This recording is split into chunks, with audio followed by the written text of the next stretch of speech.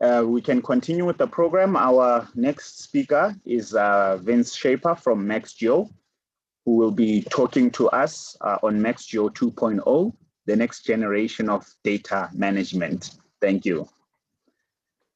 Thank you, Sifiso, for that introduction.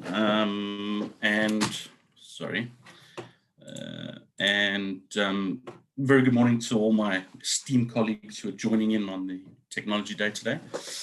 As you've heard, my name is Vince. I'm the Business Development Manager for the EMEA region at maxgeo. And joining me today is our mascot, Maxwell, here over my shoulder. He's also very pleased to be here with you guys.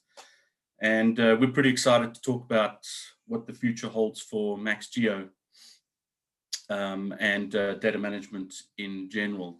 Kind of ties in quite nicely with the fantastic talk that we just heard from Dave. So we'll just continue. The first things first, I just want to introduce who we are. Some of you have probably come across us at some point over the last 2 decades. But I'm also sure that perhaps there are some guys in the audience today who have not heard of us.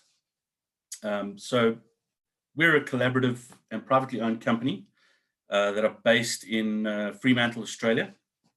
And our team is comprised of a number of professionals from various sectors in the industry, namely software development professionals, business professionals, as well as the all-important geoscientists that have helped develop these software solutions over the years. Our main aim is to provide our clients with a means to effect real-time decision-making based on real-time data access. Plays, again, very nicely into what Dave was talking about, real-time data. And we aim to do this in the most efficient way possible, which will inevitably result in improved business insight. We currently work out of 4 offices globally. I have already mentioned our Fremantle office, but we do also maintain offices in Johannesburg, London, and Vancouver. And the Johannesburg office supports and services about 80 to 90 corporate clients, which includes consulting companies. Geez, I don't know, switch this off. Where was I? Yeah, so and these clients vary in size in the EMEA region. So large multinationals through to small exploration companies. For the past 2 decades, maxgeo has been at the forefront of data management. We have deployed solutions to operations and exploration concerns of almost every commodity you can think of. Many of these clients are still with us today. So we thank them for our successes, I guess. But we've also managed to do a few things that other companies have not. We've developed and deployed turnkey solutions to the diamond industry. And the reason why I mention that is that diamond databases differ from those of precious metals purely by the nature of the geological deposits, as well as how grades are reported. And there's other niche information that is seldom seen on other exploration or operational sites. So what is maxgeo 2.0? Well, to put it very simply, it is the next step in the evolution of data management systems as we see it, where we aim to leverage technology that is currently available to convert traditionally siloed data systems into smart connected systems. So in order to see where we are going or where we are headed, it is necessary to understand where we come from.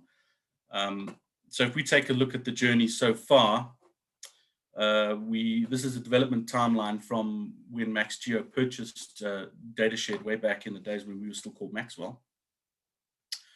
And this is a progression of the software application releases that we've done over the last 20 or so years. And this progression is occurred as a result of three major factors. So the first being our continued and valued interaction with our clients, understanding their ever-evolving requirements in an ever-evolving environment. The second factor is the ever-changing technological landscape, where advances are being made at a breakneck pace. And then thirdly is a collective vision that we have within the company. So currently, we offer our solutions as applications that are available as separate installations. Datashed being our flagship product, which focuses on data administration duties. And then we employ the other various applications to handle other data-related tasks. Logchief is our data capturing tool, our digital data capturing tool for geology and mining. QA/QCR is our software package that manages assay QA/QC. And then we also have a product called Lease Control, which is aimed at managing tenement-related data. And this is particularly useful in jurisdictions that require companies to report on where they're at with work being done on tenements, etc. And it's particularly true in Australia, but it can be applicable in an African context as well. So in support of our software, maxgeo also provides ancillary services to the industry that goes beyond the development and deployment of data management systems. These include data compilation and migration services. We also offer data and database structural auditing. This is important because it serves to provide confidence to the market that data is being correctly managed in line with industry best practice. And it also provides confidence in the results that are ultimately reported to the stock exchanges, particularly for exploration companies. And then we also provide consulting services that aims to help our clients implement systems that comply to these industry best practices. And we can summarize that by saying that we help our clients define their data management strategies, manage technological initiatives, as well as optimizing operations, etc. Also in support of our software solutions, there is a lot of training that is involved, and then aftermarket service and support, as well as mentoring services, which serves to supplement the training, the initial training that is given, since we don't necessarily expect our clients to understand exactly what is going on after the first 4 days or so. So the data management practices that typically exist today have all contributed to what I referred to earlier in the siloing of data, where data is being held by different entities within the company, and they don't necessarily all talk to each other. It's also reduced the function of data management purely to a capturing function, and that introduces significant inefficiencies and exacerbates the poor business insight that we do see from time to time. I think we can all agree that making work for work's sake is not the best or most efficient way to manage a business. And so it has become more and more imperative that these type of decisions can be made in real time and on the fly.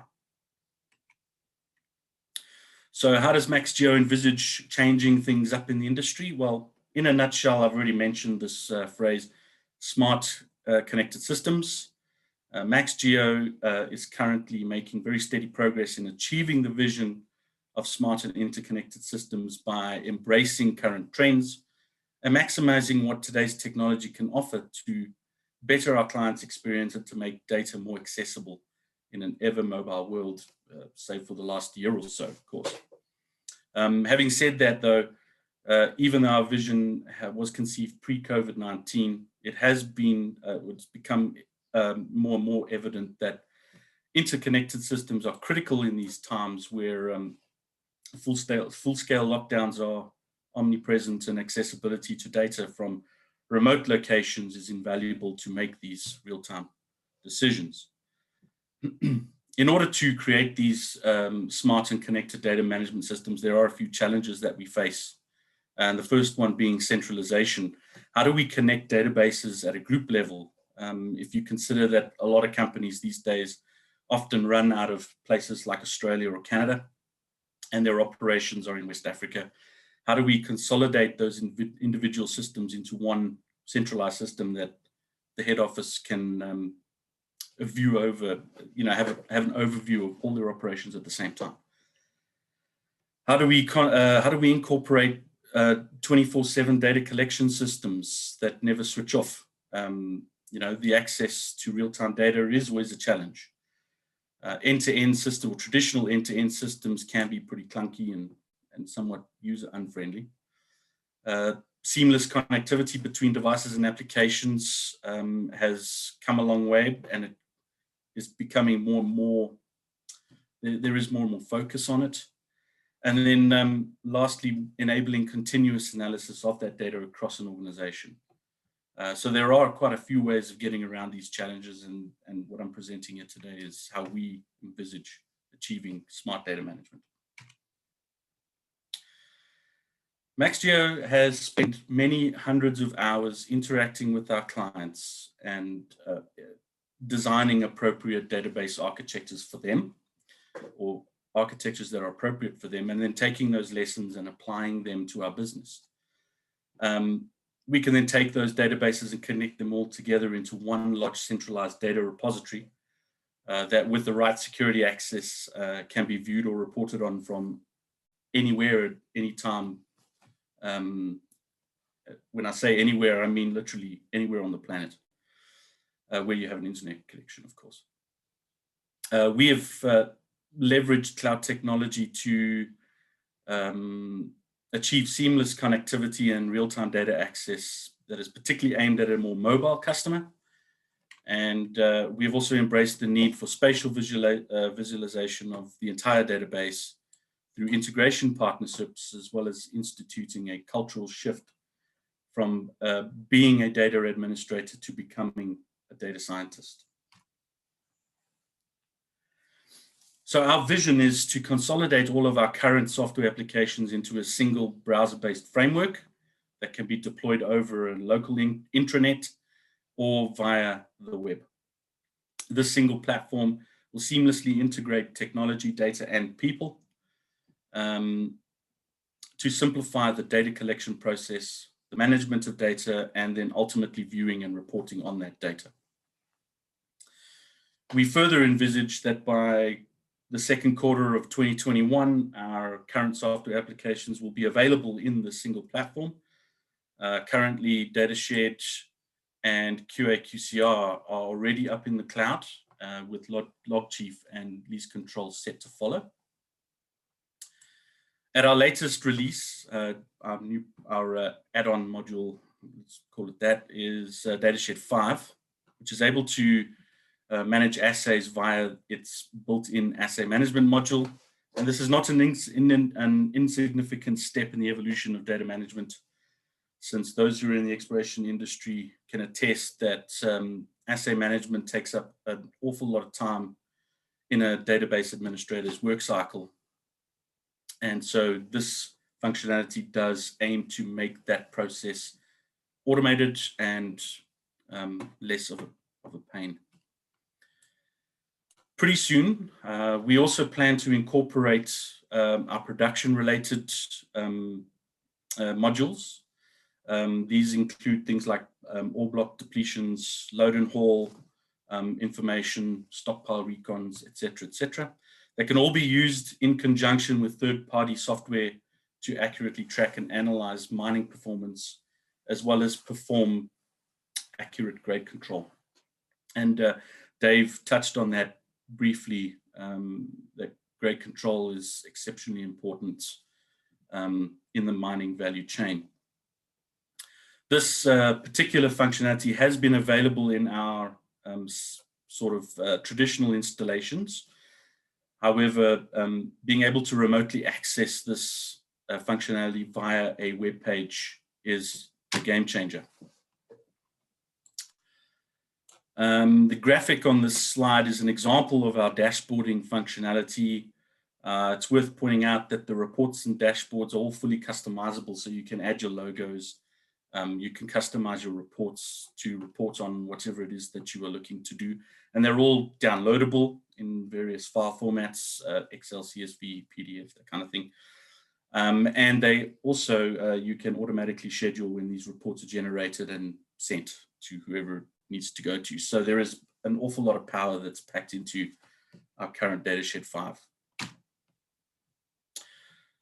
So how do we achieve all this? We can make the reality of a smart connected system happen through the use of tech stacks. So in essence, a tech stack is the addition of various layers of functionality that all work together to produce the front end of Datashed 5. The foundation of the stack is the infrastructure layer, which is deployed on an AWS, Azure, or as an on-premise solution, which again leverages off the state-of-the-art cloud platforms that are out there. We add in a governance layer that ensures the data is kept secure and you can maintain consistent visibility of the system no matter where it's deployed in the organization. The data lake layer is where all the data will be imported or brought into the system, both structured and unstructured data. The platform interface will then improve the speed and flexibility that will help to rapidly integrate data from these multiple sources through APIs. The integration layer is, will then automatically integrate the structured and unstructured data from these data sources via ETLs. And finally, the Datashed 5 portal is the front end or the face of the solution. And the end result of all of this work is an automated data management system. So the question then remains, have we overcome the challenges that we've spoken about? I think in short, the answer would be yes. In the first place, the challenge around data integration, we've put in strategic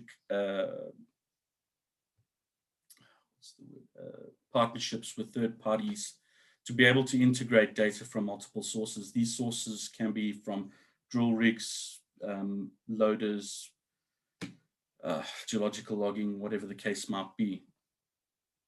Data capturing is simplified by using Logchief, and that data is synchronized into the database sort of automatically over an internet connection. The connectivity, yes, the system is capable of connecting seamlessly to third-party applications. And the result, again, of all of that is better insight into the business, and you're able to make decisions in real time. Just a word on the integration. Datashed 5 integrates with all the other maxgeo products, including Logchief. I've just alluded to it a minute ago. Data is created and validated at the point of collection in Logchief and then synchronized directly to the master database. Logchief can cater for both online and offline environments. So if there is no connectivity on site, then that data can be stored until a connection becomes available, or the data can be exported into a CSV file format and emailed in for loading. Planned collars can be created in whatever modeling package it is that you use, and then imported into Logchief at the beginning of a drilling campaign, or even at the beginning of the day's drilling. This ensures that all the hole IDs, planned coordinates, and surveys are indeed correct prior to going to site.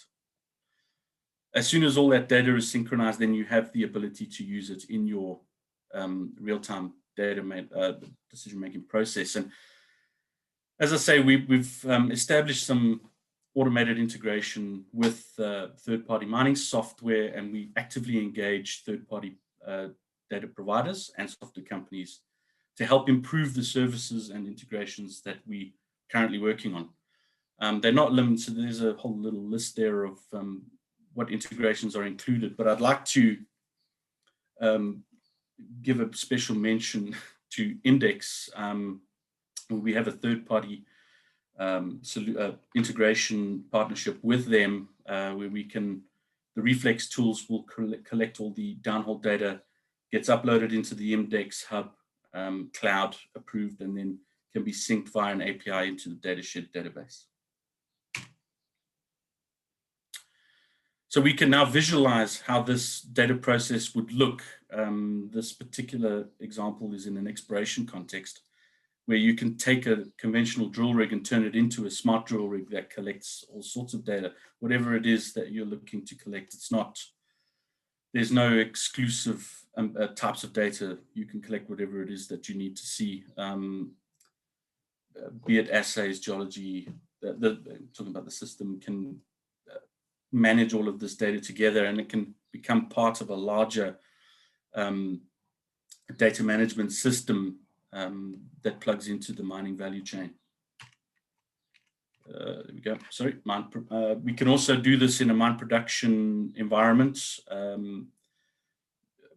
where you can take an ore block and turn that into a smart ore block using the same thought processes, the same principles, just with different data types again, and use that to plug into a larger data management system that is capable of making these decisions. Something else that is worth considering, particularly smaller companies, is hosted data management. Once again, we're leveraging off the internet and state-of-the-art cloud platforms to enable this to happen. There are a multitude of reasons as to why a company would consider outsourcing their data management. In this day and age, it is our belief that the exploration and mining industry deserves the efficiencies that data science can provide. And one of the largest being cloud-based data management. According to Gartner Incorporated, by 2021, 75% of all databases will be run in the cloud. maxgeo began hosting our databases in our environment about 5 years ago. But then the process was pretty clunky, and clients didn't necessarily have remote access to that data, and they certainly weren't able to download it directly. So what are the benefits of outsourcing data management? Well, the first, and certainly the largest, is that it allows you to focus on your core business. Our systems are backed up by expert teams made up of database administrators and experienced geologists. Outsourcing your data management reduces your risk, both in terms of infrastructure, and it also ensures that your data is compliant when you submit your exploration and mining reports, etc. It's pretty cost effective. You don't necessarily, if you're a new company, you don't necessarily have to employ a DBA or set up any infrastructure on site, for example.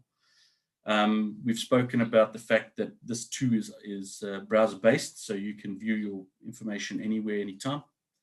The deployment is pretty rapid. There's no installation of software required. Integrations can be built in. I believe that our standard package comes with most of the integrations already included. Visualization, there is you can view all your data in maps and dashboards. And then there's also a lot of automation that we include there too. And I'd like to just pick on our automated assay loader, which allows clients to directly import or automatically import their assay data, either via shared network or via email, their batch files. Just to quickly, that is the end of the presentation. I just want to acknowledge the management at maxgeo for, firstly, the peer review of this talk, and then also their support in the delivery of this talk. I would also like to thank the Geological Society of South Africa for the opportunity to present what we see as the future of data management, and as well as for putting together today and the African Exploration Showcase event tomorrow. And then finally, to the audience, to you guys, for your time and your attention. We certainly look forward to engaging in some interesting discussions going forward. So thank you very much. Please feel free to contact either myself or my colleague Mareka to discuss your data management requirements, to talk about your current data management, or just to chat to us, have a beer. Thank you. Appreciate it. And thank you, Vince, for that very interesting and well illustrated talk and telling us about smart connected systems. So thank you very much for that. And we also dig your Maxwell mascot background there, as I told you earlier. But thank you for that talk. We will open up for questions now. If you have a question, please unmute yourself. You may also raise your hand, and then we will let you pose your question. There is one on the chat. Well, there's two now. So the first one was from Donovan. So he says, how does Datashed 5 compete with the dashboarding with Tableau and Power BI? And what would be the advantage of Datashed 5 compared to these alternatives? Thank you, Donovan, for your question. Not sure I'm the best placed person to answer, particularly with Tableau and Power BI, since I have used neither of those. What I would say is that yep, sorry. No, okay. I think Datashed 5 has a lot of advantages in that it is, I suppose, rapidly deployable. Its reporting, as far as I'm aware, is not dissimilar to Power BI. But as I say, I'm not an expert on either Tableau or Power BI, I'm afraid. However, we would be welcome to discuss this further with you outside of this gathering. We can get you a proper technical answer. Apologies. Thanks, Vince. I assume you'll be still around with us during tea time, Vince, and perhaps maybe, yes, there you, Donovan can connect with you. And to the participants, you are allowed to ask your question verbally as well. So there's a second one there, Vince, where it says, can Datashed 5 be run on an organization's existing data structure, or do you need to do a data take on in order to use Datashed 5? And then if it's the latter, then is there any plan to move towards being able to run Datashed 5 or components thereof on clients' existing databases in the cloud? I think the first part of that question, will there be data take on? I think that depends on what the existing data structure looks like. In my experience, having only been with maxgeo for 7 or so months, is that moving between data packages inevitably means that there is data take on. However, it is something that we could investigate. And if there was the opportunity to not have a data take on and run it on the existing structure, then we'd certainly look at that. To the second part of that question, I don't know at this point. Currently, what we're looking to do is have all of our applications running in a cloud. Now, yes, I suppose I did mention earlier in the tech stack that we can do an on-premise solution.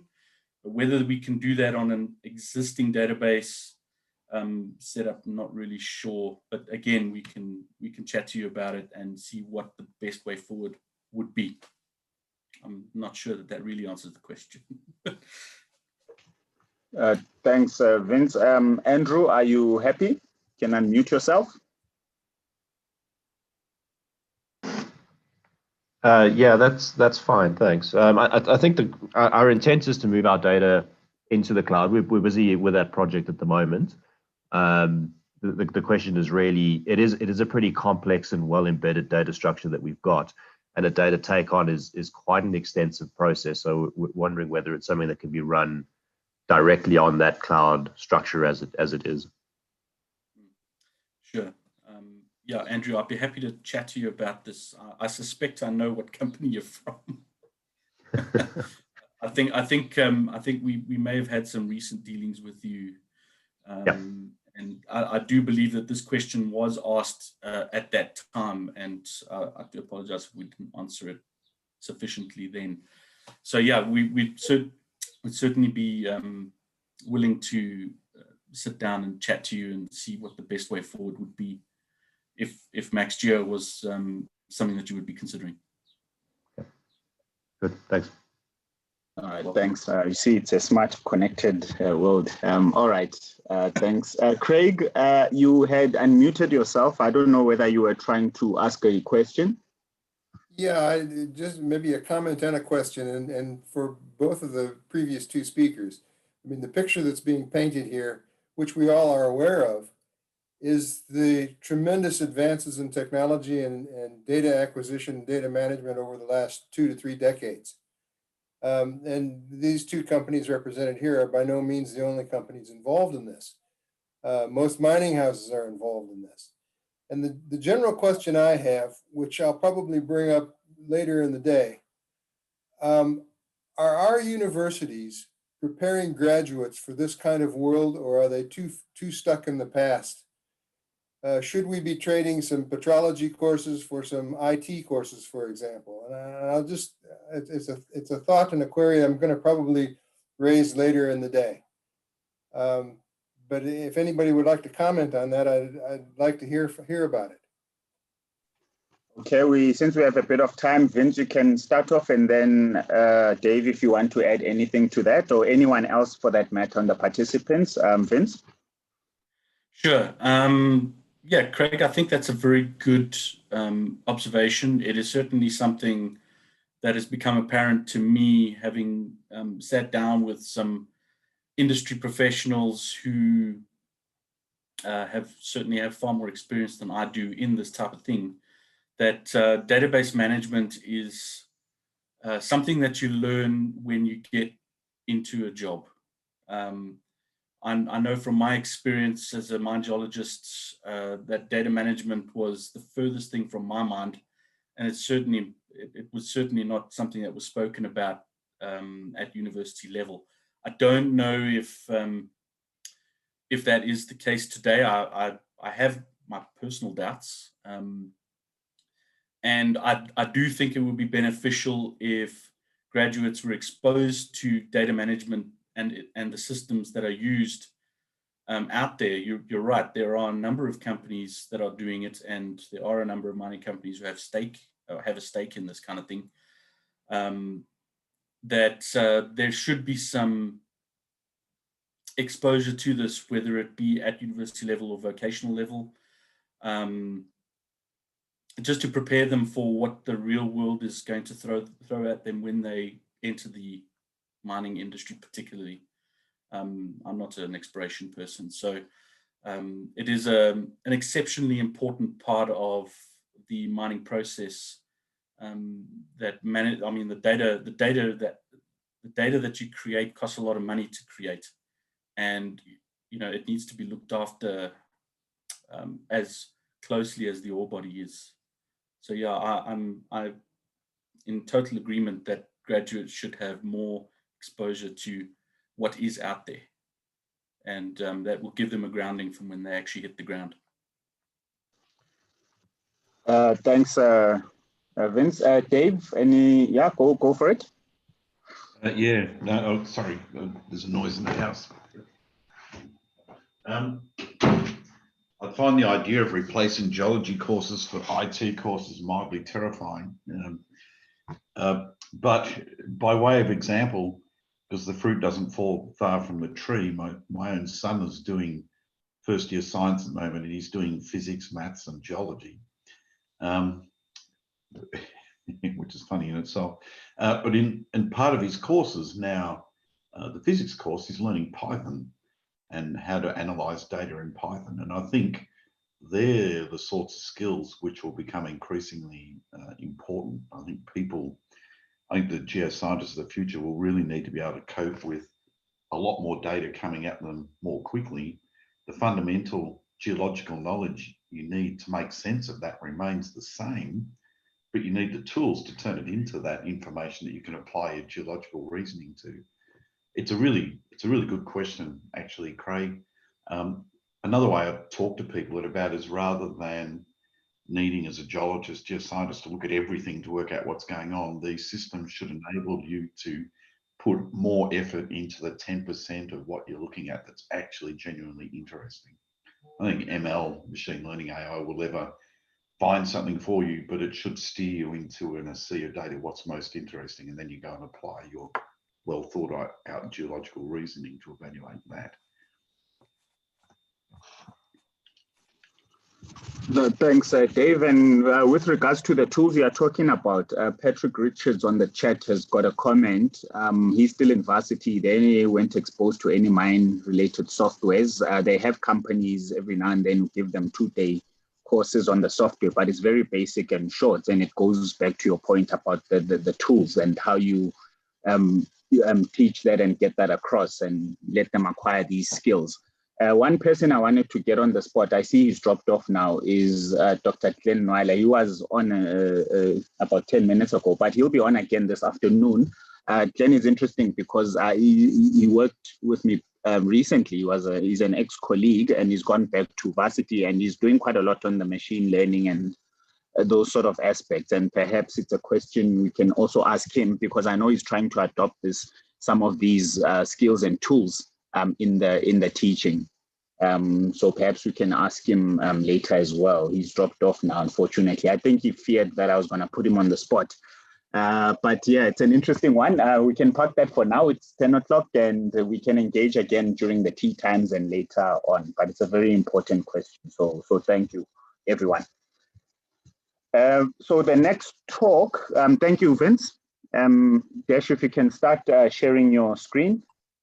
So the last talk for the first session, is by Dr. Desh Chetty from Mintech, who will be talking on scaling up from SEM, scanning electron microscopy, micro XRF imaging and its applications. Thank you.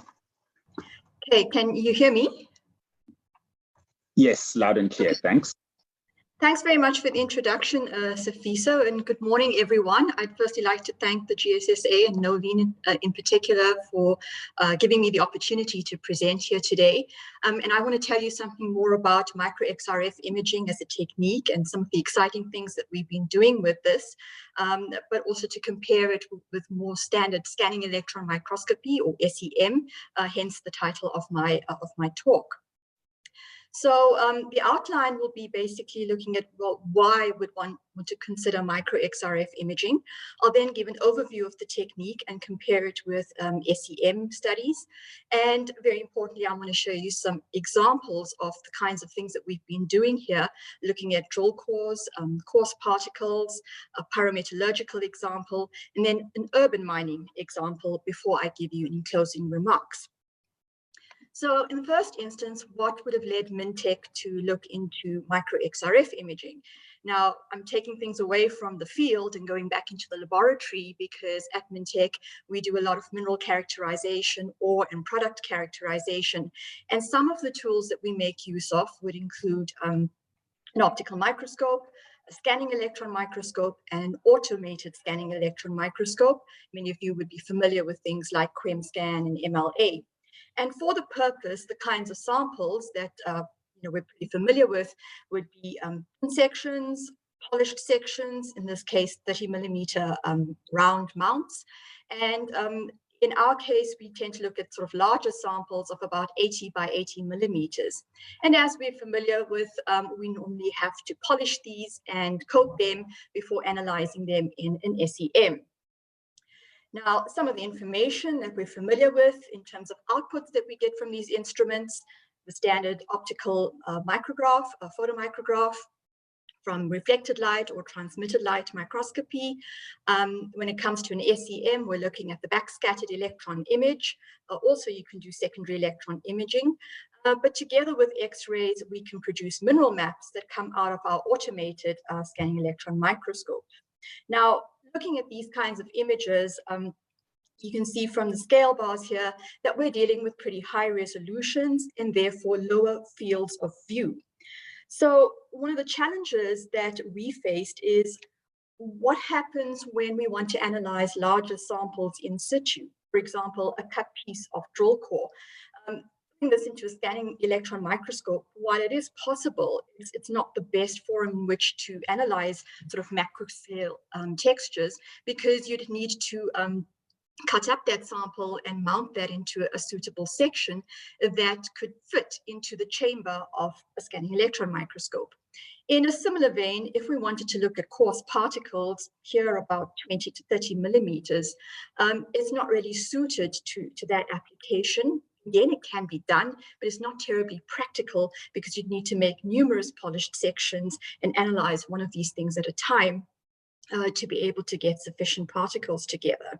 So we then looked into other techniques with which we could use to look at textures at a macro scale. And that led us then to micro XRF. Now, many of us are familiar with XRF as a bulk chemical assay technique where you're putting an X-ray source of X-ray beam onto press pellet or a fuse disc. And because of the X radiation that's going onto your sample, you have some interactions and you would get X-ray fluorescence taking place, and photons of energy then go to a detector. And in the case of EDS, or energy dispersive spectrometry based XRF, you would get an EDS spectrum. And out of this, you can identify your different elements and then quantify them using a standardization procedure. And there you go, you have a bulk chemical assay. But what makes micro XRF rather special is that we're taking this X-ray source, and the X-ray beam that we're putting onto a sample is much smaller. So instead of analyzing an entire sample like you would have done with normal XRF, you are using your X-ray beam to analyze very specific areas within your sample. The source is stationary, and you're moving your sample from left to right and from top to bottom, so that in effect you're collecting a whole lot of spectra at various points or areas within that sample. And by collecting these multiple spectra, it allows us to then look at elemental distributions within a sample. And because we can interpret a spectrum in terms of what mineral that represents, we can then convert that into mineralogical maps. So we were very excited to acquire South Africa's first micro XRF instrument last year. And as far as I'm aware, it's the only one in South Africa. And the instrument that we have is a Bruker M4 Tornado micro XRF, and that's what it looks like over there. And we find this a very easy to use instrument when you're trying to set up a run where you want to look at elemental imaging, and it's pretty non-destructive. And in our case, we can analyze elements from sodium through to uranium. But of course, based on our knowledge of the sample, we always know whether there is carbon associated or oxygen. Newer versions of this instrumentation can analyze down to carbon. Okay, so we can still infer that about our materials. Looking at some other features of the instrument that we have two X-ray tubes where our source is a rhodium source as well as a tungsten source. This gives us some flexibility in terms of the elemental suite that we want to analyze. But we find that typically the rhodium source is pretty versatile for a whole bunch of different sample types. Now, I mentioned that the nice thing about micro XRF is that you can get a narrow beam. You can focus your beam, and we do this using polycapillary optics to get down to a spot size of 20 microns. So that's really your resolution limit, compared with an SEM where you're looking at an electron beam. So you would have your detector system up here, and that would put the micro beam onto the sample. And as I said, you can get a spot size of 20 microns. We have two X-ray detectors. These are silicon drift detectors with throughput of about 275 counts per second. And the fact that we have two of these means that we get a high throughput of signal to the detectors. We have three cameras. In the first instance, we have a camera in the inside that allows us to see what's going on in the inside of the chamber because we would close this door obviously because we're generating X-rays within, but there is a camera that allows us to see what's going on, particularly when we need to bring the stage up to the detector to focus the sample. And for the purpose of focusing, there are two other cameras, one at 10 times and the other one at 100 times objective, to be able to see some features at different magnifications and trying to find our way around a sample. And I hope that you can see here, it's quite a spacious sample chamber. And we have a fast-moving motorized stage, so that's the sort of perspex thing here. And we can carry a solid sample that weighs up to 5 kilograms. In most of the work that we've been doing, it's been less than a kilogram. But very importantly, your analytical area is a maximum of 20 centimeters by 16 centimeters. And you'll agree that that's much larger than what we could fit into your typical scanning electron microscope.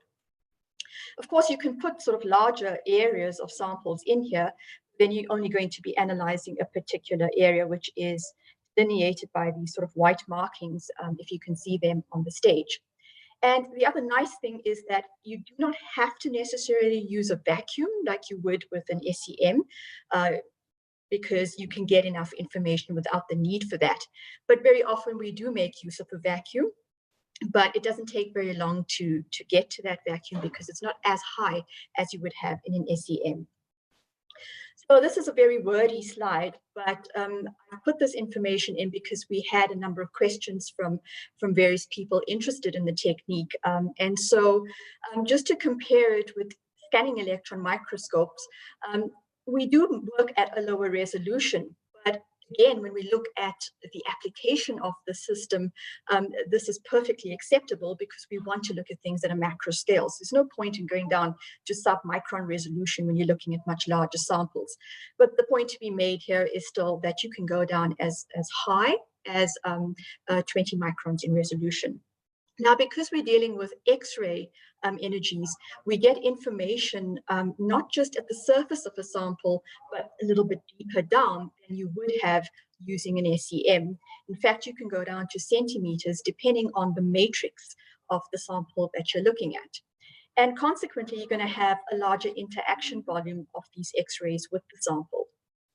The other nice thing is that we can excite these X-rays to higher energy, typically 40 to 50 kiloelectron volts. And that's compared with an SEM where you're not working at such high voltages to be able to excite lines in the higher energy ranges. That said, you have optimal excitation for elements with atomic number greater than calcium compared with an SEM where your optimal excitation is for atomic number less than calcium. And I think that's pretty well known from XRF in general.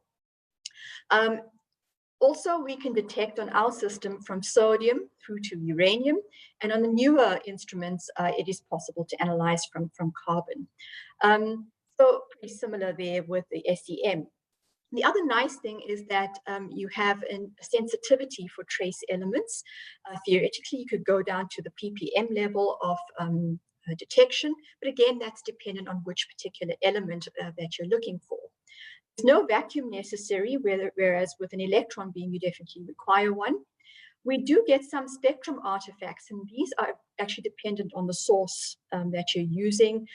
You can get Compton and Rayleigh scattering effects, but also Bragg diffraction effects. But the point is that we can handle these different artifacts in the spectral signal that we get.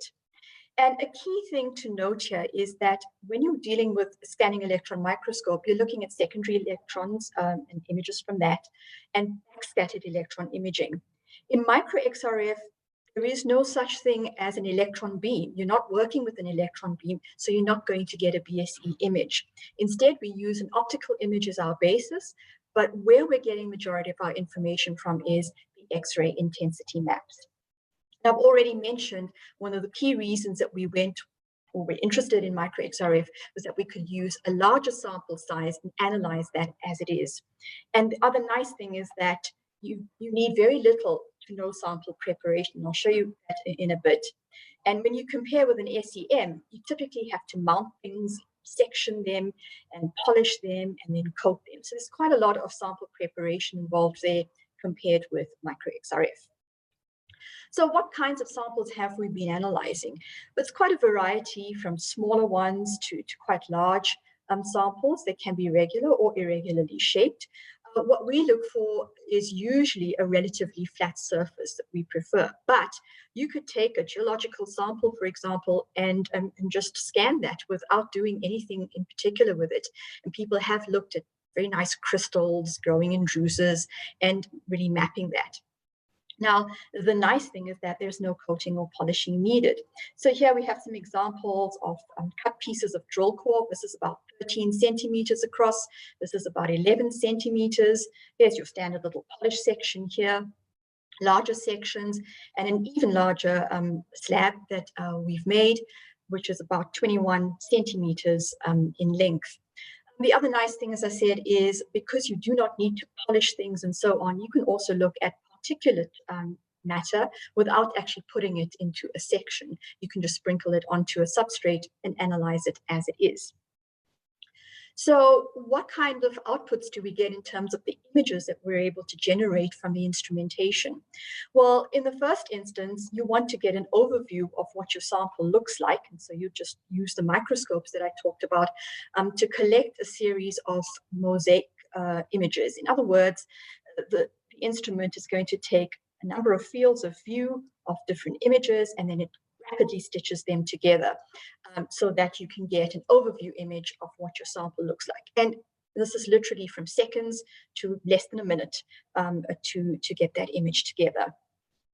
We then can conduct spectral acquisition via a point analysis on a particular area of interest, or we could generate an element map.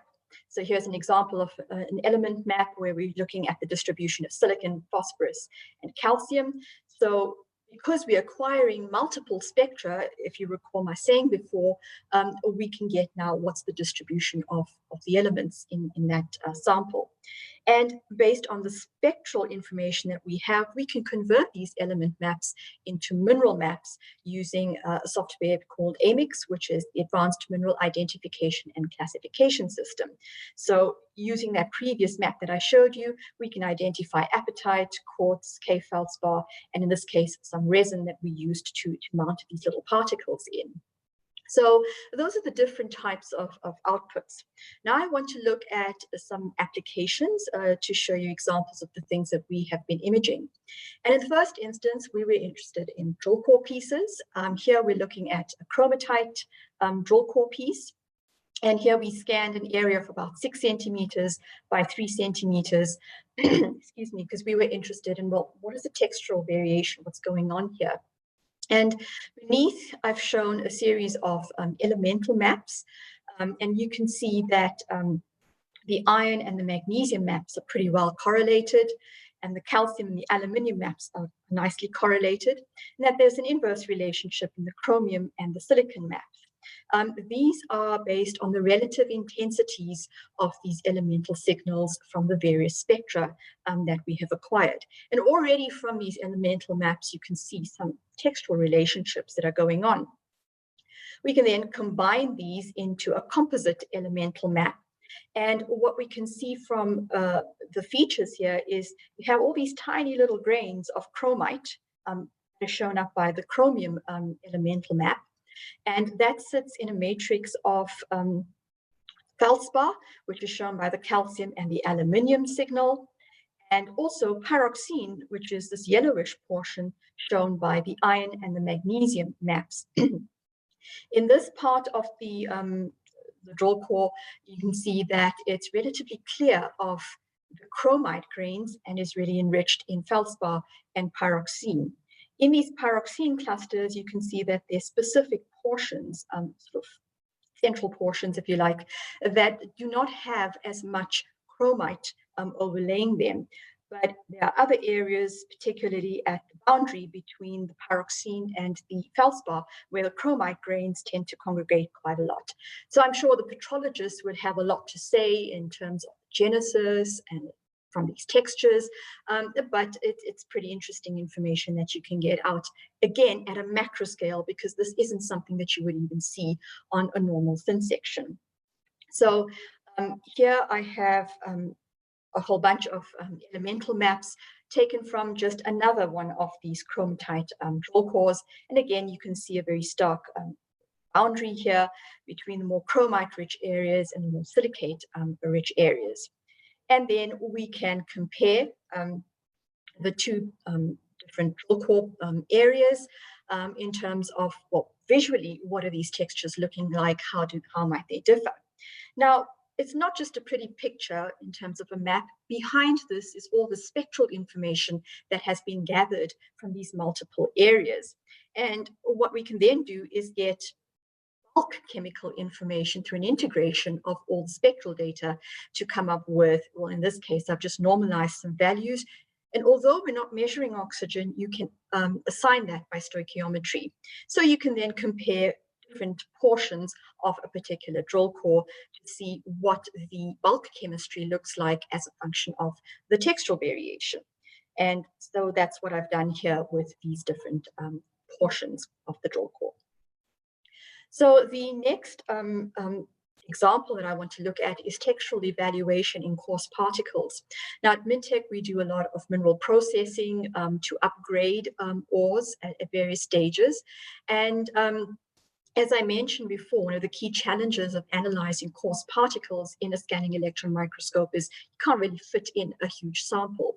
And here we were interested in textural variation in the iron ore, with a specific aim to look at, well, what different types of textures do you have? And could we see that very specific textures might want to report to specific density classes using dense media separation, heavy liquid separation, for example. And so we scanned an area of about 18.5 centimeters by 12.5 centimeters here. You can see all of these different particles that are cast in the resin. And this is the corresponding elemental map for iron, silicon, aluminum, and potassium. And these would be the individual relative intensity maps for these elements. And we can then link that with the minerals, in that the silicon-rich particles would be quartz-rich, the iron-rich ones would be hematite, and those that are rich in aluminum and potassium, where there is a correlation, we would say that that is muscovite. And we're using things like X-ray diffraction studies and SEM studies as complementary tools for this to be able to obtain quantitative textual information. Now, that kind of information is not currently available from the suppliers on the MicroXRF platform. So Mintech is in the process of developing quantitative mineralogical routines to extract that information from a particle type of sample. Things like mineral liberation, mineral association, grain size distribution, all on a particle by particle basis. So taking that feed sample and then subjecting it to heavy liquid separation, just from a visual estimate of what's going on in these maps, you can see that in the sinks class, where the density is greater than 4, it's your hematite-rich particles that have gone to that density class. But as we're looking at the floats from these sink float tests, we see that as we go from higher to lower and lower density classes, you're seeing more green in the maps, and that is alluding to the presence of larger amounts of silicate minerals that are reducing the density. So when you move to the next example, this comes from pyrometallurgy, where we often look at investigations into furnace refractory bricks. Refractory bricks are often used to line the furnaces for insulation and protection, because we're obviously dealing with reactions that are taking place at incredibly high temperatures. And very often we're called on to look into these refractory bricks, to look at their quality, and also to assess reasons for degradation of these bricks because of the interactions that they might have with slag and alloy and the furnace charge. And normally we would cut through the bricks in that sort of fashion, make a section through there with the aim to see what phase chemical changes have occurred from the hot phase, going deeper down into that refractory furnace brick. So this is an example of such a brick that has been cut, and this is the hot face going down into the refractory brick. And in this case, we cast it in resin because we want to do phase chemical analysis using a scanning electron microscope. But one of the key challenges that we've always ever had with this is, okay, well, where do we go and focus our energies now in studying this thing using an SEM? Because we have very, very high resolutions when we're dealing with the SEM, and this is a very large sample. So the nice thing about micro-XRF is that you can now go and scan and map a large area. In this case, it was about 70 millimeters by 25 millimeters, a relatively large area from which we could extract a map of elements of interest. And very important to note is that you do not necessarily have to know already, well, what elements am I looking for? You will get that information from the energy dispersive spectrum that you are acquiring to see what elements are actually there. And so we can acquire this map. And already from the macro scale texture, you can see that there are 5 very definitive zones. The first one at the hot face comprising slag that is rich in calcium and silicon. The second zone that's kind of greenish here is because of the aluminium and chromium. The third zone that's rather pinkish is because of magnesium and iron. A very large fourth zone that has a lot of this blue aqua relating to calcium. And we can see that that calcium kind of peters out before we get into this 5th zone.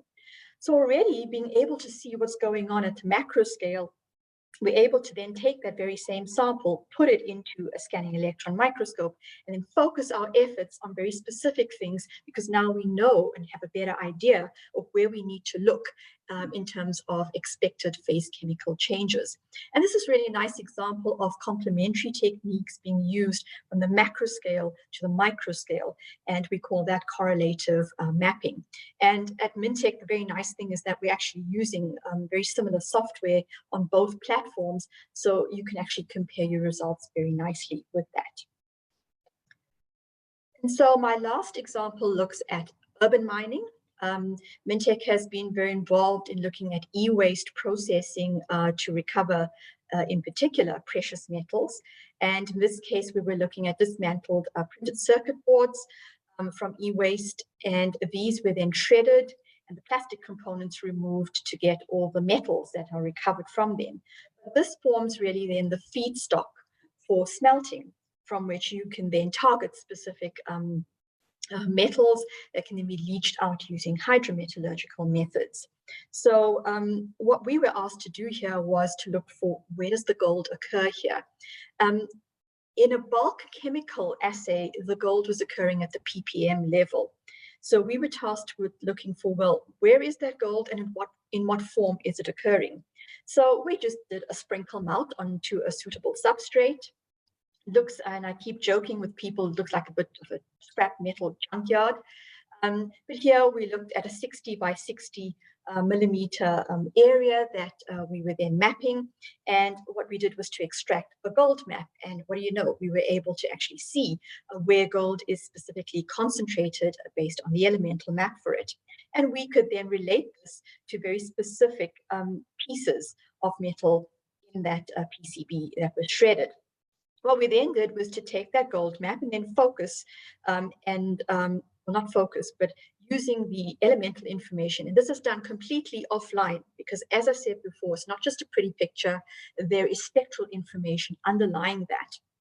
And we could then draw out the spectrum of these areas where we had a high gold signal. And what we see in the spectrum is that besides gold peaks, you also have copper and nickel, which tells us that little piece of metal there is actually an alloy of gold, nickel, and copper.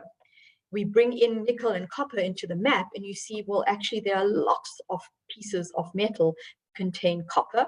There are also some that contain nickel, but there are only a few in which we can find gold that is alloyed with that nickel and copper. And this provides valuable information for the downstream processing of these things, because now our metallurgists then know what to target in getting out that gold. So in closing, I'd just like to say that we're very excited with this micro-XRF technique in the laboratory setting, we find that it is quite a versatile analytical tool when we want to do elemental mapping and mineral analysis, but we want to do it at a larger scale than is practically possible with SEM-based imaging and analysis. I've also shown you that we can look at different types of samples, different shapes and sizes that may be imaged, and there's really minimal preparation. The highest resolution that we can attain, which is based on the spot size of the X-ray beam, is 20 microns. And from these images, you can use them both in the qualitative sense, but as I said, because you have spectral information, you can actually quantify those spectra and obtain quantitative elemental information. Furthermore, Mintech is working on routines, and we've reached quite significant progress on that for quantitative mineralogical information that can be extracted in a similar way to what we would do on a QEM scan or an MLA. Micro-XRF can certainly be used in a complementary manner with other mineralogical techniques. I've shown an example where we've done this with scanning electron microscopy, but very obviously when you want to know what your mineralogy is, and you want to compare and really validate your data, you can look at automated SEM, X-ray diffraction studies, and so on. And I hope that I've shown through the examples that the range of material that we can look at actually spans the entire mineral value chain, from applications and exploration all the way through to recycling and the urban mine. But it is also equally applicable in other industries like art and paleontology and so on. But for our purposes, really a very versatile tool. And with that, I thank you very much for your attention, for the opportunity. And if you have any questions, I'm quite happy to take them. Thanks. Thank you, Tesh. Thank you for that interesting presentation and some interesting techniques there, and tornadoes as well. So much appreciated for that. Are there any questions for Tesh? Please unmute yourself or put your hand up. There's the first one on the chat from Donovan. I believe micro-XRF can be beneficial to the mining houses and making the technique more mainstream. Will the analysis be faster than QEM scan and MLA? Okay, that's a very good question, Donovan. Thanks very much for that. I've been battling with this one in a sense, because obviously people are going to ask, well, is it faster or slower than QEM scans and MLA? We must bear in mind that it's a very different way in which data are being acquired, and they're very different scales at which we are observing the information. And it's also a question of, well, how quickly can you do an analysis is really based on what kind of quality of data you are willing to accept. I mentioned that we can go down to 20 microns resolution, but that is by no means always going to be the resolution at which we're going to map. You can map at 100 microns or even 500 microns resolution if you want it. It's all a question of what are you trying to get out of the data. So I don't think it's fair to make a direct comparison with QEM scans and MLAs, even if we're going to get the similar type of information, because remember, we're not dealing with a backscattered electron image here. We're looking at an optical image. And yes, you can get that out very quickly, but it's not giving you the same information as a BSE image would. So in terms of whether it's faster, if you think about all these little, actually these larger particles, I believe that it would be, because you're analyzing them all in one go.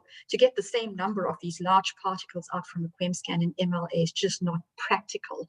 And it would, in my opinion, take a longer time. Hope I've answered that. Great. Thank you. And then you just added, Donovan, will be good to do the analysis on the same sample and resolution amongst the various techniques. So, we have been looking at that, and again, it's a question of, you can use it at the same resolution, but you're not actually comparing apples with apples in terms of the analytical time. all right, thank you. You are welcome to unmute yourself, Donovan, if you want to say anything further. Are you happy with that? Yes, I am. Thank you very much, Shane. Okay. Thank you. Thank you for your question. Marcus, your video is on. I'm not sure. Do you have a question? Marcus Lake? No, I'm just chiming in just to check for our talk in a minute. I'll turn the video Oh, on. okay. Oh, that's fine. Okay. Perfect. Any other questions for Dash? Dash, one from me. How easy or is it even possible to turn this instrument into a portable field lab? Could it be set up in such a lab? Yes, thanks very much for that, Craig. You know, a lot of things are going into real-time type of analysis. At Mintech, we do things more in a laboratory-based environment, and I have heard of instances where, you know, drill cores are analyzed using these multi-sensor methods. And so far it's been XRF, from what I understand. It would be great if micro XRF could be one of those things that then come on in a more online type of situation. But for now, from my understanding, these kinds of instruments have been designed more for laboratory type of use.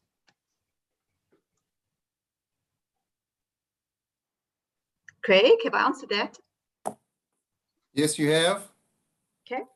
What I'm hearing from that is it's probably possible, but it hasn't been done yet. To my knowledge, not, but it's certainly a way that it's going to be going, I think.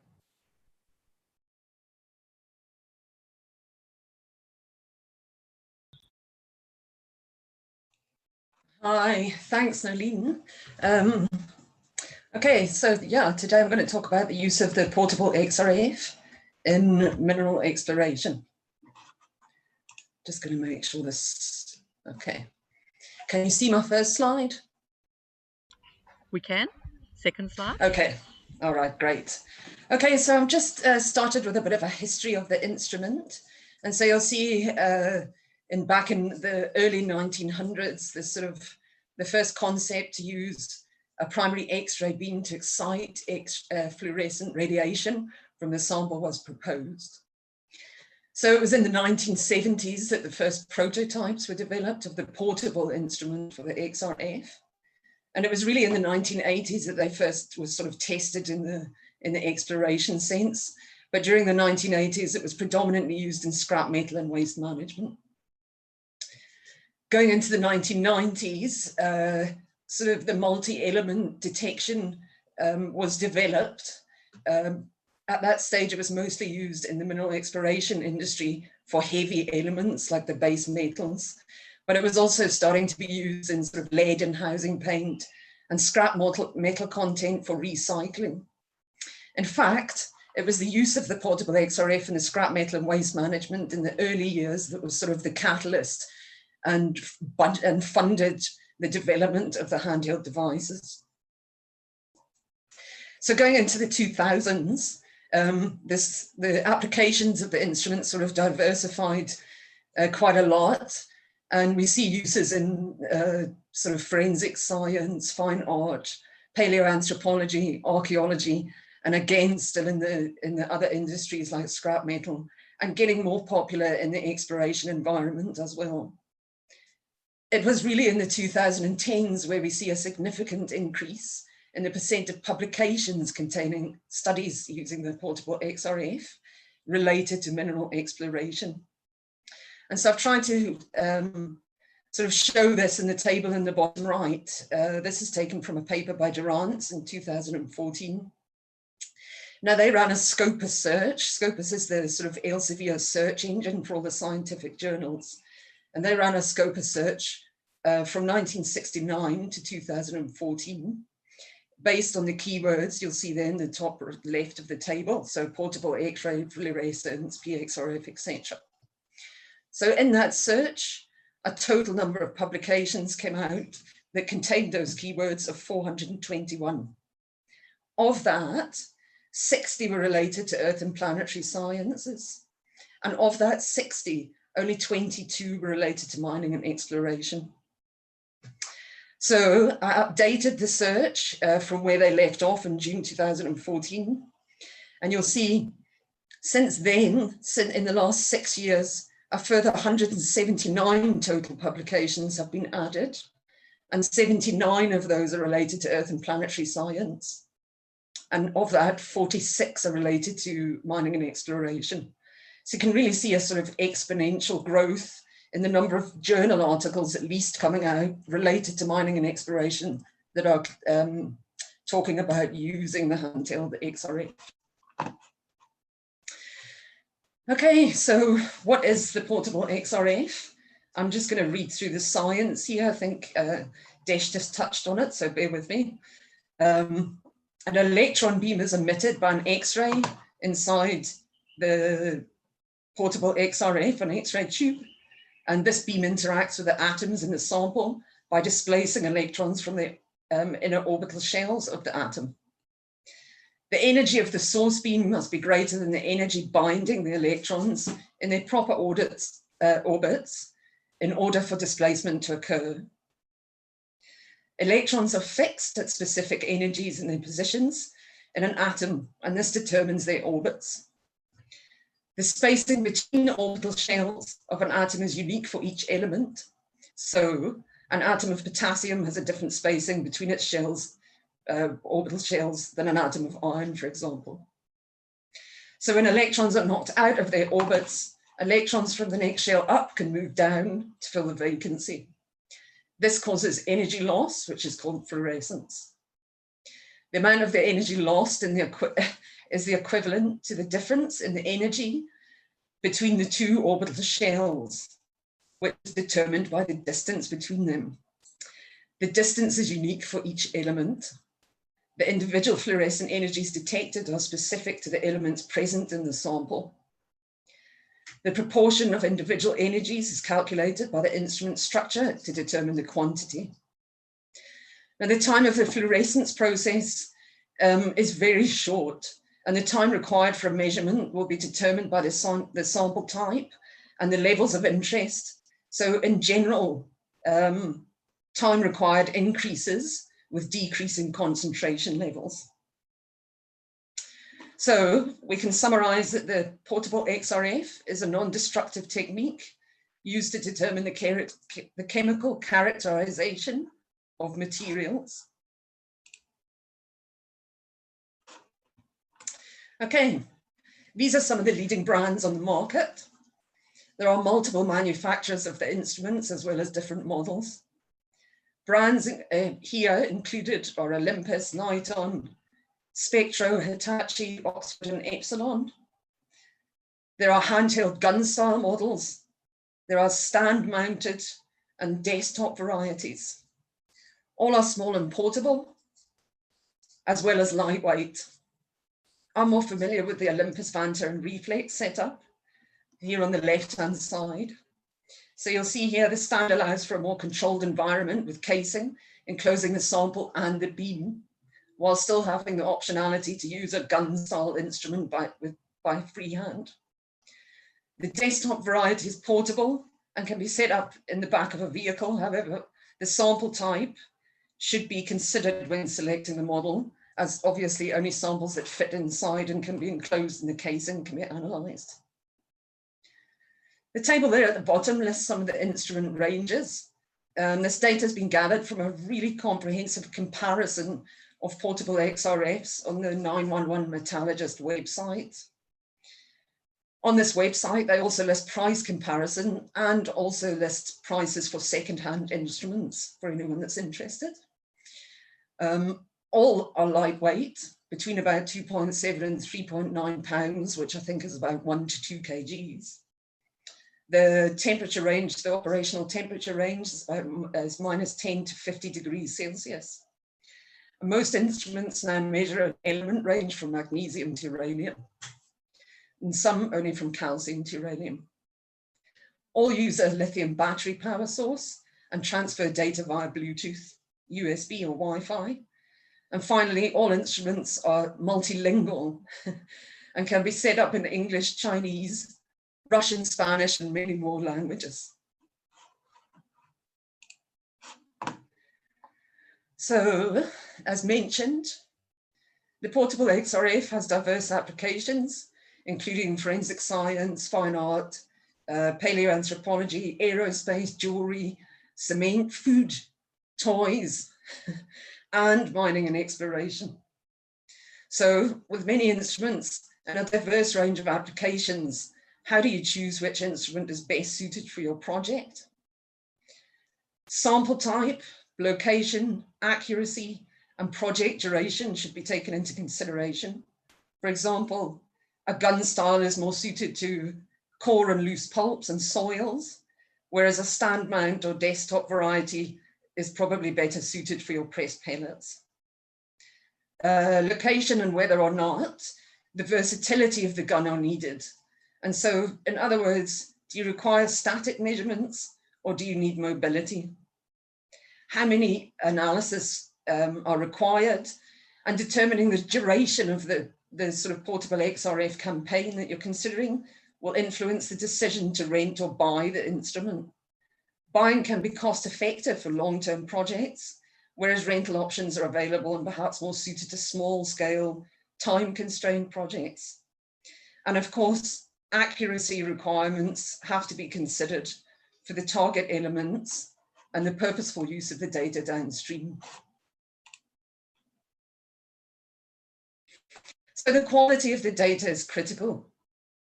Having confidence in the geochemical data sets gathered is fundamental, and is perhaps one of the predominant reasons for the slow uptake of the instrument when compared to other industries. All instruments come with built-in instrument calibration, such as the fundamental parameters, Compton normalization, and empirical calibration. But before we move on to calculating calibration factors, we should understand what affect precision and accuracy at the time of measurement. What can affect precision and accuracy at the time of measurement. So the sample type and the sample preparation is listed here on the right. The lowest is listed as sampling loose powders through a plastic sample bag. So the sample bag reduces the energy and the spaces between the loose grains, and the air will introduce spaces between the loose grains. That's the sort of lowest precision and accuracy. Moisture in the sample will also reduce accuracy and precision in a similar way to the air.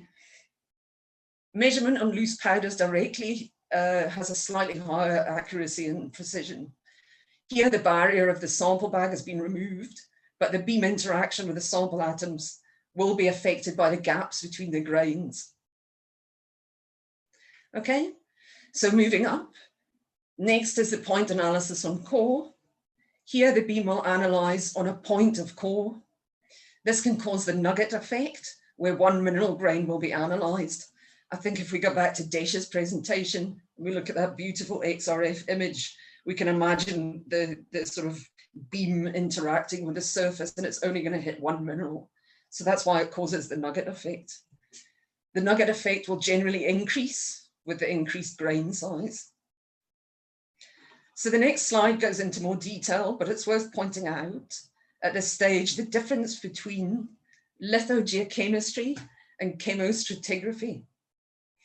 And so with lithogeochemistry, it's possible to classify rock types, but this requires a whole rock analysis, and it's not advised for use with the point data on the core.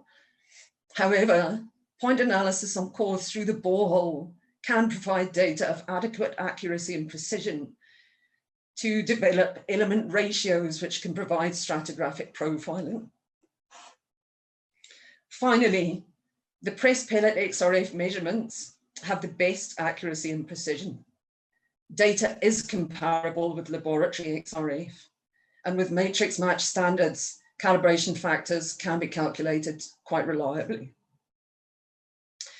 Just before we move on to the next slide, sort of other contributing factors that affect accuracy and precision are the instrument drift, the temperature, any contamination, and the beam time.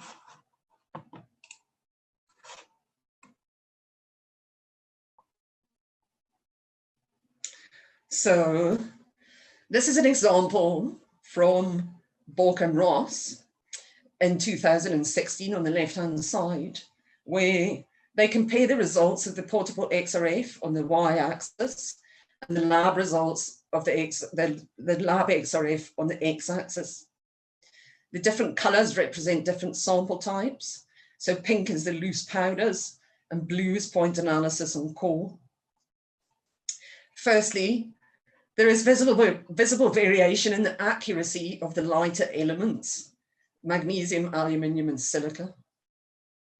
However, precision for both methods falls consistently above 95%.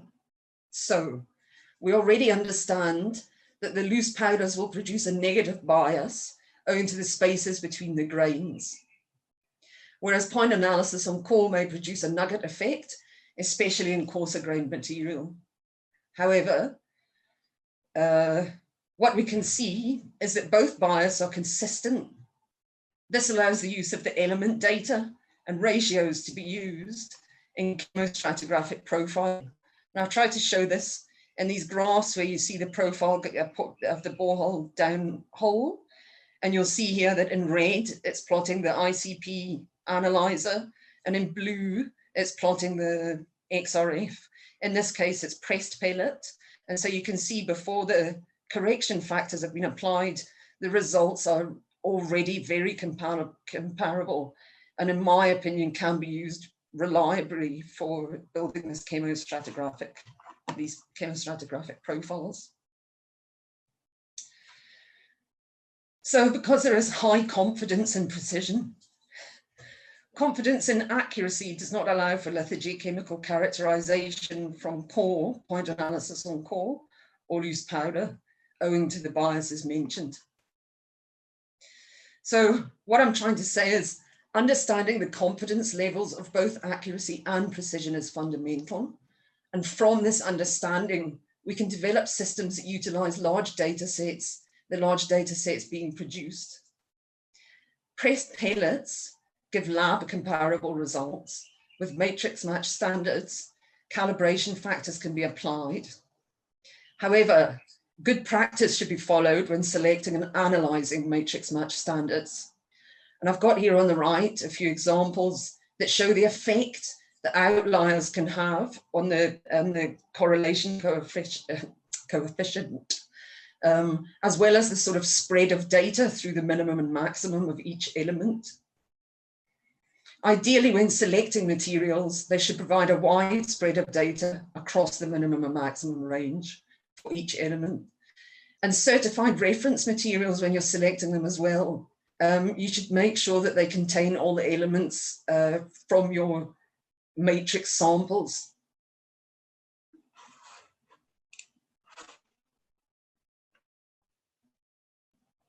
So in this final section, I've got 3 slides that focus on workflows.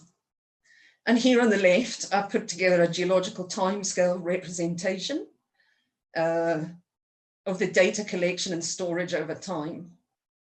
In this representation, there's a manual data collection eon, and more recently, we've entered into a digital data collection eon. So the era is represented in the early days of sort of hard copy data storage, with periods of stone tablet, ledgers, and paper logs.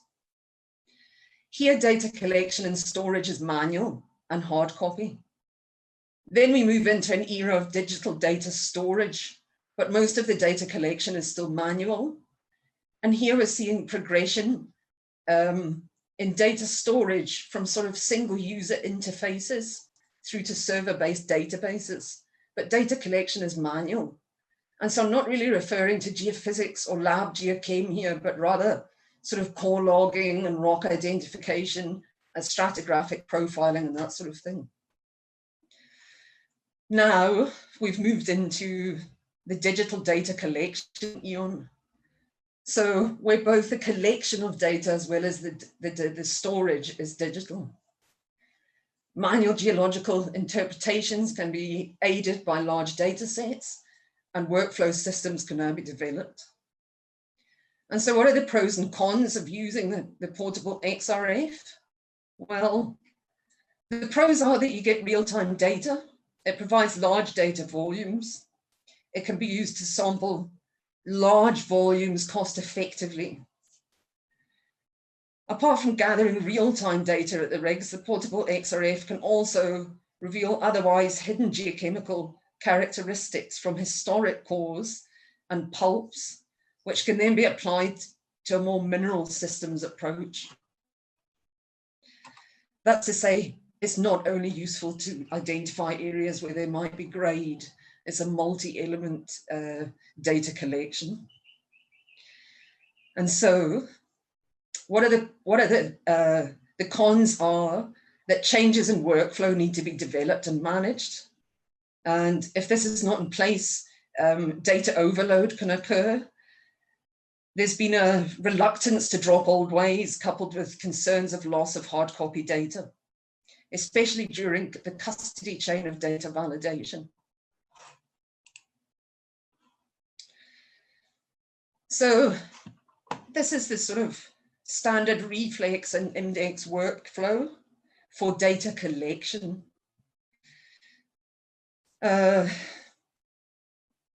It's taken from the PDSA in 2019, I just mentioned that. It shows the digital data, the digital collection of data at the drill rig site. So this data is uploaded in real time to the cloud, where data is stored digitally and can be validated and viewed.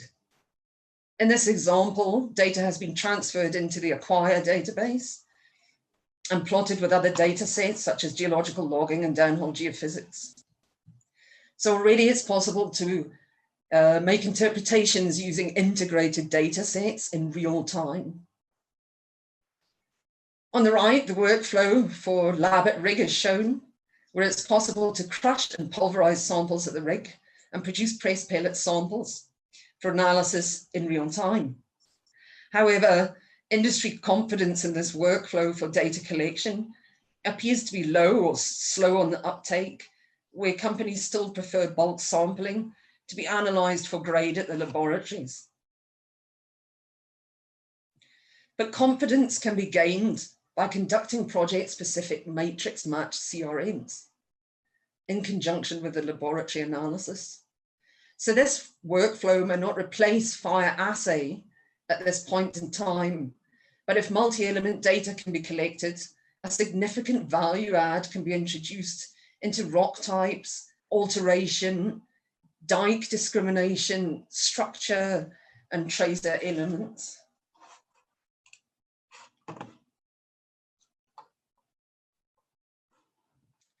Okay. So on this final slide, I've proposed a sort of downstream workflow for the data analysis that comes after the data collection in the field, and to also incorporate the data into the 3D geological models. So the traditional workflow often requires all data to be complete and of the highest level of confidence.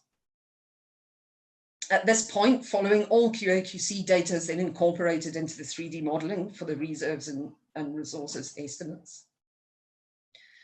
In this model, data can be incorporated into the 3D models much earlier, and even whilst the boreholes are still drilling. The workflow has been set out in a staged approach. The first stage, everything occurs at the rig. So drilling, logging, and the collection of the portable XRF data on core or press pellets, if that's your preference.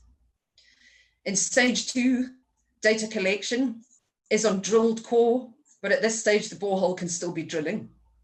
So here, samples for fire assay, density measurements, hyperspectral core scanning, and any other techniques can take place while the rest of the borehole is still drilling. At stage 3, sample results are received for the early drilling and sampling that you've done. And so I've marked the completion of drilling at the end of stage 3. However, downhole geophysics can be run at intervals whilst drilling, but this may not be cost effective or time effective, causing standing time at the rig. So finally, once everything required from the drill hole is complete, QA/QC and data validation takes place and the borehole is incorporated into the 3D modeling with a sound understanding of confidence of data. What I'm trying to say here in this model is that traditionally the data waits until it gets right up until this red line just before stage 6, before it's incorporated and trusted, and the confidence levels are trusted to put it into 3D geological models.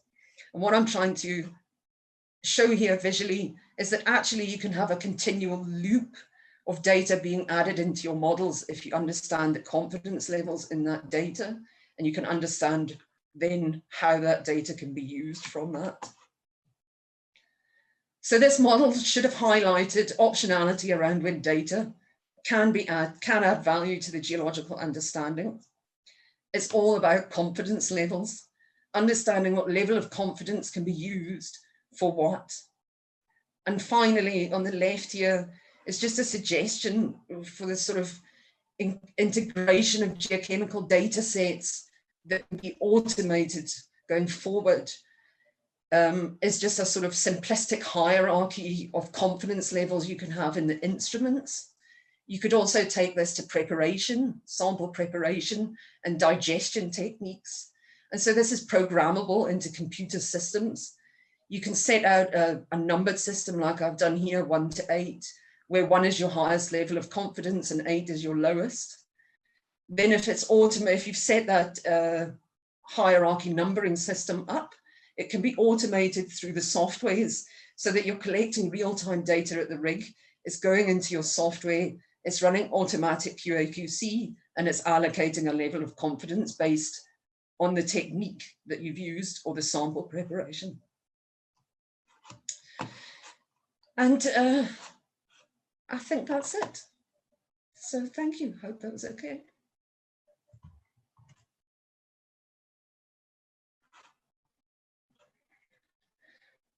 Okay, do we have any questions? I think oh, sorry. Sorry, Fiona, I am back. Okay. Are there any questions for Fiona?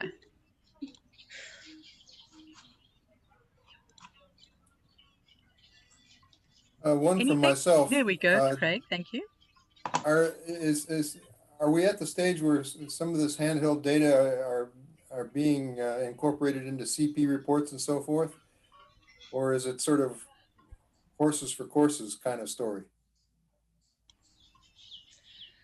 I don't think at this stage, to my knowledge, that the portable XRF data is trusted, or the confidence levels are trusted enough to incorporate it into the results. It is mentioned now in the SAMREC code, but it's what I'm trying to say with this presentation is that it's not necessarily replacing fire assay for grade estimation.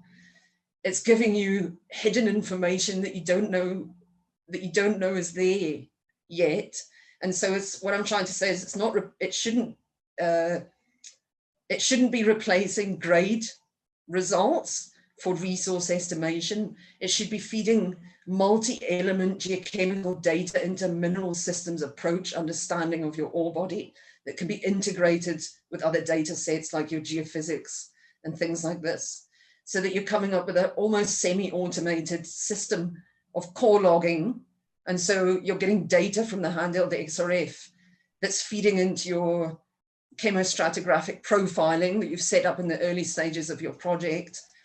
Then downstream, you can use the pressed pellets to start building up lithogeochemical rock types for your project area and things like this. That, to me, can be used in 3D modeling with a level of confidence if you can document that level of confidence, because you're not reporting on the actual grade value in your resource report.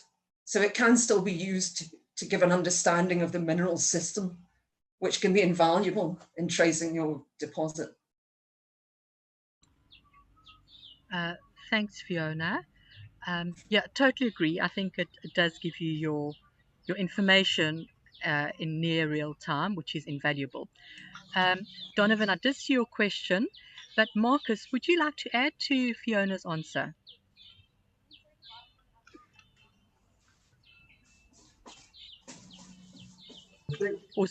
With regards to, sorry, Nolene. Hello?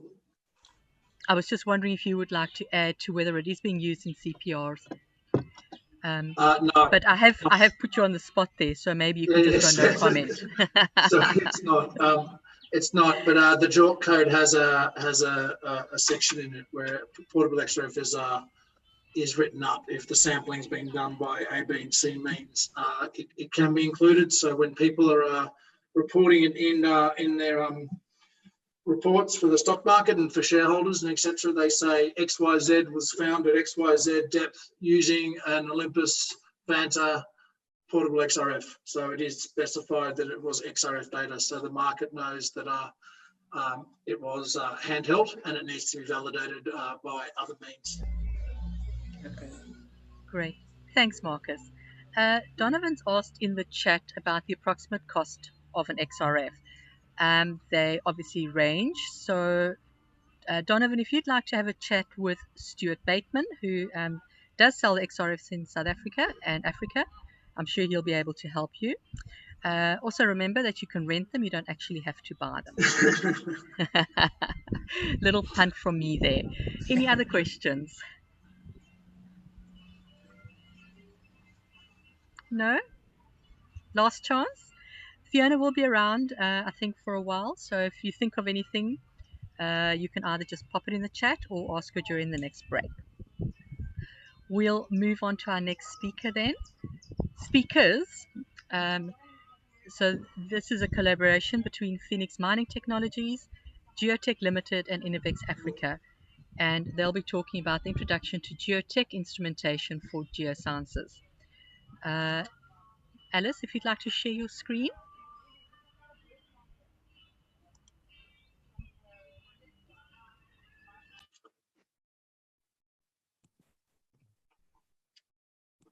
My apologies again, I'm far too impatient. Okay, just let me know if you can see the first slide there. Yep. We can, thank you. And I'll let you guys get on with it. All right. Okay, so good morning. It's Stuart Bateman here. Thank you, everyone, for tuning in, if that's the right word. And thanks, Nolene, for pushing Donovan my way. I've private messaged him already. So Innovex Africa have been supplying portable XRF in the African markets for quite a long time now, and we're really excited about the new collaboration with Geotech and Phoenix. So we've been appointed the distributors in sub-Saharan Africa, and I think with our technical expertise in XRF and other instrumentation, I believe that it's going to be we're in a really good position to support Geotech going forward. So we're also supported by Marcus Lake from Phoenix Mining Technologies, who's also going to say a few words before Alice carries on with the presentation. Marcus, over to you. Good morning, everyone. Thank you for the opportunity to chat. So Phoenix's role within this little group is I work as the global business development representative for Geotech within the hard rock space. For those of you who I've probably met in South Africa before and at this event a couple of years ago, I've been working with Stuart for the best part of a decade plus. So it's my role to assist Geotech in entering the hard rock market and assisting Stuart in sub-Saharan Africa. Alice? Okay, great. Thank you both. As Marcus rightly said there, my name's Alice. I'm the technical sales geologist at Geotech Limited. And essentially my role at Geotech encompasses both a sales aspect, but also working as part of a technical team using geotech equipment on various geological projects remotely or offshore. So as Marcus also said there, we've been working with Phoenix Mining Technology for a while now, and we've just recently introduced Innovex Africa as our exclusive distributor in sub-Saharan and South Africa. And on that note, I'll just give you a quick background into Geotech. Limited specialise in the development and manufacture of multi-sensor core logging systems. We call this MSCL systems. And then X-ray CT scanning systems. And we've been doing this now for just over 25 years or so. So founded in 1994, we sold our first system housing P-wave velocity and gamma density to the United States Geological Survey. Since then, however, we've actually broadened our horizons to supply instruments with a range of different sensor technologies. So this has enabled us to really open up into other industries, for example, oil and gas, geotechnical, and then even the mining and mineral exploration. So many of our customers still represent the academia markets, having sold equipment to many geological surveys or research and commercial core repositories, or even universities. And as you can see, just looking at the map here, we operate on a global customer base, having sold more than 245 systems worldwide. But I suppose it's important to note that we don't just sell our equipment for purchase, but we also offer leasing and servicing arrangements as well. Okay, so why do we scan core in the first place? So I'm sure you're all aware that core is expensive to extract, but we like to think of it as the only way we can actually physically observe the subsurface. So essentially it's the ground truth. So as I'm also sure you're aware that core is often destructively tested. I know, for example, it's common practice in the mining industry to perform discrete sampling methods. However, there's a plethora of information being lost here through these destructive testing methods. And so we're not fully utilizing our core samples in this way. Now, Geotech offer an attractive solution to this through non-destructive high-resolution scanning. And on that note, I will hand over to our box scan system. Thank you for that, Alice. Just the slides are going a little bit slow, I guess, with the internet connection. So today we're presenting Geotech's latest product, which is the box scan. I don't know if you can see it on your screen just yet. I can't. Oh, there it is. There it is. So that box, the box scan you can see there in the large photo, we are very pleased to say that was freighted on Tuesday to our first client in the Gobi Desert. We launched this product at PDAC in March, pre the global lockdown, and it's changed a fair bit since then. So we were lucky enough to have included the new system there. So that box you see there in the photograph is actually on a plane now on the way to the Gobi Desert. And then on the left and right, you can see the workings of it. So this is Geotech's newest product. We'll get into some more products a little bit later on. Alice will, explaining their background of their larger systems. We are focusing this product within the hard rock mining space, within the minerals space. So as you can see in that photograph, we've made it a bit smaller than the original version squad. It's on springs, the deck goes up and down, and we can fit this into a normal freight box. For once commercial flights restart again, we can put it on commercial airliners, which eventually will be better for us. Previously, the larger systems had to go into freight aircraft. So we have made it smaller. It weighs about 300 kilograms, and it can be put onto the back of a ute, a bakkie for my South African attendees. Next slide, please. So what does it do? So just wait till the slide jumps. So what systems do we have on this one? There it is. Okay.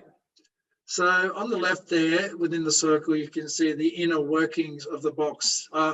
This is an old photograph. We haven't got new marking photographs. It has been redesigned. So from left to right, you'll see the Olympus Vanta. We use Vanta M XRFs, the top of the line machine from Olympus. Next little black box is an ASD TerraSpec or field spec. So that's our hyperspectral. The little white system in the middle is magnetic susceptibility. The square box on the robot arm is a laser profiler, laser aligner. So I'll explain what that does in a minute. On the right-hand side of the line, we've got an ultra high resolution camera. So what this does provide the customer is a multivariant data set. Everything is depth co-registered. So with the XRF, we get chemistry. With the ASD, we get mineralogy. With the mini laser profile line scanning, that is used to line up the box and tell the robot how long you want to test for, where you want to test. Not all the sensors need to test the same spot at the same time, but everything is depth co-registered. And then on the right-hand side of the robot arm, we have the ultra high resolution line scanning camera. We generally scan to about 100 microns in normal testing, but that can be, the resolution can be ramped up to about 20 microns. So it does a whole bunch of things. In the next couple of slides, we explain we have partnered with some very, very innovative AI ML companies to provide value add data for our customers. Over to you, Alice. And here I just have a quick example for you of line scan image. Hopefully you can see the slide. Apologies for my internet connection. I think it's a little bit slow. But here we have some examples of some line scan images from a sandy core from the oil and gas industry. So you can see the holes in the core actually, in case you're unfamiliar with this, are plug samples, which were taken every just about 1/3 of a meter in this case for subsampling. As the client in this case was taking measurements only once every 30 centimeters or so, we wouldn't say that this was fully utilizing the value of the core sample. However, the box scan offers various measurement intervals. So rather than taking a plug sample or even a discrete measurement every 30 centimeters, the user may select the correct measurement interval to suit their project, be that on a millimeter scale or up to a decicentimeter scale. In this example, you can see that the stars are highlighting every point that the box scan took measurement at. And in this particular case, we chose a 5 centimeter measurement interval. So we can see that we're able to then compare these high resolution line scan images to other data collected on various geotech equipment. So we have just the image second from the right there, a 2D radiograph, so investigating the internal structures within the same core sample. And then on the far right, we have a hyperspectral mineralogical map, so investigating the mineralogy. So comparing the line scan with these two other data sets, we can get a wealth of information here that we wouldn't otherwise get purely from visual inspection.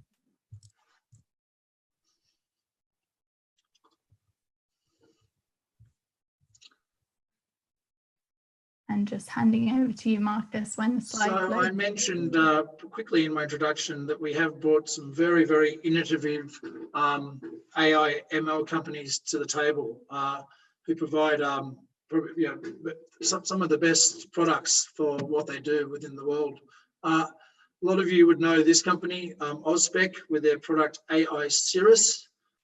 So the hyperspectral data from the box scan, we take that data and we send it up to the AI Cirrus cloud, and it comes back to you within a reasonable amount of time with quantified mineralogy. Some of you probably use this already, and some of you would also know that Auspec was purchased by Imdex in July 2020. So it's very pleasing on a personal note to be working with my old friends from Imdex again, and working with as a collaborative partner with Auspec with this product to be on the box. Initially, this system will have to go to the cloud, so you will need internet connection, but obviously we do have plans to have in the future to have the hyperspectral locally hosted for when there's no internet connection. So that is in our pipeline, but obviously not for this first iteration of our equipment. And for the machine vision, machine learning, we've partnered with a company out of Melbourne called DataRock. DataRock is a company that was formed out of it's a company based in Melbourne. It's formed out of a company called Dias, who's probably one of Australia's premier industrial AI ML companies, with a group called Solve Geo Solutions, and they formed this company DataRock. So what DataRock does is they take the laser data, the point cloud data, and they take the visual photographic data, the line scanning data, and we can do block detection, optical character recognition, drillers breaks, segmentation, fracture models, edge detection, ellipse fitting, and detection of planar and exposed surfaces. DataRock also do provide a lot of value add, and they provide machine vision, machine learning algorithms on specific geologies. So they do provide a value add, but we will have some basic geological features that will be provided back to the customer from their system. Again, This stuff will need to go to the cloud and come back to the customer for our first iteration of the box, but it is our plan to hopefully host some of the more simple machine learning algorithms within the box in the future. Okay, perfect. Thank you. Thank you for that, Marcus. I'm sorry, can you hear the video? Yes, hopefully this video loads for you. Please let me know if it's not loading. Okay, I can video we have for you of the box scan in action, scanning some core within a core box, obviously just there. Now this video is sped up for the purposes of this presentation slightly, but essentially you can see a Vanta portable XRF, the ASD there for mineralogy, point magnetic susceptibility, and the high resolution line scan camera. And now you can see it moving down the core sample here, just taking measurements simultaneously and depth co-registered. Now that's very important for our deliverables, which we'll get into later on in the presentation. But you can essentially see how the system would work. It would work much in the same way you just saw within this video. And just a quick note to say at the back there, we actually have our QA/QC, calibration check pieces, which the sensors are able to move to after a scan of every core, to take a QA/QC so that you can verify your data samples. Oh, there we go. Okay, so what does a typical box scan dataset look like? So here we have a down core log profile of chemical and mineralogical data derived from the box scan. This particular data set was from a highly laminated, deformed, intrusive volcanic basement rock. So you can see the down core profiles are showing a correlation between the ASD mineralogy on the far left there, and then the chemistry, which is the XRF data just in this middle center section here, and then the magnetic susceptibility on the far right there. So the mineralogy and chemistry identifies the carbonate-rich beds towards the top there, if you look at the mineralogical data, also marked by a high calcium content in the XRF data, just in blue in the center section just there. Also seen is a high iron content, which is predominantly associated with a high magnetic susceptibility. So in these areas just on the left in green, that marks the mineral chlorite, and we can see in these chlorite-rich intervals that there is a high iron content. And then if you cast your eye all the way over to the right, we can see that the magnetic susceptibility actually mirrors that of the iron content. So looking at a typical box scan data set, just logical variations and identify some core heterogeneity with increasing depth. So this is great for generating various data sets which can be plotted in down core profiles in this way, making them comparable for further analysis and geological deductions. How else can we plot our box scan data? So here in this slide, we're looking at the same data set from the same volcanic sample. And just here on the left, we have overlaying down core profiles of iron content and magnetic susceptibility. And you can see that these mirror each other very closely, which is as to be expected. With high iron content comes a high magnetic susceptibility value. Now, if you look at the graph just in the center section here, by combining our chemistry and mineralogy, we've conclusively grouped our data points into two distinct units. So we have the chlorite-rich data points, just in green on the graph there, with a high magnetic susceptibility and a high iron content. And then we have our carbonate-rich data points, which is shown just in blue on the graph here, with a low mag sus and a low iron content. So combining the results from the ASD and the XRF scanned on the box scan allows for the identification of chlorite as being the iron-bearing mineral in this particular sample. You can quite clearly identify two distinct units here by comparing these multi-parametric data sets in this way. This is one of the main benefits of these types of systems, is to acquire multiple data sets simultaneously to allow the user to explore these parametric data sets. Okay, so here we just have a recent case study that Geotech performed for Tungsten West Limited, with an aim to gain a better understanding of the characteristics of their world-class tungsten deposit. So the box scan was actually taken down to Plymouth in the UK to gather a range that I outlined previously in the box scan video. So all geochemical data sets, and all of which providing crucial, invaluable information to help define relationships between alteration and mineralization at the mine site. So here we have a couple of high resolution line scan images coupled with the downcore profile data sets. And if we just zoom in here, hopefully this loads for you, we can just look at the high resolution of these images. So on the left, we have a dry line scan image, and then we wet the core sample, and we actually took another line scan image of a wet sample. And you can see here that the wet samples show a higher contrast. So sometimes in this way, it might be very useful for you to wet your core sample before imaging. For example, in the banding, so just the area of white just in the core there, we can see the quartz banding very clearly in the wet image, but we can't in the dry image. And similar for the image below, we can see the actual tungsten deposit. So that's the black mineral just here. We can see a higher contrast in the wet core image, which just makes it easier for the user to visualize. Okay, so now moving on to some of our other systems, just to give you a quick overview of what we're all about. But essentially, Geotech offer a range of different MSCL platforms which cater towards various applications, depending on the client's project and logging requirements.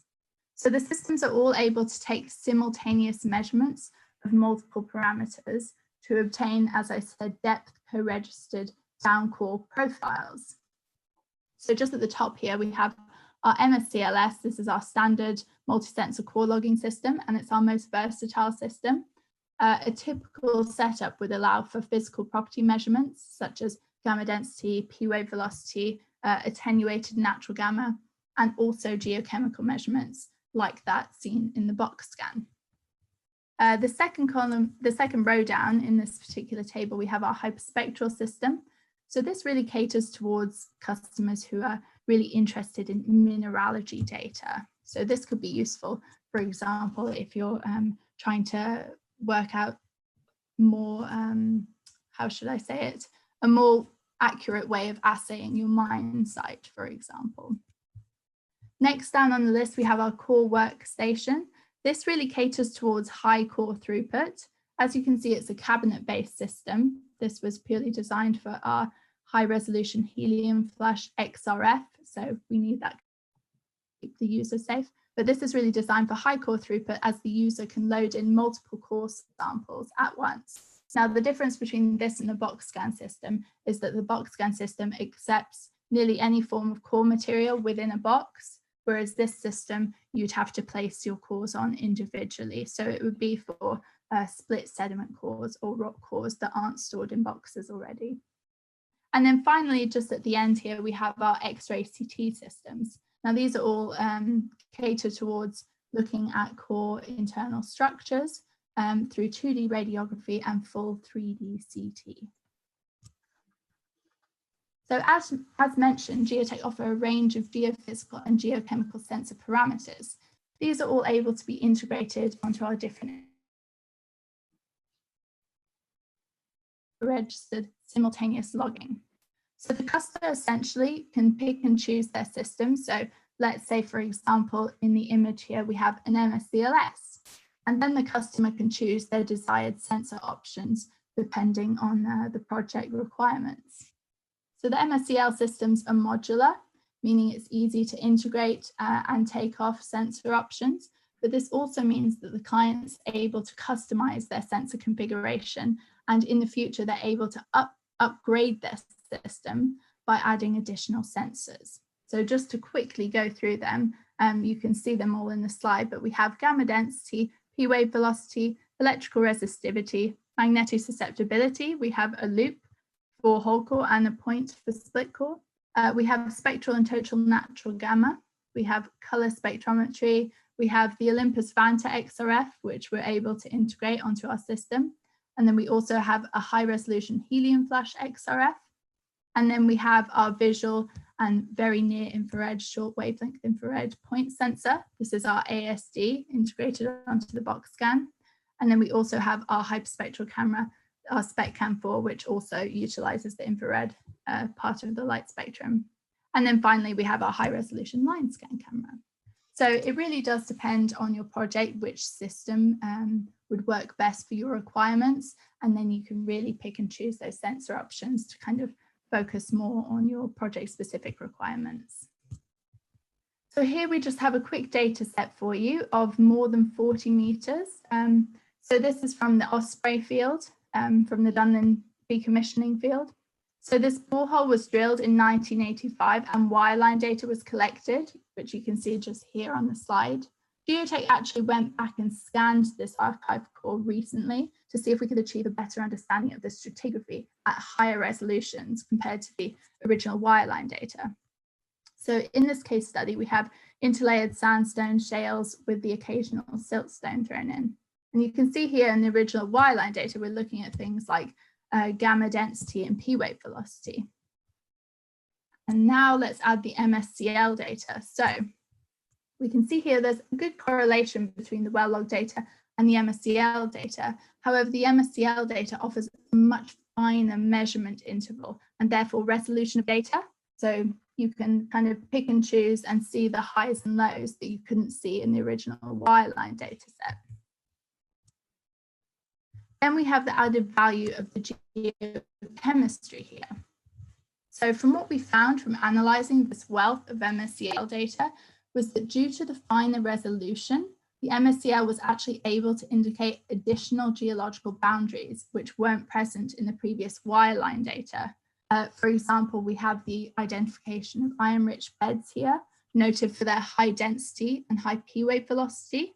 And as I said, these beds were not previously identified from the visual and wireline data logging and are potentially very significant in reservoir characterization. So this just essentially highlights that through this type of multi-parametric scanning, you're able to compare properties and explore relationships which may lead to identification of beds which were previously hidden or undiscovered. And I'll just quickly go through our X-ray systems. I know we don't have much time here, but essentially we cater our X-ray systems specifically to customers who are interested in scanning cores. So unlike medical CT systems, these do not require a lead-lined room because we completely encase the equipment in a lead-lined cabinet. So this makes the equipment easy to use if you decide to take it offshore or you want to take it to remote locations. So the resolution range we're looking at is between 35 and 350 microns typically, but in a standard project, we would probably recommend scanning, unless you're specifically interested in a small sample, we'd probably recommend scanning at about 100 micron resolution. And the reason for this is that that's a relatively good compromise for time efficiency versus the resolution of data. So finally, how would this fit into a typical core workflow? Well, what are we trying to achieve here? So we want to take our physical core archive and make sure we get the most out of our core samples, as many of these are underutilized. So we do that through high resolution multi-parameter scanning through our MSCL and or box scan system, potentially coupled with X-ray for radiography and CT data also.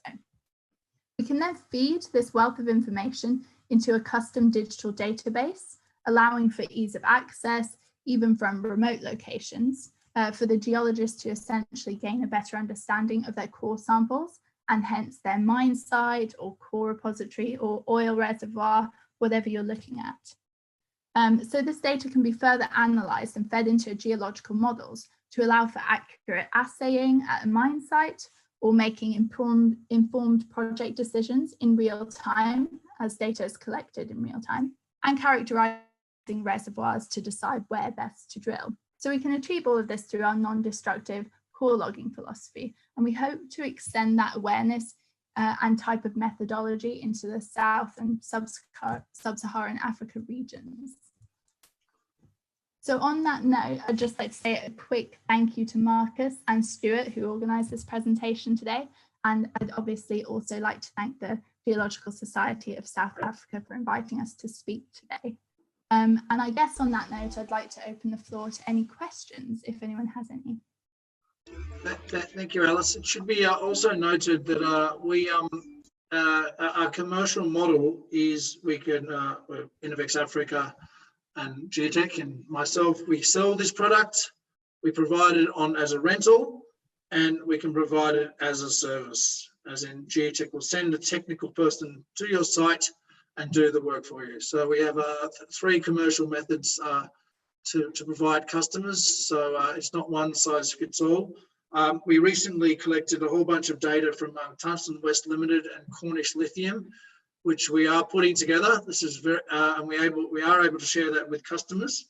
And I know we've been sort of very broad strokes on box scan, and Alice and myself and Stuart would be more than happy to chat to anyone offline and go through a more in-depth presentation about how it works and how it might fit into your project at any stage. Nolene has our details, and we will be sharing this presentation with our GSSA. Thank you so much. We've got time for a quick question if anybody has one.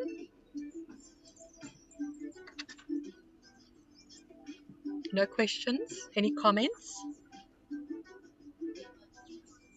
Great. Okay. Well, thank you so much for that. The guys will be around if there are any questions going forward today. And if we could ask Emmanuel to share his screen, please. Okay. Thank you. Thank you. Again, I do apologize for my background music here. Great. So Emmanuel is going to be talking to us about the Council for Geoscience and how they're optimizing their mineral exploration. Just a quick point. The first link I sent out this morning with our abstracts didn't have Emmanuel's abstract in, but it has now been added. So if you want to have a look at the last link I said. And off you go, Emmanuel. Thank you so much. Okay, thank you so much.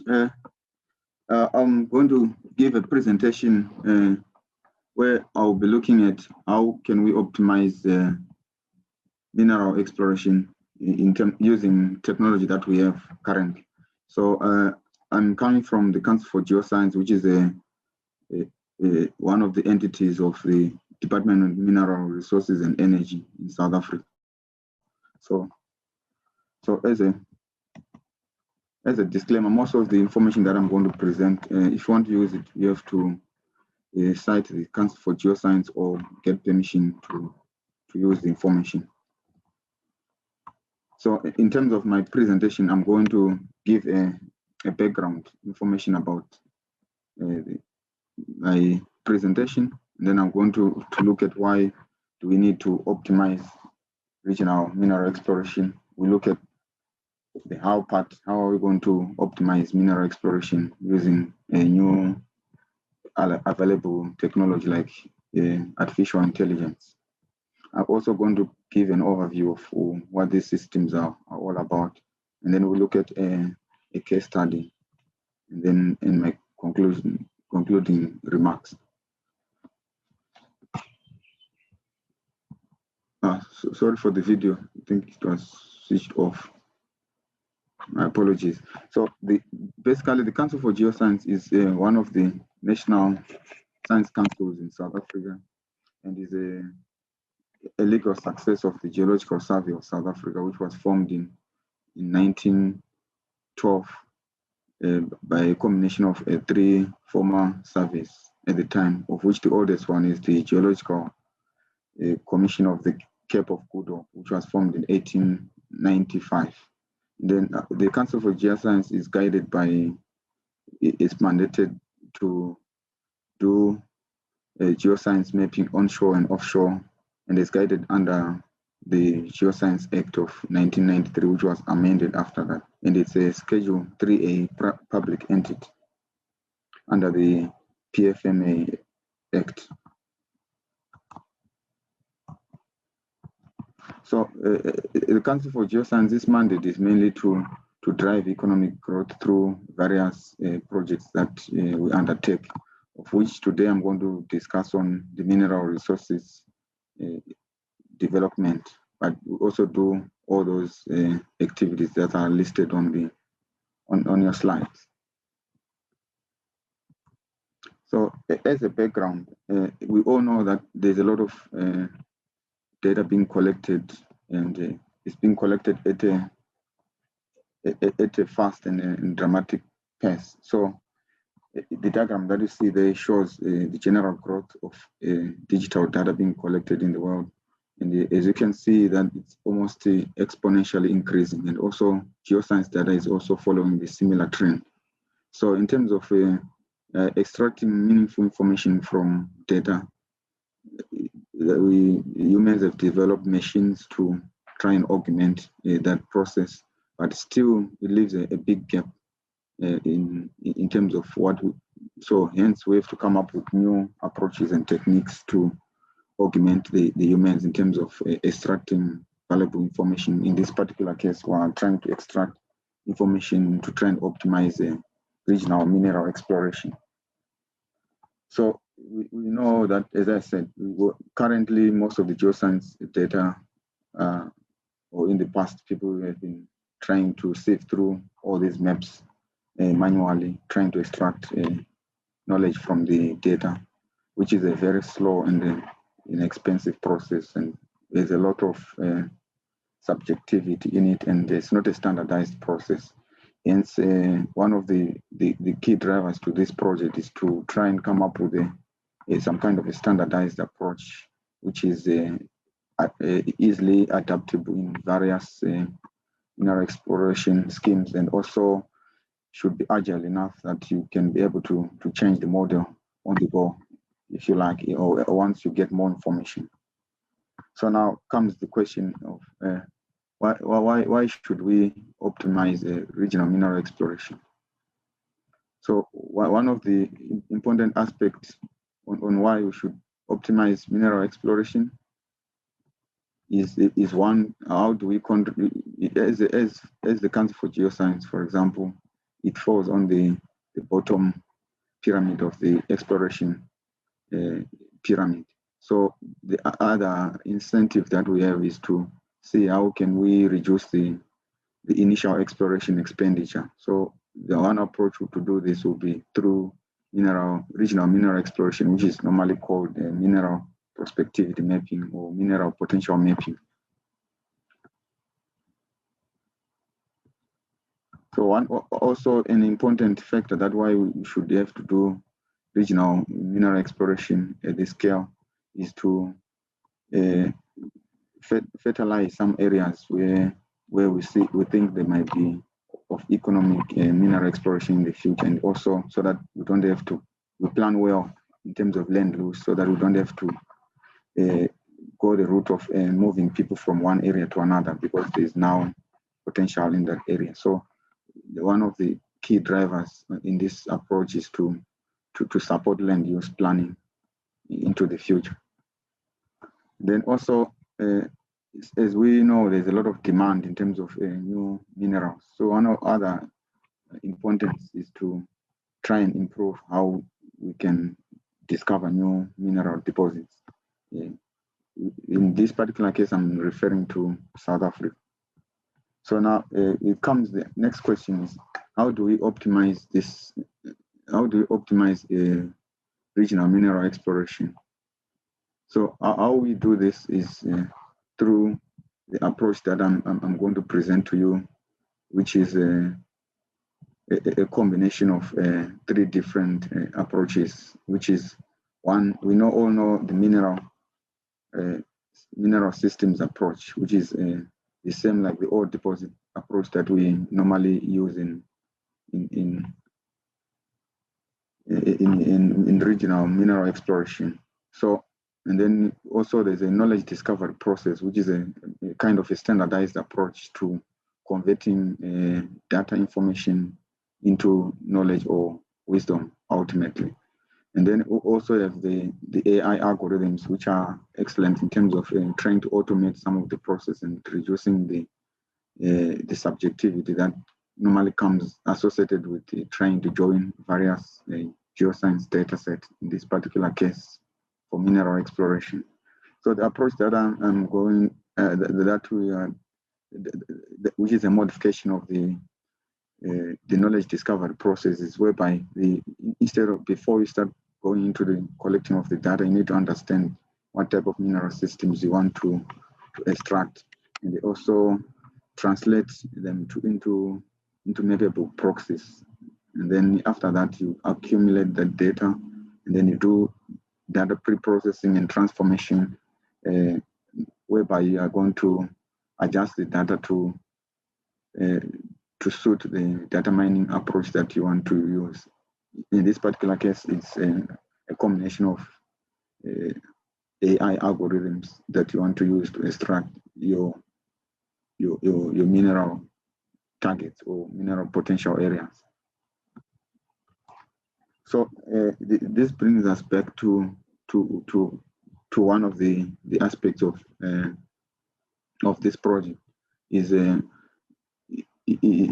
as I said earlier on, is we want to use AI algorithm. So in terms of AI, it's basically an approach where we're saying how can we augment the current human capacity to automate some of the processes. So one approach that we can do is through machine learning, whereby now instead of normally programming, we try to give the machine examples, and then it learns from the connections between the various parameters. So normally when you do traditional programming, is you write a code and then where you give data to come up with an output. But now in terms of machine learning, it's a bit different. We feed in data with either labeled or unlabeled, depending on the type of supervision we want to use to the computer to write a program that we can feed new information, and it uses the information that it has learned to come up with new outputs. So there are certain ways in which you can do this. You can do a supervised classification where it's basically a controlled learning similar to a teacher-student approach. Then you can also do an unsupervised learning, which is mainly a cluster type of normally applied on cluster problems, or you can do a reinforced learning. But in this particular case, I'm mainly dealing with the supervised learning, where we're going to use mainly the mineral occurrences as to train the model to understand what the parameters are which control mineral occurrence. So I'm going to go into an example, and then where I'm going to explain how that approach can be applied in terms of mineral exploration. So I'm going to give an example on the Guiana Greenstone Belt, which is located in the northern part of South Africa. So in this past, it has been explored in the past, but mainly people were concentrating on what was visible on the surface, which was mainly the banded iron formations. But now, from research and also from publication, we know that the gold is hosted in the mafic and sometimes in the ultramafics of the Greenstone Belt.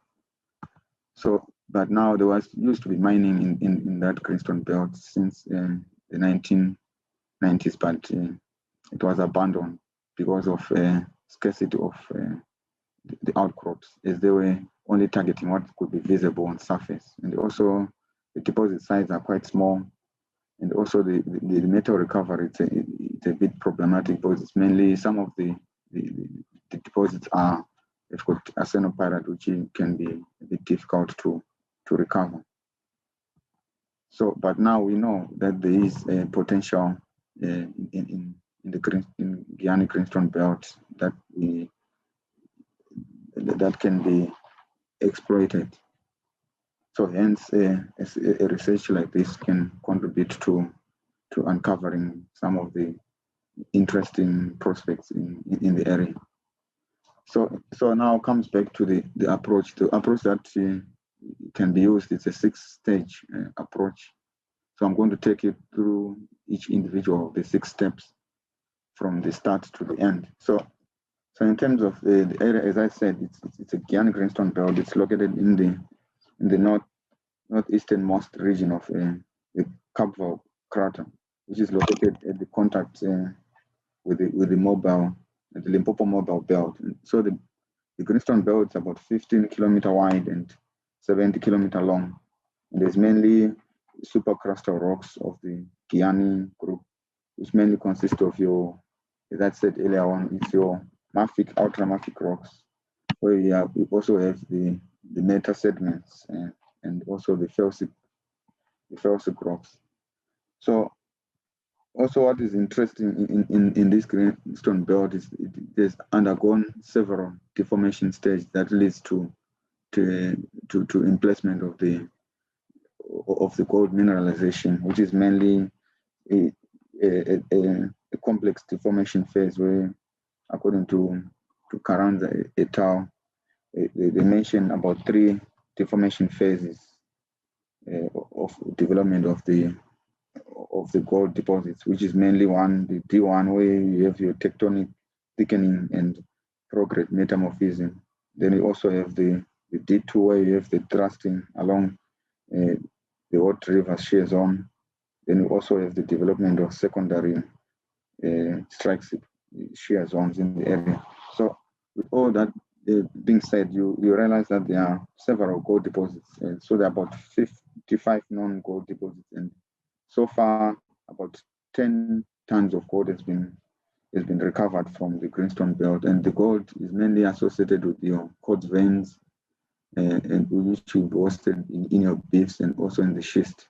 So, and it's a typical case of an orogenic gold deposit type. So in terms of the translation, now what we have to do is, as I said earlier on, once you understand the basic type of deposit that you are looking at, you need to translate into mappable proxies.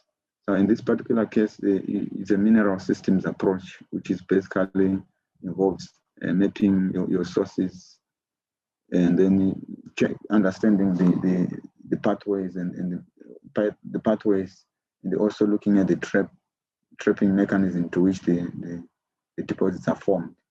So the example that you see there is the famous mineral systems approach, which is of course scale dependent, which means that it depends on the scale at which you are looking at. In this particular example, we're looking at a regional scale, so I'm not going into a deposit scale. So the important part is to do the translation, where from literature it's known that the sources of the metal are the greenstone rocks, and the main pathway is your Haute River shear zone, but we also have other secondary pathways, which are your lithologic contacts that brought in the mineralization. And also, for you to have a deposit, you need to have some kind of a trap. In this particular case, according to research, it's mainly your reactive rocks, such as your banded iron formation, and also the change in the geochemistry during the reaction that can be mapped as from your geochem data, which for you to generate what you can call a geochem footprint of the area. So now the next stage, that will be the third stage, will be the identification of all those rocks that we have, all those map parameters that we have selected, and did the translations into the proxies. So in this particular example, I'm going to use the 3 parameters that is they were used in a publication by Carranza, so that I can have a comparison of the approach with what has been already published. So one of the inputs is your as I said, to be your drivers, which is like a geologic complexity, where we take into consideration the pathways and also the secondary pathways, which are your lithologic contacts, and then combine them together to come up with a geologic complexity map. And then also to do a geochem footprint, which is in this particular case, it was a PCA, where we have the association of these elements that you see there, in order to iron out where you have this trapping mechanism, and also the distance from the banded iron formation is also one of the layers. So from the publication, there were lots of other parameters that were singled out. So for this presentation, I'm only going to deal with these 3 parameters. Of course, the location of the deposits are the ones that you use for the training. So once you have these parameters, the next stage will be mainly to do the data pre-processing. So in this particular case, you need to clean your deposit to come up with what they call the spatial coherent code deposit. So it's mainly there are programs written that does this, that you can use to use only the ones that are spatially coherent, so that you don't have to use the other locations which could be redundant or that wouldn't be spatially associated with the maps that you want to use. And then also you can do the integration where, for example, as I showed you earlier on, the geology complexities where you try to join many of these inputs to come up with one. Then after that, we do the transformation where you can single out where you have potential and where you don't have potential before you can narrow down to come up with fewer maps. So now after you have done that, you go to the data mining stage. This is whereby now, based on all the 3 parameters that we've highlighted, and then in combination with your known locations of your mineral points, and also those locations also that are known that there is no mineralization, you feed into a machine learning algorithm and tune it such that you come up with optimum parameters or the best possible parameters. So at this stage, you can actually use a manual way of coming up with these parameters, or you can use auto-tuning where you can use systems like your search. They are quite like in the science kit learn. There's algorithms that you can do more of this self-tuning, and also you can actually even come up with your own that actually talks to your given problem. And after that, you are going to generate a trend model from which you can go and put a lot of other pixels in order to generate an output, as you can see on your screen. So that's what we did. So we ran several of these algorithms, and then we wanted to compare with what has been published already for the given area. So the first one that you see there is a OI. It's just an index and overlay, which is mainly a knowledge-driven approach where you manually assign weights and joining factors to the 3 inputs to come up with an overall map. So what we did now, we used the outline of the greenstone belt as a study area. We single out the surrounding lithologies so that we can concentrate more on the greenstones that we know are the ones that are hosting the type of mineralization that we are investigating. So then we have the random forest. The random forest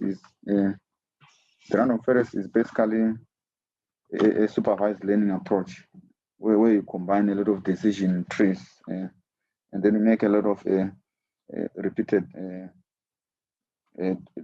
predictions on the same data. So you do this. So what you do is the process is going to generate a lot of the decision trees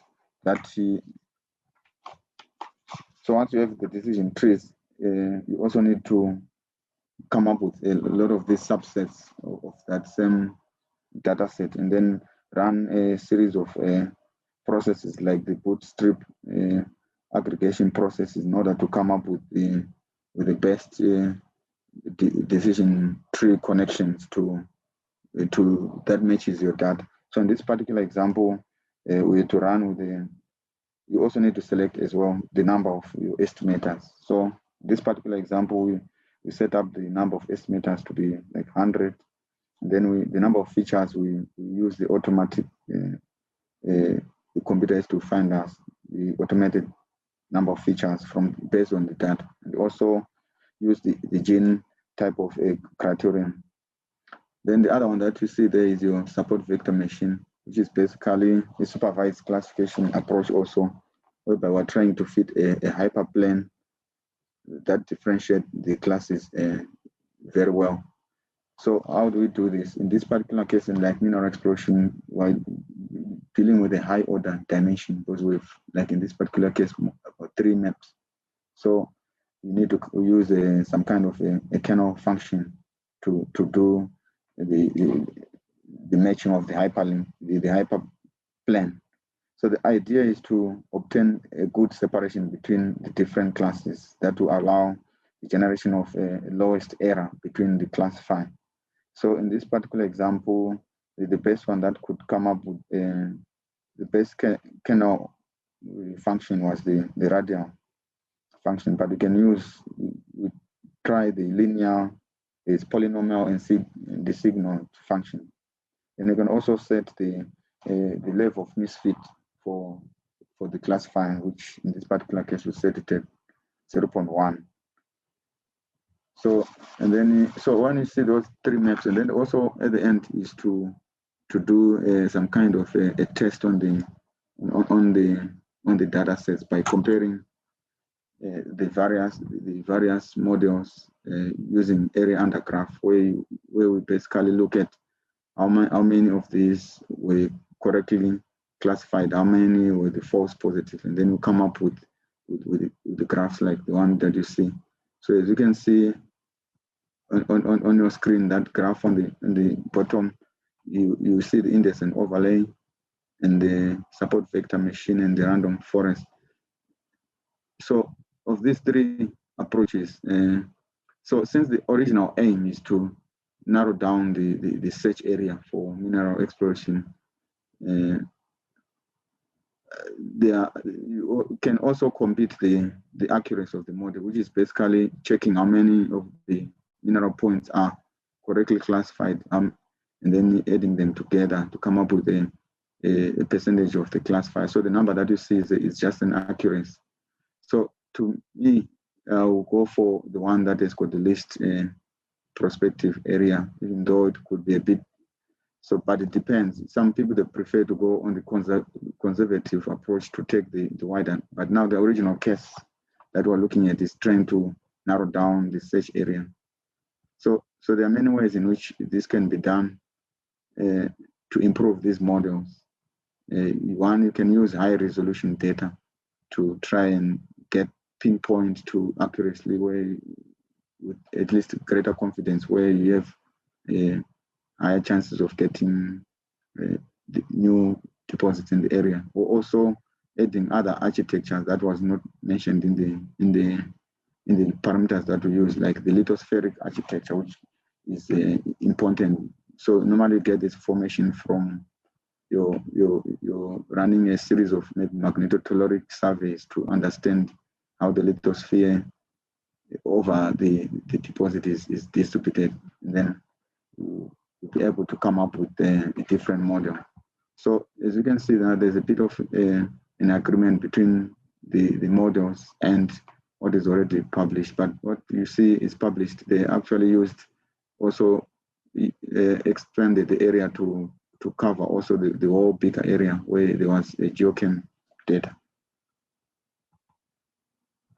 So with that being said, what we're doing now is to come up with some kind of a software program that can run this 6-stage process. And also what we're doing is we're going to add in this program, what we're doing now, to add most of the mineral systems approaches that you find in South Africa, and also their translations from literature. So we're going to do stage number 1 and 2 on the program, so that whenever a person wants to use any type of mineralization, you can select, and then it will automatically give you which types of procs. But there also be an allowance for for the person to be able to add other parameters that are not on the literature, since this is to be a software. Then the rest of the process is what I've explained, and is you then allows the person to load the data that we have selected, and then also to do the processing and cleaning of the data and doing the spatial association of the input parameters and selecting the one that you want to use and pre-processing the data. And then also the data mining stage was going to have about 8 algorithms, and also a lot of automation on the part of data mining, but also with an allowance to allow the user to input his own setting of the hyper parameters. Then ultimately the 6th stage is whereby we are going to have all these approaches for validation or testing the model, like your statistical approaches and also your confused matrix, and all that will be housed on number 6. So it's mainly Python based with your TensorFlow, your Sanskrit, and as I said, the semi and automatic processing, and also a lot of optimization of the parameters to helping reduce the bias in interpretation. So the lessons that we can learn from this process is mainly that this combination of the KDD process, the mineral systems approach, and the AI can be used as an alternative solution to optimize regional mineral exploration. And also, this can be a kind of a standardized approach for regional mineral exploration. Then also that now once you have this information, you can do detailed work on small areas, and also that wherever you are doing the data-driven approaches, it should also be guided by your knowledge to make the results more correct. And also that the importance of good data is important, and also using up-to-date data will be good as well. And that being said, the process can be scalable. So you can, and then also, as I said earlier on, once you have set this program, you should be able to, if you have new information, you can add it. You don't have to redo most of the work. With that being said, I would like to thank you for listening to my talk. Thank you. Thanks so much, Emmanuel, for sharing with us what the Geoscience Council is up to. Do we have any questions or comments for Emmanuel?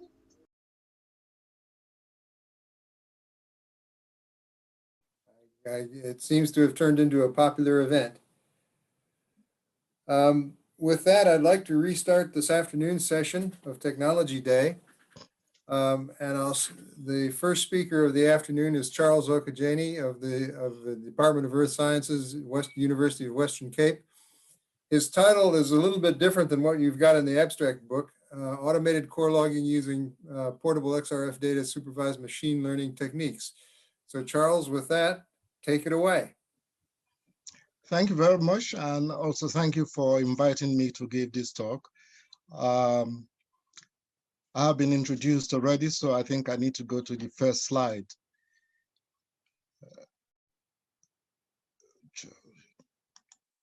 Okay. So I have built this discussion in such a way, the preamble, that is more the machine learning. What is it actually? It's about integrating machines, which is more the PXRF, your computer, with the software that is in the computer. And as sorted information, what is meant here is the skills, geological skills, geochemistry, to impart reasoning and advice during core logging. So that is the emphasis. It's actually integrating it that is the main point, here, because all these elements we've always had, but how do you integrate this? As we know, the science of core logging is not perfect. I will use the word extreme, imperfect, because nobody is perfect. It's based on the skills we should bring on the table in terms of geology, observational skills, and even subjective thinking, deductive reasoning. All these are put into core logging. So it makes it an imperfect application. But that is not to say that we are going to replace humans, but rather that we are trying to enable humans to perform geological work with speed and accuracy, faster than we used to do, more accurate and with more speed. So by doing that, we eliminate inconsistencies in identifying, classifying different rock types. Sorry, so typos there. The stratigraphic boundaries and their correlation. Now, to just put it in context, there are many ramifications in terms of core logging output, color, grain size, textures, foliations, fractures, shares, and so on. So I'm not going to delve into all that. It's just to say, look, one is aware of the other, outputs, but rather we are, because these are other outputs, they're actually being dealt with by various specialists through image identification, image classifications. I know of case studies, for structures, microfabrics, mineralogy. I think they've been well documented. But rather, the focus here is on ALM, ML in chemostratigraphy, so more geochemical, geochemistry oriented. And I'm going to give some examples from some platinum deposits. So, as I said, integrating machines with software and information, assorted information. So we have the machines that I'm looking at, the PXRF, this is Ellipse, and this is the PXRF. Both can be used. And of course, we have the cores, which we will log. My experience with both machines is that for major elements, you can do 30 seconds count, and you can arrive at over 500 measurements per day, 500 holes, meter holes, 500 meter hole per day, you can do that. When you do the measurements, what you arrive at are these oxides, because today I'm just going to talk about the oxides. I'm not going to talk about the trace elements at all.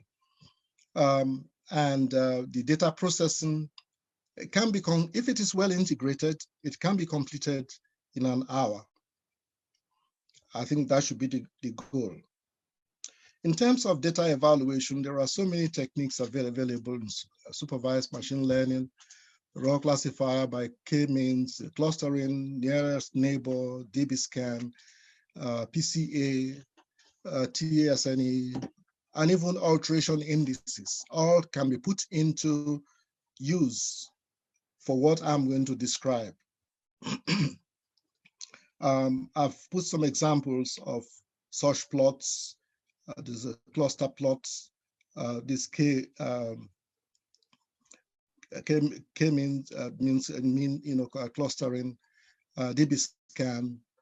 We'll come to this because I have this domain projection 1, domain projection 2. So we're going to be discussing this as we move along.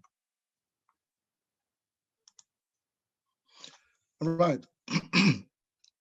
So when the data are processed and you come up with signals which are more from the clustering, the PCA, you can feed this into a wavelet tessellation program. Now, the wavelength tessellation is used to analyze signals.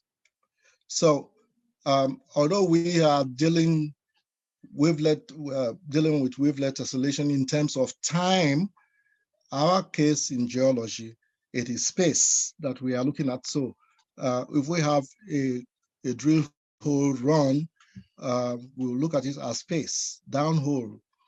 And the signal that is going downhole, you can actually tessellate as well. The tessellation process, I don't want to go into the algorithm of that, is very similar to having a wave and making this wave, using it as echo sounds downhole, using different amplitudes of, so you have the signal which is more like, this is the downhole signal, and you get in the wavelength and more like use it to echo it at different amplitudes, the process which is called convolution process. And with that, you come to a sort of a scaleogram, which shows different amplitudes of the frequency, with time. In this case, it is with depth. So there are different families of wavelets with different shape, smoothness, and compactness. I'll refer you to the Pi wavelet library. You will see all of them. In geology, I think we use mostly the continuous wavelength transformation. There is also the discrete wavelength transformation. The latter is mainly for band filtering, removing noise, from the signal.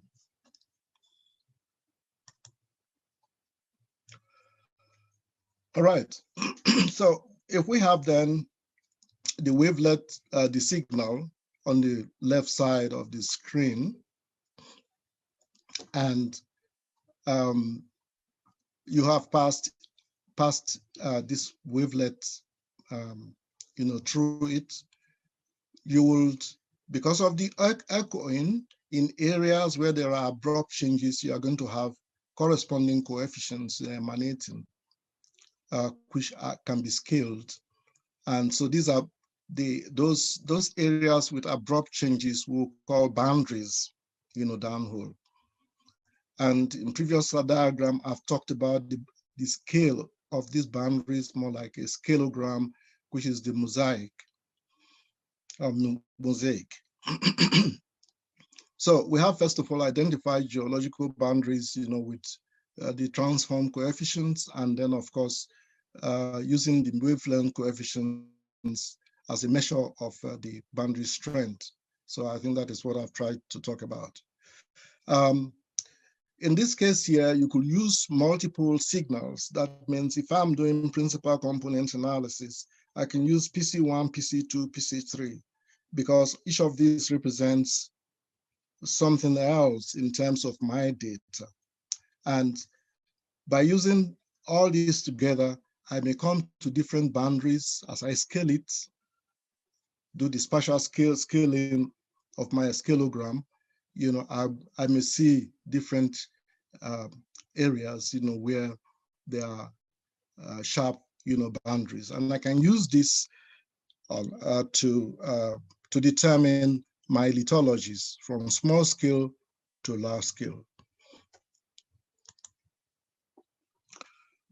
All right, so moving to the case studies, I will say, to me, one of the most important things when doing wavelength tessellation is to, first of all, understand the relationships. Relationships matter a lot. And I think this is where a bit of the geochemistry, comes in. So on the left side here, I have the PC1, PC2, PC3, DP1, DP2, DP3. These are domain projection, and this is principal component analysis. Now, for the case study I want to present, I've just put the scores, the principal component scores, here. We will see that silica and aluminum are positive, iron, magnesium, and manganese are negative. That means in that score, they are sort of antithetic, pull on different poles. When you plot principal component 1 versus 2, you come to this diagram here. And if you look at the diagram intently, you will see a sort of a negative trend. So that means that this has lower scores in terms of principal component 2 than these ones here. And this correlates well with the rocks. That means these are lighter rocks, more felsic rocks, and these are more mafic, ultramafic rocks. But then so we know these trends because it's important one understands this to make meaning out of whatever tessellation one embarks upon. There is a workflow which Hill has proposed. So I just got an extract, first of all, get the boundary strength, use multiple variables, like I have said. It could be PC1, PC2, PC3, or DP1, DP2, DP3, or a combination of all, and then have a mosaic plot, which I have shown, and then the classification are small scale, so the tessellation are small scale, and then the tessellation at large scale.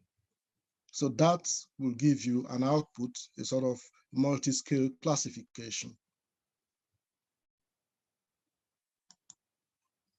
All right, so the example I have, the first one is from a platinum deposit here in South Africa. Unfortunately, because the work is run by academic funds, we don't have money always in the university to do a lot of analysis. So the sampling was not dense, but however, it is just to show the trends, maybe the industry can provide us with funds, to do more dense, sampling. The hanging wall, as we always know, in the flat reef, and then the flat reef package, which is at the bottom here. I've depicted that with green, the package itself, and the hanging wall has more felsic rocks, which is light colored, projected. To give us some orientation, I've also put in the copper values. We couldn't do platinum analysis. We do have data, but they are mostly limited to the flat reef package. So we have, again, the flat reef package, higher copper content and lower content in the hanging wall, which is very obvious to all of us. When one puts in the principal component 1, just raw data just to make sense of what is happening, principal component 1 and 2, one sees a reverse trend.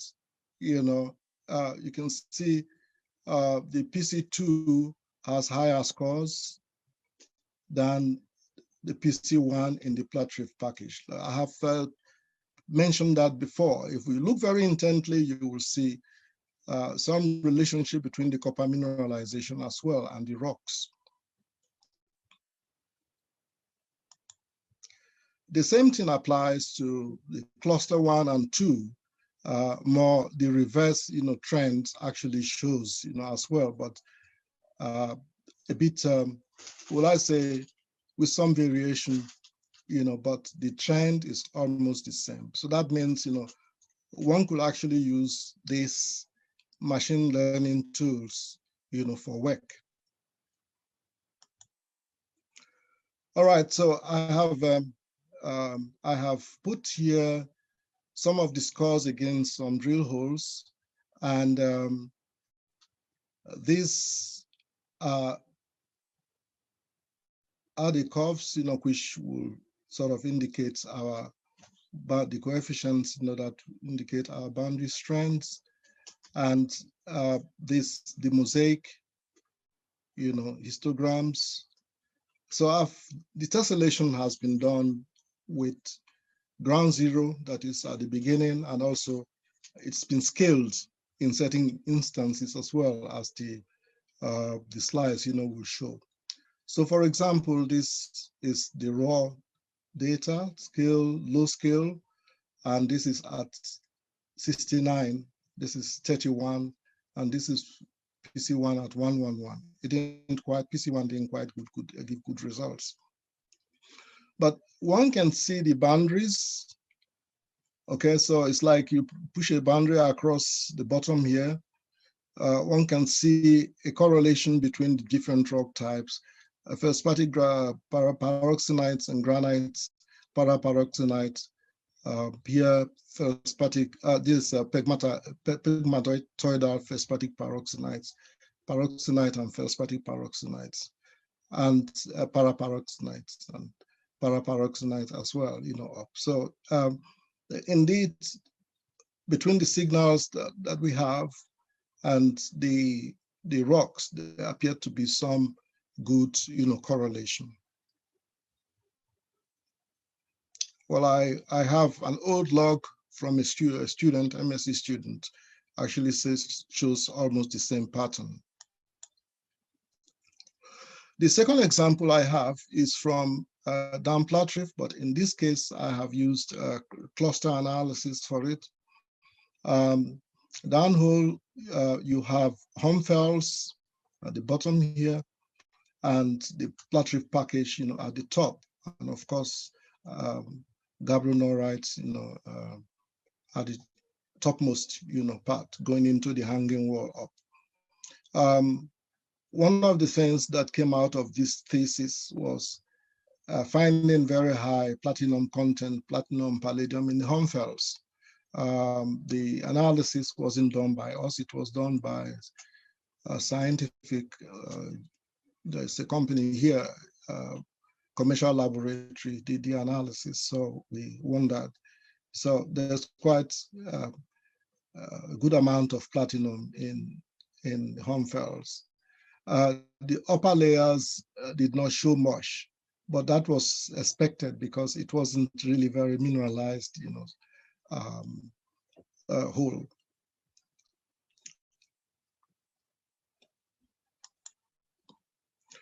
Now, the same tessellation done through the hole using the measure elements, like I have said, the analysis, this study was based only on the measure elements. We did not look at any other element at all because we want to classify the rocks. Now, so there we have cluster one. Cluster one, at a scale of 10, cluster 2, scale of 8, cluster 3. So everything put together. In the section, we see, first of all, the marked change in the coefficients between the Humfells and the Platte package. There is a lot of noise here, and this noise is coming from the fact that this entire sequence here is metasomatized. In fact, we did look at it very closely, and we can see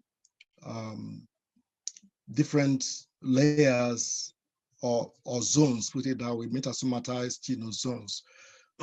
So I wasn't surprised when I saw this sort of fluctuation in terms of the coefficients. Going up, there is a transition zone between the lower pyroxenite and the metasomatized beef, which is Humfells. The signal goes a bit down here and increases, up, where in the upper part, where you have the pyroxenite 1, okay, the pyroxenite 1, and decreases again before it goes into the hanging wall. I'm sure if you can't see this, we can talk about the slides again in the chat, but I think I'm fully convinced, seeing this, that indeed combining wavelength tessellation with cluster analysis, PCA, can actually really help us, to demarcate our rocks. All right, so in conclusion, it is to say that while this is presented in such a way that you seem to have some disconnect, but no, the fact is that there is a possibility that you either use a Python code, to connect all the segments from the analysis down to data evaluation, and then down to projection of the data in 3D. The signals should be multiple. I think that is very, very important, that you have multiple signals that will give you more information. It's important as well, to have high resolution. Suggestion is that one should have at least some analysis for every meter, and also in variation to the different rock coloration or rock types. So 1 meter will be a good interval. As I said before, you can develop a seamless workflow from the PXRF measurements down to projection of the data in real holes, 3D projection. I know in the market there are various software available. One, AOGAS, for example, which has all what I have just presented, from K-means clustering down to PCA. So everything is there. But it's not a GIS, really GIS oriented software. I think maybe it is developing in that direction. So projecting 3D is a bit of a task in that case, but it can be worked out. But this in combination, or you can also use geoscience analyst, or a combination of AOGAS and geoscience analyst would be very good. But if, like me, you don't have money, you can use a Python code, which I will show an example, before I leave. Just simply a Python code with either ParaView or Glue, then you don't spend any money at all.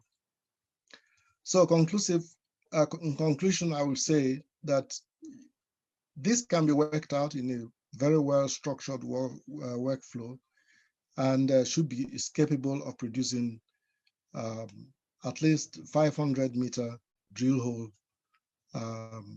per day with speed and accuracy.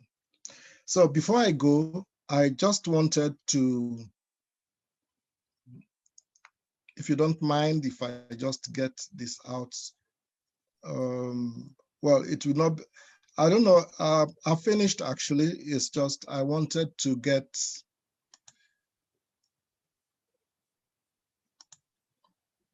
okay, I wanted to just quickly show a Python code.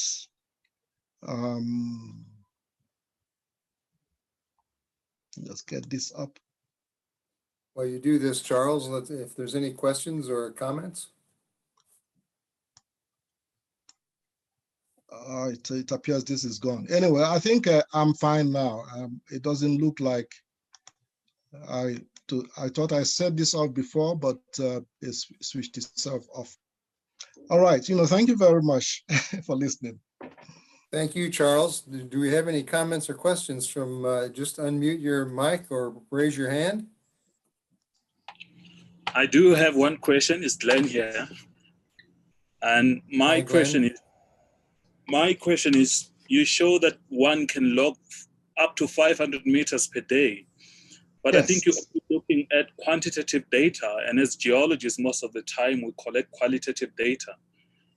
That aspect, I don't think your instrument will be able to cater for it, or has that been factored in your 500 meters? Oh, I see. Okay, that is just the measurements. Yeah, I did not factor in mineral identification and structures and textures, no. But I think it's always good looking forward. Looking forward means that I would say in about 2-3 years' time, I'm actually doing something about that too, with micro images for imaging techniques. We should be able to get almost, if not there, almost there. That all the aspects, other aspects that we focus on, that these can be quantified as well. I don't know if that answers your question. Hello? It should be sufficient. Thank you.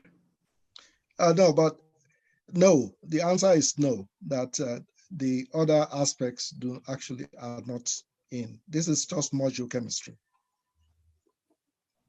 Charles, it seems to me that these techniques could also be applied to geophysical data as opposed to geochemical. Yes, yes, it's actually coming from geophysics. Well logging, the whole wavelength tessellation has been in practice in the petroleum industry over years. So yes, so it's for geophysical data as well, petrophysics, that is used very much. Yes, you are right. Okay, with that, Charles, sorry, thank you Craig. very much. Yes, Sorry, Noreen, Craig, just a comment to build on what Charles was saying. We actually, within our company, we use wavelet tessellation to interpret gamma data. Yes. Yeah. It's very much in use because of your sample density there.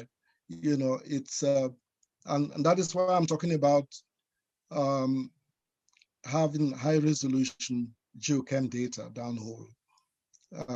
If one has a PXRF, it doesn't really harm to take more analysis. Maybe the tube over time, but it will serve its purpose. Okay, with that, I'll cut the discussion. Thanks very much, Charles. I'm sure there could be some questions and comments at the end of the session. Can you stop sharing your screen and we'll set up Glenn for the next talk?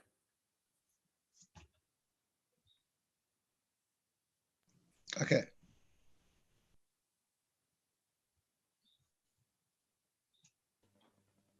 I think you need to stop sharing your screen. Yes, I will just...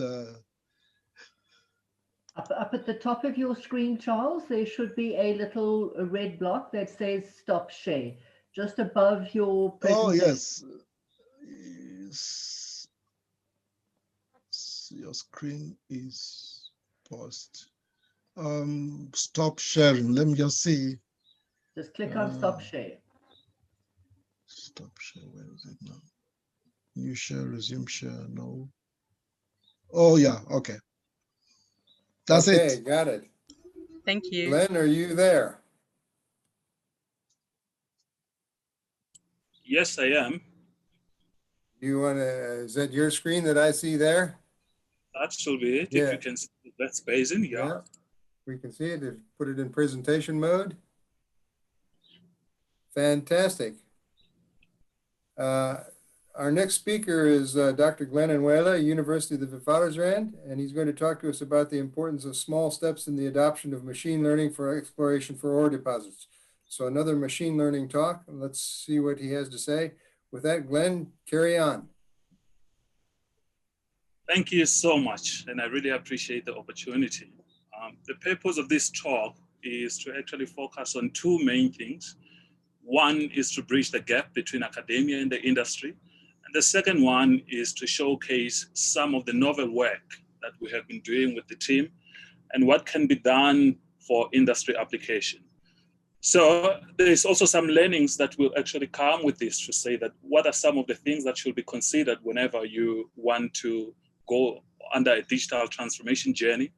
And on top of this, how do we minimize some of the risks that we incur either in a production environment or in an exploration type of an environment? And for this, I just want to start with a cartoon here because as we know, mining, just like any other industry, goes on different cycles. And at the current stage, especially in our country, for many deposits, not all of them though, some people are already projecting a sunset. But I would like to believe that for each and every sunset, there is actually a sunrise of some kind. And this sunrise sometimes is often more ignored because it's something that we take for granted. And this is where we speak of information that have been collected as part of our mining heritage, things that have been collected since the 1950s. So I would like to call these low-hanging fruits that we have not picked in geosciences, metallurgy, and mining. And for this, I will give a clear example to say how can we realize value in our data. So the main focus of this talk will be on repurposing of the data for improvement of mining and exploration projects. And with this, many people have touched on the subject of machine learning today. Some explained it quite well. But what I want to say here is that machine learning on itself, it's not something that is going to do all the things for us. So it's not really a panacea that can solve all our issues. We still need solid discipline-based knowledge.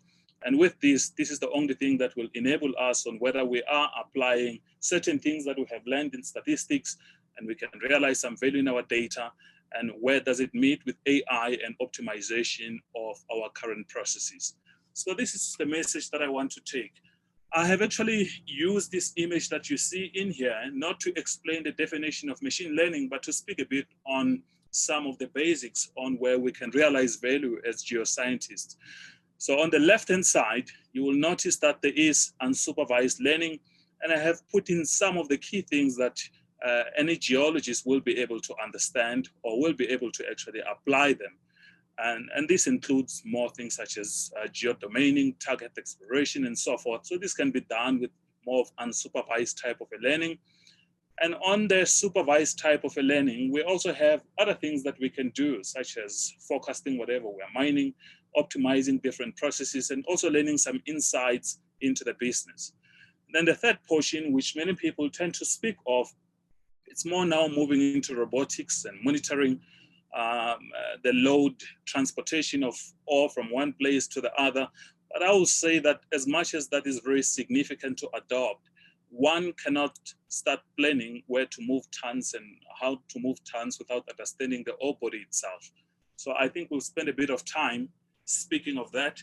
And in order to do that, I just have to take you back again into the 1950s, coming to where we are today, because some of the humble beginnings that started in this country, such as kriging, do form some foundational science to what has been adopted as machine learning today.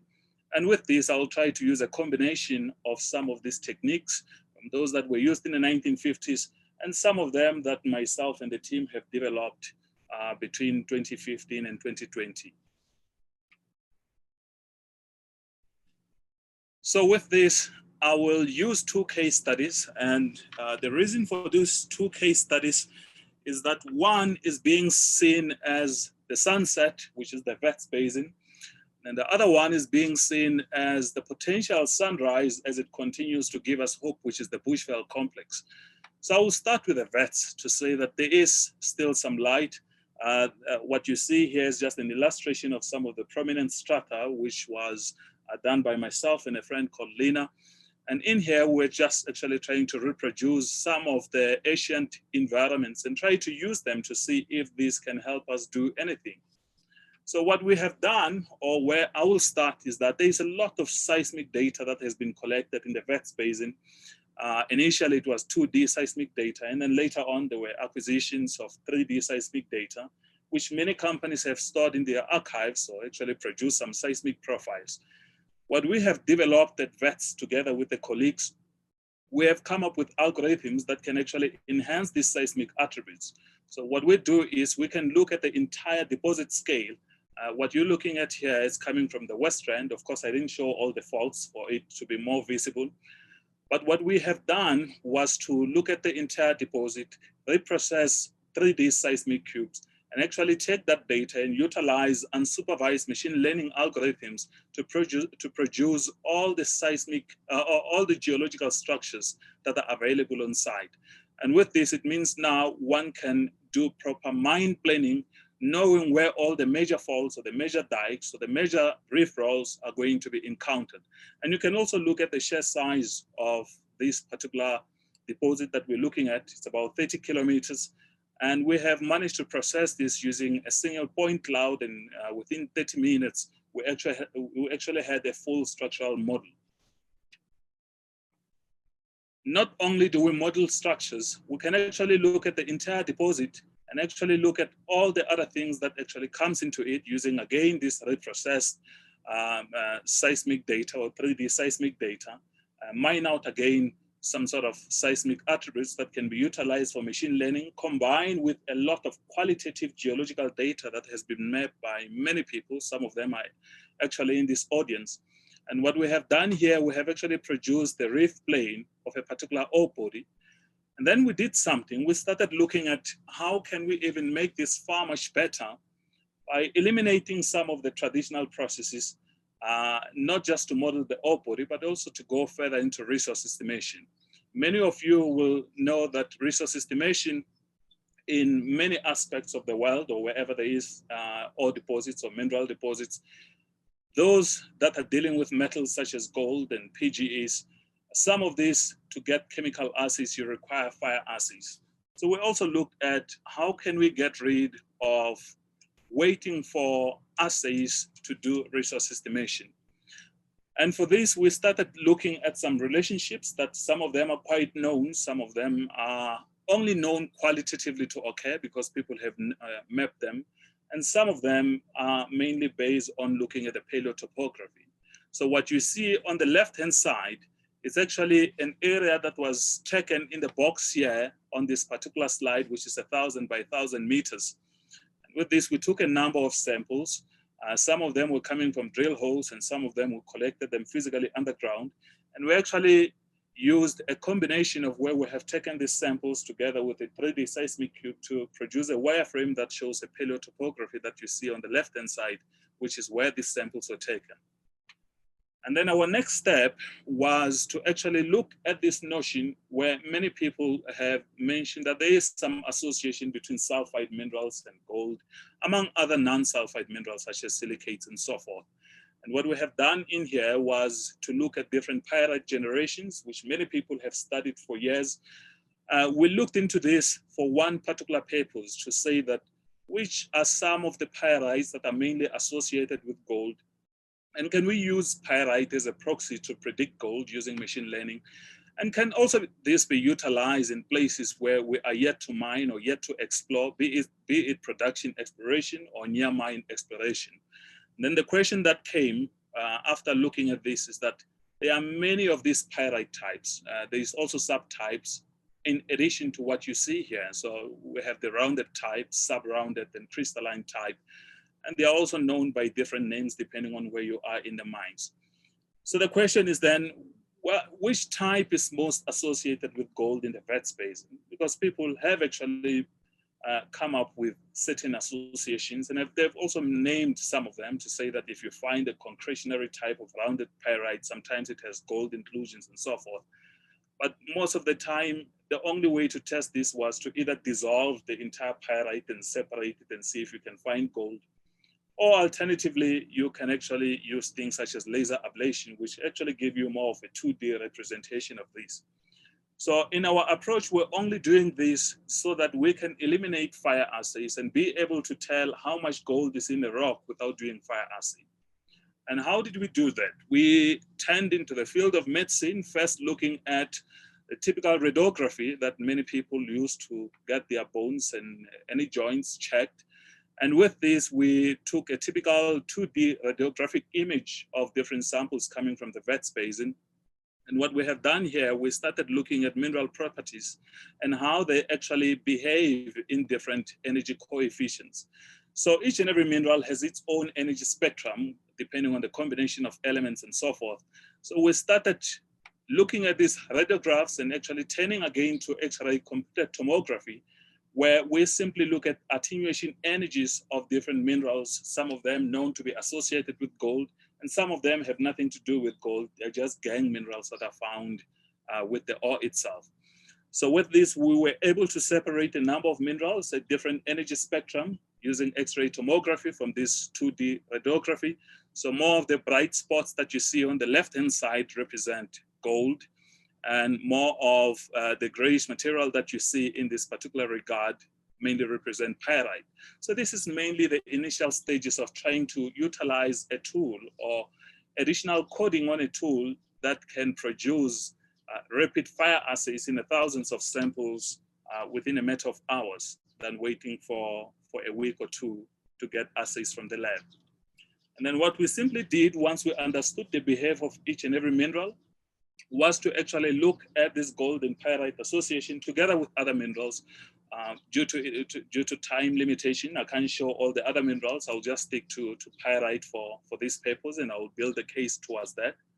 And what you see on the right-hand side is a 3D reconstruction of that 2D radiography image. And on the right-hand side, the yellow spots that you see, or the yellow grains, represent pyrite, and the reddish spots actually are gold grains. You will notice here that not all the pyrite grains, which is known, do contain gold. So if not all the pyrite grains contain gold, which pyrite grain to use for what? And how can we use this to actually determine fire acids? So thanks to the advances in X-ray tomography, because with this, we can produce what we call defect analysis.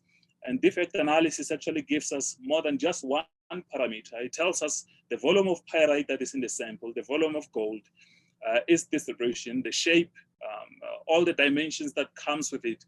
And with this data, what we simply did was to take it further to a machine learning type of an algorithm to see if we can utilize a combination of in situ samples combined with domain-based knowledge. And in addition to this, looking at the ref horizon and how it goes. So what you are looking at here, it's a number of parameters that were given out by X-ray tomography. And what it typically shows here is that we can clearly separate gold and pyrite in many instances, even in places where we don't know the pyrite type, by simply coding the classification or actually using unsupervised learning to look at the shape of pyrite, to look at any form of inclusions that may be in pyrite, to look at the association with gold. With that, we're able to separate gold and pyrite among other minerals. And we actually use this relationship to build what is known as the confusion matrix, which is more of a diagram that can tell you whether you are having true positives or false positives, or true negatives and false negatives. And what you see in here, without any doubt, for this ore that we have studied, we could separate pyrite and gold and any other mineral that is containing gold without mixing them up, meaning that we can rely on technology such as X-ray tomography to actually now start splitting this. And from this, we can actually utilize these results to calculate how much gold is in a particular sample, be it containing pyrite or containing any other type of a gangue mineral. And we utilize this information to build a number of things. Firstly is to learn some relationships between the data. One can do this using a very simplified parametric model that is based on a polynomial. And what you see in here, you can notice that on the left-hand side, or y-axis, we have the dependent variable here, which is the gold grade. And in the x-axis, we actually have the independent variable. In this case, it was pyrite volume percentages. And between a pyrite concentration of about 1 volume per set and a gold concentration of 20 grams per ton, we have more of a semi-linear type of relationship. And going forward beyond that, we have more of a non-linear type of a relationship. So one can actually utilize this relationship to do a number of fascinating things. But in this case, I'll only show you just one, that we can rapidly build a block model using this data without doing any single chemical assay in the lab, by just using data coming from the city. And we can actually utilize the typical assay or conventional assays by taking few samples just for verification for our results to ensure that they do represent the reality of these. And in addition to this, we have been trying, or we have started using this for a number of things, or assisting some of the people who have donated the data to us with the creation of grade control models, monthly reconciliation of what has been mined and what was blend. And in addition to this, to ensure that the resource estimation process and the classification of resource is done with plenty of data, because with CT, we can get thousands, if not millions of data within a day or so. Another thing that we have done, again, with the aim of minimizing or avoiding saying that we do not have money to do research, or we do not have money to do any form of industry relevant data. What we simply did is we went to a number of mines, actually all the gold mines in the country. We have visited them at one stage, collecting all the sedimentological and structural data that were mapped. And this is the reason also I also spoke of, most of the time we do collect a lot of qualitative data as geoscientists, because this data is quite useful, regardless of who has collected it and so forth. Some of it will be quantitative.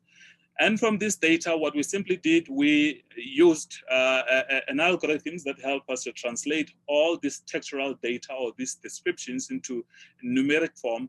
And we started utilizing all these old sedimentological data together with some of the new stuff. And with this, we train an algorithm that can actually go deep into various databases, looking for inconsistencies. For an example, we don't see the color blue the same way or the color red the same way. So with this, it will actually start looking at that. And for this, we turn again into a field of topological network analysis. And in this discipline, what we can learn in here is that you can put a bunch of samples in a database. And with this, you create some sort of a network that is going to do your QA, QC for you, because what it's simply doing is looking for similarities in the database, and anything that actually forms some sort of similarities, it groups it as one. So you actually get more things from just one network analysis, because firstly, you get all your geodomains. The second one, you actually get your QA, QC verified, and you will be told also about anomalies and so forth, and the relationship between different samples. So just by using sedimentology, we can actually say that if you are going to be exploring 100 of meters or 130 kilometers away from where you are currently mining and so forth, and you only have drilled one borehole 30 kilometers or 100 kilometers away, we can actually take that borehole, chunk it into the database, use a combination of network analysis and unsupervised machine learning algorithm that take actually all that sedimentological data and give you a prediction of what is likely going to be the gold value and what sort of a domain, if it does exist in the database, does the new sample belong to.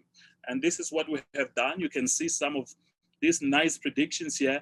Our own in-house built algorithm is actually marked with the red rectangle. And you will notice here that we also minimize a lot of bias, because we are running within the straight line, where else most of these freely available algorithms and so forth, they actually introduce a lot of bias or a lot of smoothing in the data, whereas our own build, we have managed to fine tune it to ensure that it gives us as close as possible to reality by just simply using qualitative data.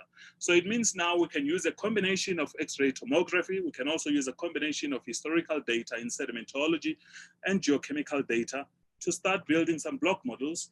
But before we go there, we also need to look at how generalizable our results. Are they only applicable to the Wits Basin, or we can go to Brazil where they have similar deposits, or in Ghana, for an example, where they also have the Takwa deposits, or we can also go to places such as Canada in the Huronian Basin, or the Barberton Craton in India. And what we have done here was to produce residuals for each and every one of our estimates by also taking cognizant samples from other regions. And we notice that our algorithm does reproduce itself by producing more of a symmetric predictions of residual, which is key actually for mining out relationships between different attributes. Again, the other thing that we have done here was to say, now we have all these data points, they also have gold grades and so forth. What sort of other method that we can use to enhance currently existing method? Many people just defer to ordinary kriging or use simple kriging, depending on whether they have more data or less. We have created some sort of a code here that actually look at the number of quality checks and matrices on the performance of kriging. So in places where ordinary kriging is performing very poorly, we switch to simple kriging, and where simple kriging is actually doing badly, we automatically switch to ordinary kriging. And with this, we combine these results to actually build, again, another block model that you see on the right-hand side, which is a combination of data of legacy sedimentological data combined with machine learning and actually rehashing of kriging to make it more more user-friendly and be able to predict complex data. I'll now move on to our second case study, which is the PG, so the PGM deposits of the Bushveld complex. This is one of the most exciting projects. This is building up again to the work that we have been doing with the team. And what we see in here is exactly a number of reef horizon or chromitide layers. And my main focus today, I will try to stick to the UG2, but of course we have done work in Marinsky among any other reef that you can, that is being mined in the Bushveld. And what we have done again, we have visited a number of mines. We looked at different type of data that they have, and we found that yes, they are also rich in the seismic data. They have 2D data, and some of them they have 3D data. And what we needed to do was to write again a new algorithm that can actually enhance the qualities of this data. And our focus here were a number of things. One, it was prediction of geological structures such as potholes, reef rolls, IRAPs, among many things. The second one was to find out if we can tell which horizon do contain potential to be economic in terms of PGE exploration and so forth. So this is the process that we have followed. We took data from a number of mining companies that were willing to donate. And my colleague Musa Manzu, who's a geophysics, started working on post-staking migration. And we actually created a new algorithm in MATLAB where we started running this to create 3D seismic cubes. And then from the seismic data, we exported it, which it was passed to me and a colleague of mine, Stephen Zhang, to actually do detailed machine learning and predictions of this material. And what you see in here is actually a multi-layer and a complex geological structures that represent a number of potholes on the right-hand side. And on the left-hand side is actually a time slice with the recreated 3D seismic cube. And in here, we started spotting where we are most likely to intersect the potholes, we were most likely to intersect the fault, where does the UG2 occur undisturbed by any of these geological structures. And an extension of this project also look at the grade of the PGEs individually as the elements and so forth. So as many people who have worked in this discipline, you know that you can map as many of these features as you can. To predict where the next pothole is going to be is one of the most difficult, if not impossible, tasks with current techniques. So again, here we didn't do anything that requires capital. We only asked for data, and the rest of it was actually now starting to reprocess this in detail. So one way actually to understand this in many form, I like using this example to say that whatever we have mined out as the seismic attribute, the simple thing that we have done was to change the lighting conditions in the algorithms to ensure that we enhance anything that appears to be an anomaly. So we created some sort of an oil slick film, simple, the same thing that many people usually use this type of things to check if there is water and if there is actually change in lighting condition, it means different environments and so forth. So we applied again a similar approach to seismic attributes. And what we have done, we started mining out, or we started segregating each and every pothole from these different layers. And this was not done manually, all of it was automated, meaning within that seismic cube, we can tell exactly which potholes and how big are they and how small are they, and can we combine different techniques that utilizes unconventional seismic methods combined with machine learning to do that. And this has led us to something exciting where, firstly, without any effort, we can create different clusters of these potholes. And you can see from the study that we have done here, there was a major fault that we see on the right-hand side, which is written as F1. And then there is a number of populations, some also crossing the fault and so forth. And this was the first step to actually create classes or clusters of these different potholes. The second thing that we have done was, let's again go to the qualitative geological information, such as the side angle. Combine this again with the seismic data to actually look at the diameters, the shape of these potholes and so forth. We created an algorithm which within a mine scale, you couldn't see this as much as you can map thousands of them. And even using traditional geostatistics methods, I have seen many people from the industry, also from academia, trying this number of methods, and it has never worked to a satisfactory it has never inspired confidence in many of the mining houses. And what we have done here was to do direct prediction of potholes using a number of factors, and an example here being the side angle, as I have mentioned. And we can also tell the certainty in terms of confidence.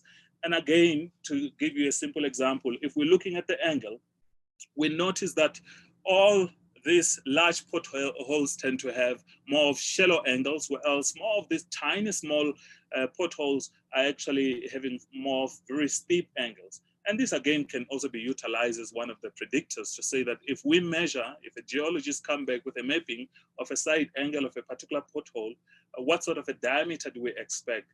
And can we intersect another one next to it?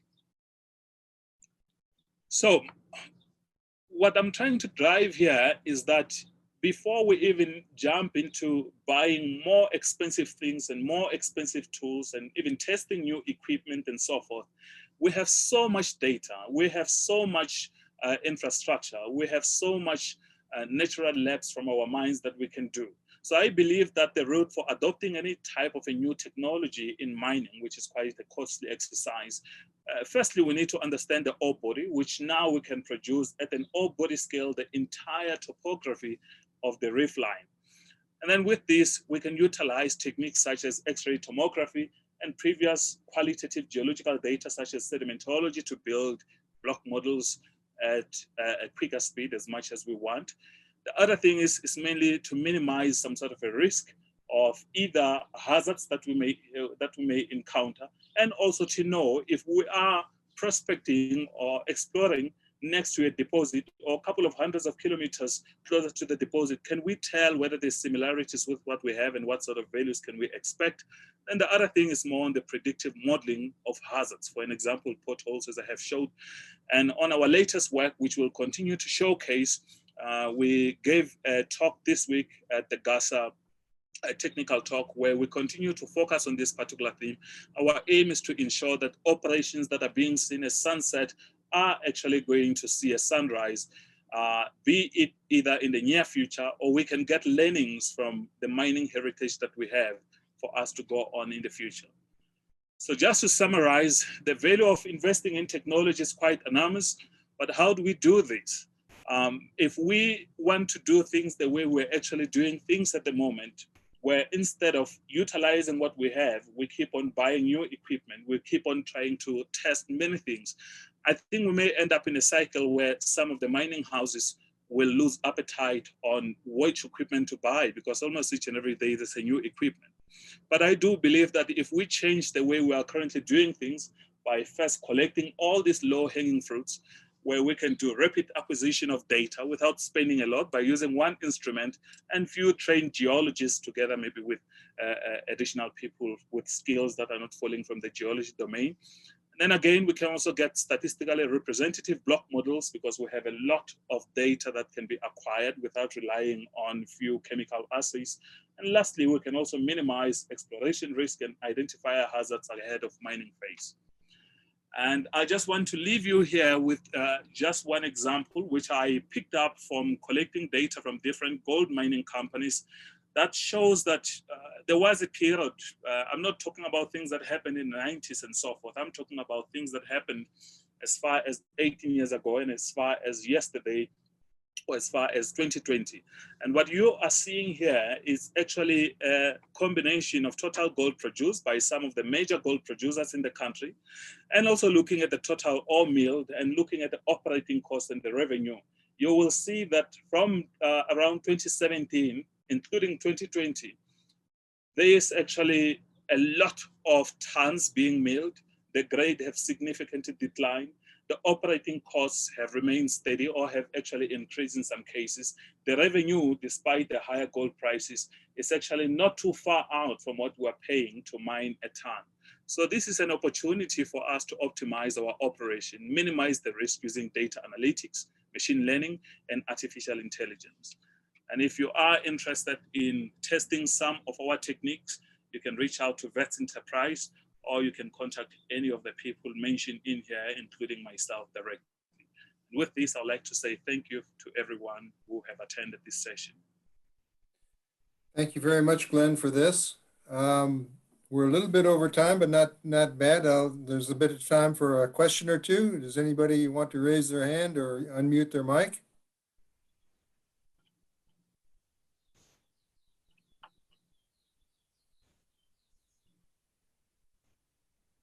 Nothing from anybody. Going once. Going twice. Thank you, Glenn, for this. I'm sure people will mull this over and possibly have some discussion at the end of the session or at the end of the day. Thank you. With that, if you could stop sharing your screen, thank you very much. And I think we have, is it Anup with us? Yes, that's right. Have I pronounced that correctly? Spot on. We have Anup Mistry from Deloitte Consulting, who's going to talk to us about Deloitte Intelligent Mining 2.0 as the last talk of this session. So we may as well get started. Can you share your screen? Sure.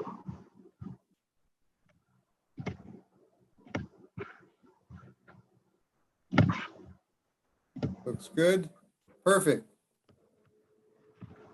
Anup, carry on, take it away. Thank you, Craig. Good afternoon, everyone, and thank you for having me. Maybe just a quick intro from myself. Anup Mistry, I'm from Deloitte Consulting. I'm a senior manager in our core business operations team, and I've been leading our intelligent mining solution for the past 5 years, which is very much a global solution. And what I'd like to do today is really, share with you guys some of the lessons learned we've had in implementing digital use cases at various mining clients across the globe.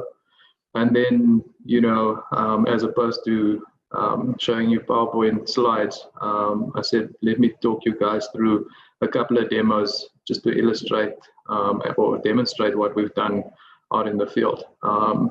So that's what I'm going to talk to you guys about for, let's say, the next 20 minutes or so. I think firstly, what we do as Deloitte Consulting, I think, very much most people know of us as audit firms. Funny enough, our consulting business is much bigger than our audit business. And what we do is we work quite strongly across, the centers of excellence from a mining perspective with our Canadian and Australian colleagues.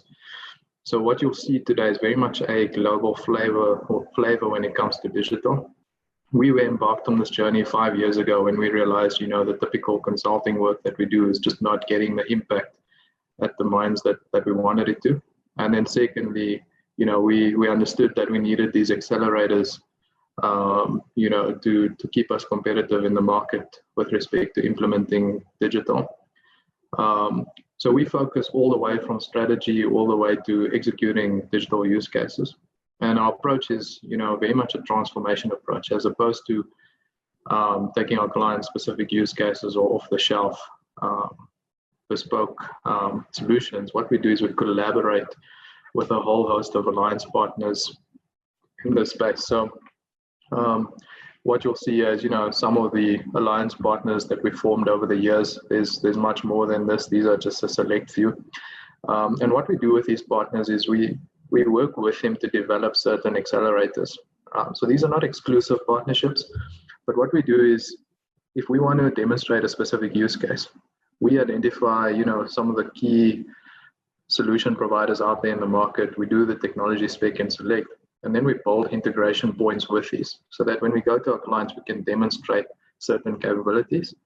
But where clients are invested in specific technologies, not everybody might not be from a planning platform perspective. There's various other ones. We work with those to integrate those as well. These are just, some of the accelerators where clients do not have that. Just to share with you some of the lessons learned that we've had in implementing intelligent mining over the years. You've all heard the fact that, it's not about the technology. I think more so in our case, I'll say it, we burnt our fingers implementing use cases out there, clients, but not really seeing the value. And what it came down to is, for me, out of all of these 4 pillars, better processes, embedding this into the rhythms and routines, processes, KPIs. So wiring it into the entire business is really where where the wheels come off typically with digital implementation. And once we started getting this right, that's when you really see the step change in improvement. So you wire the complete business back, using the digital technology that you have, but you go back and change the work processes, you change the workplace, you look at the routines, the reporting, you change the KPIs to align to that, and immediately you start getting that step change. So this is, where we're doing a lot of work at the moment, because to be honest, all companies, mining clients have done something, in the past 4 years, but nobody can really say what value they've realized. And where we come in and start doing this type of work, you start seeing the value transition. To give you an example of one, this was coming from the APAC region, a piece of work we did about a year ago, where for two very similar, bulk commodity companies, the left side, we just implemented the technology solution. It was an integrated remote operation center.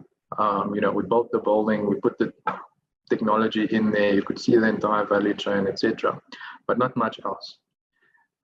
Whereas where we went through the full transformation approach, you just see, everything from process innovation, optimization, safety, etc. The value benefit is just so much more immense when you go through that transformation approach of really wiring this back into the business. And the numbers speak for themselves. So, reducing unit cost by 20% in the first year is just unheard of when it comes to this. Increasing production to the equivalent of one new mine, it's massive.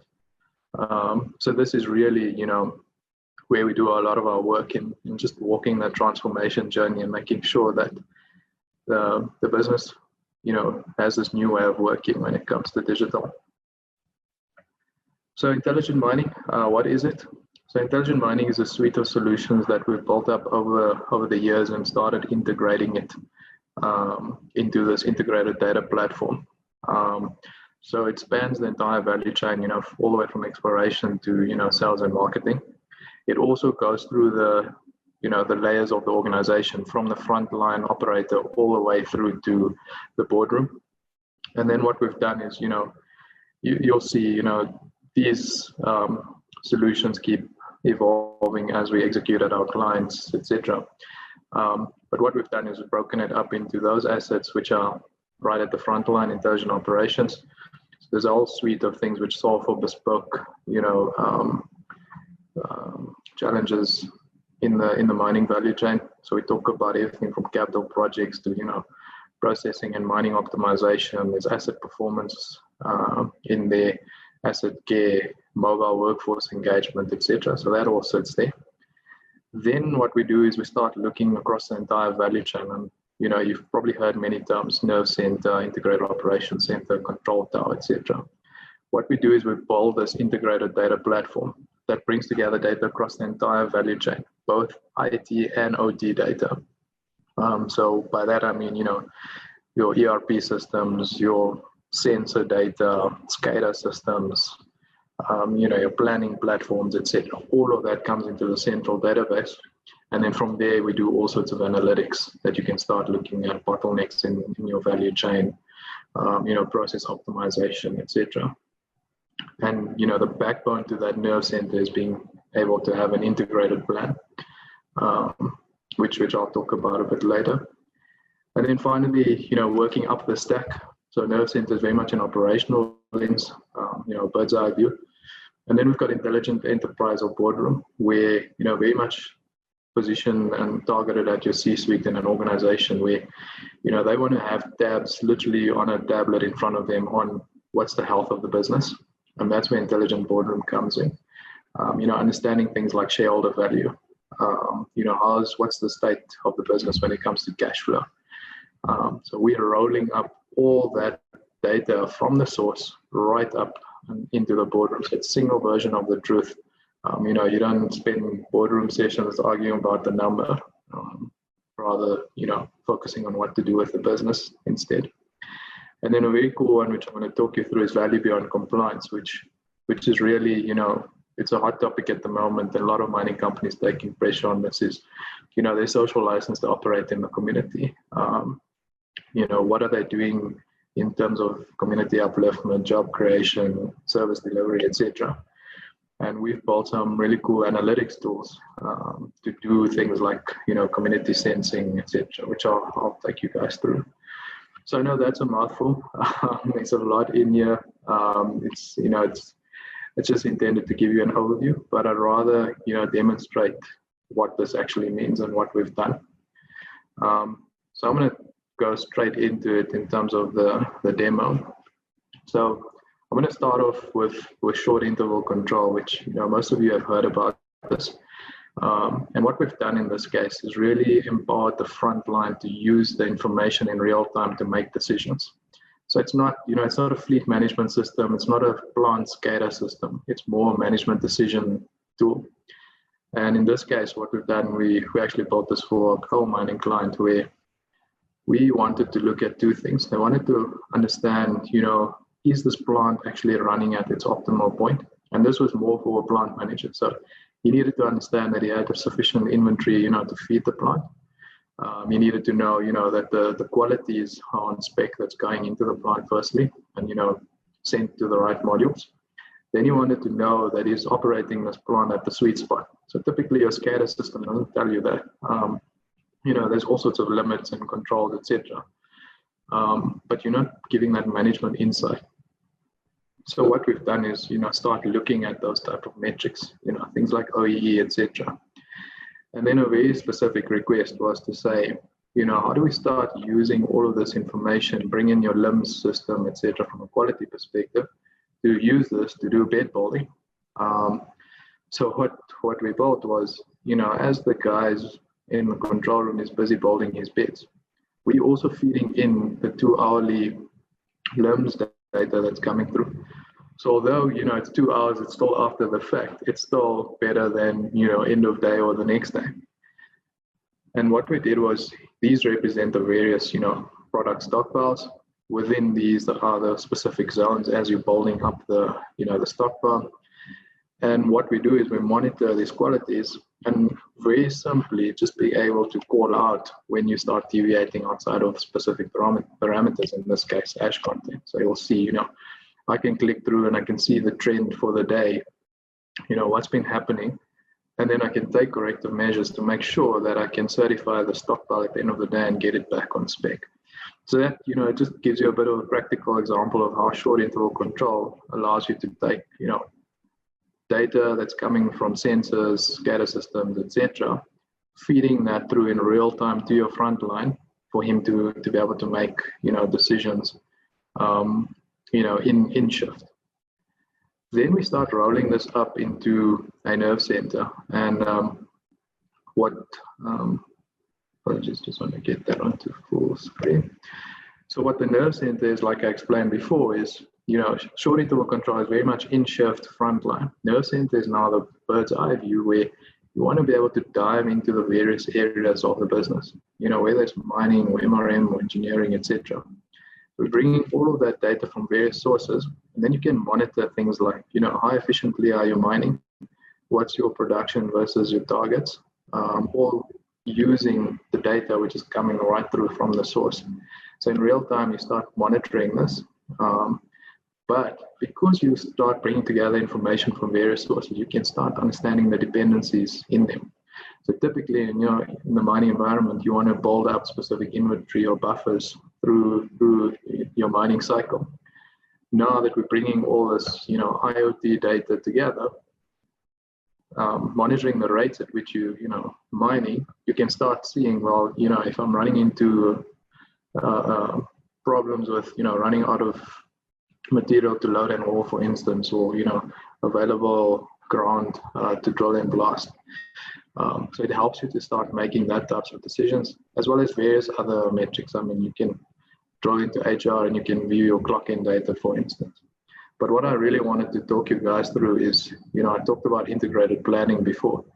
And what we talk about when we look at integrated planning is, really the ability to bring together integration across your time horizon, so life of mine all the way to the execution, integration with your different supporting functions of financial, maintenance, workforce plan, etc., and then integration across your value chain. And that all comes together into a centralized platform. What we do here is, I'm going to take you through a specific notification that's come up in the nerve center. In this case, it's around, very appropriate in the current times is, in this case, it's a revised medium to long-term consensus price forecast. So in this case, we chose nickel. So we've done this for one of our clients where we built a market sensing tool which looks at satellite imagery, and we look at things like stockpile levels across the globe as well as supply and demand factors, and also scraping together other data points like Fitch and other published data, and then that helps you to get an outlook of is a commodity price going to increase or decrease in the medium to long term. So it gives you that trigger. And then that shoots off a whole workflow in terms of saying, well, if I believe there's going to be this medium to long term increase in this price, what does it mean back against my business plan? So in this case, what we've done is we've integrated your mine technical plan with your financials. So immediately I get the output of, well, if I just take on the price increase, there's the net impact on the NPV side. EBITDA, from a life of mine as well, what does it look like? Then I can also very quickly run various scenarios on this. So I can say, maybe I want to go deeper in the mine. I want to, mine out areas that have maybe because of the cut-off grade I haven't gone into and mined out, but it's already developed. So you run those options. So, I show a very simple concept here, but it takes a long time to get to this point. But it's, it's as simple as click of a button to analyze those options.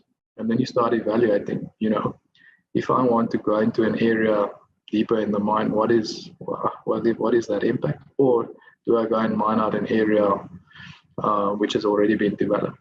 And then you start being able to have discussions around, do I want to take life of mine? Do I want to take the NPV? Those type of insightful discussions. And then, at the same time, monitor the workflow of that approval. And that takes it back to my point around, wiring this back into the organization. And that is, we talk about integrated business planning. That just demonstrates one component of that, of how you run multiple scenarios very quickly, just by the fact of bringing your mine technical plan together with your financials. And in the background, we've built this on all sorts of platforms like, adaptive insights and a plan, etc. Those are the, the underlying systems that's sitting there that's allowing you to do something like this. And that, that shows you some of the capabilities of a nerve center. There's various other functionalities in here, but, that's the analytics that, one would start looking into. Then, that's very much an operational lens that I've shown you guys. The one that I spoke about in terms of value beyond compliance is really cool in terms of analytics that we've managed to do here. So when we talk about value beyond compliance, it's everything, outside of the mine gate. And what we've seen in this case is, we've done some work in the Northern Cape in the past where, there's very little available factual data around, what are the needs in the community, what are the real facts of, what's actually happening in those communities. So what we've done is we've built a few analytics tools into this. So just to show you, if I click on the needs side, so, when you engage with municipalities, there is various published data in terms of, demographics, population, age groups, number of households, water and sanitation, etc. So firstly, you're starting to build up this fact base by bringing together data from various municipalities, etc., to start looking at, the facts. But in some cases, it's not always there, right? So we've built through our analytics team, we've built a poverty estimation tool that takes satellite imagery and starts looking at, access to roads, basic services, hospitals, schools, etc., to create a poverty index so that you can start, looking at those areas that you want to focus on to maybe uplift. So, that's just one mechanism of doing that. The other one was, from a perception basis, I talked about, community sensing or sentiment analysis. So what we've built is a tool called Nuance that scrapes various social media content, even local municipality gatherings, etc., to over time start training a model to look at perception. So in this case, we're scraping various news articles. So if you select a particular theme, let's say education and skills, you can see what that perception is over time. And then based on the projects that you're implementing in the community, you can actually see if you're having a positive or negative impact based on what you're actually doing in there and what are people talking about. So you can really start addressing the real needs in the community. Then finally, what we do is, because we're bringing all of this information together, you can start looking at a bit of a stakeholder network diagram. So this, what you see in front of you is a nodal diagram. Like I said previously, we're scraping all sorts of data sources. And in this case, you'll see the blue dots represent, companies or organizations, unions or individuals. And then the pink or red dots represent the, the content which they're talking about. So if you operate in a particular community, in this case, the Northern Cape, you can start looking at, who's talking about what. Kumba's maybe engaging with the unions on specific topics. So as a mining company operating in the same region, you can start using that information to engage more factually back with the community or the unions or whoever it is. So that, you talk about relevant information. It's not, go and have a community town hall meeting and then figure out what needs to happen. You're using the facts to engage with the community. So this, this is really creating waves out there in terms of really understanding, the needs of the community and addressing those using, facts and various, analytics tool cases that we've used to be able to demonstrate something like this. So I know that's, again, a bit of a whirlwind tour of some of it. There's obviously, like you've seen here, there's all sorts of use cases that we've built, and very happy to take you guys through this at some point. I think just in terms of closing, a lot of these have been implemented across the globe, etc. Various mining clients, as you see here. I think to leave the room with something is, everybody's tried something up to now. I think it's 3 years on the whole digital journey, so everybody's on that. Very few can show value against it. And I think the biggest one is, firstly, embedding that change in the organization and taking the people with you. And then secondly, wiring it into the business so that, there's a new way of work. And it will take time. It's not something that's, a couple of months, and it's a some call it a generational change.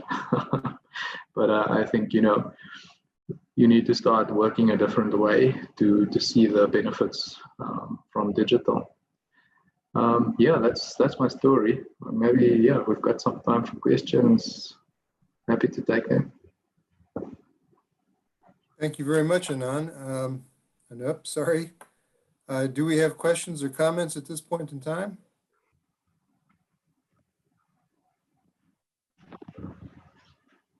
Maybe just a comment from me. I mean, this is the first time I've seen a serious application of this sort of technology to the social contract.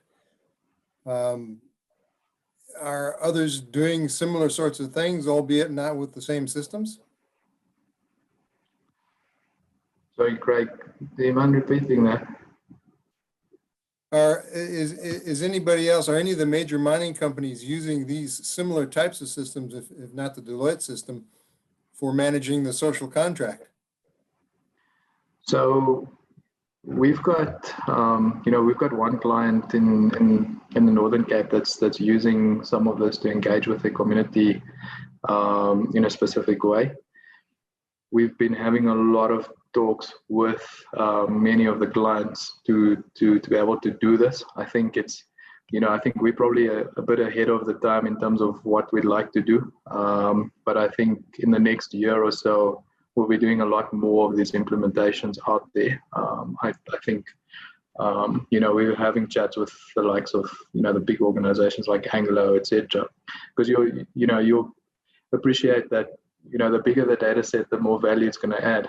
And it's very much, there isn't one mining company that operates in one community alone. There's usually multiple. So what you want to do is start, collaborating at that level. So we've done this in the Northern Cape, which is still going on until today. But now we're starting to look at the Rustenburg limb as well. So we're getting a whole conglomerate of companies there to say, right, let's get together and start doing a similar thing, to prevent the next Marikana type of discussion. But I think it's still something that we're walking the journey with our clients. It's not easy. Thank you for that. Any more questions or comments? I mean, what we've seen here is quite a sophisticated system that no doubt will develop in years to come, but it goes back to one of my points earlier in the day. Are we producing graduates who can quickly come to grips with these kinds of systems? And that's maybe for a discussion later this afternoon or tomorrow. Yeah, I mean, Craig, to be honest, what you've seen today has been developed by 20 to 25-year-olds. So, I'm almost saying the appetite to do cool stuff in mining, this is where, we're making mining cool again, and we must use that. An important point.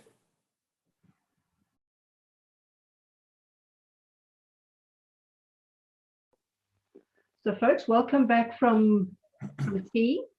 And we go back now across the opposite side of the world. This morning early, we started off in Australia. And now we move on to the US. And our first speaker up is Dr. Lawrence Minot, who is talking to us about space resources, the hype versus the reality. And I know I'm really looking forward to this presentation. Larry, if you could share your screen and move on with it, please. Okay.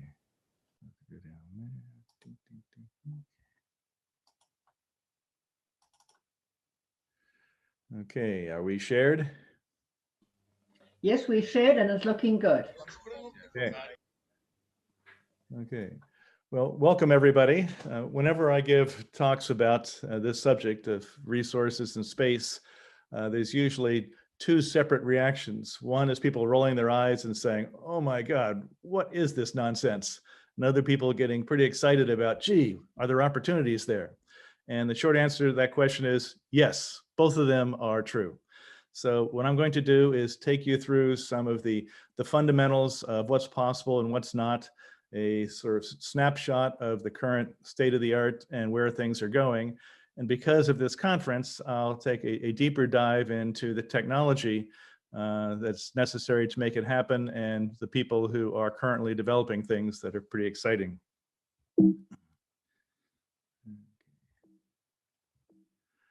Okay, why is this not advancing?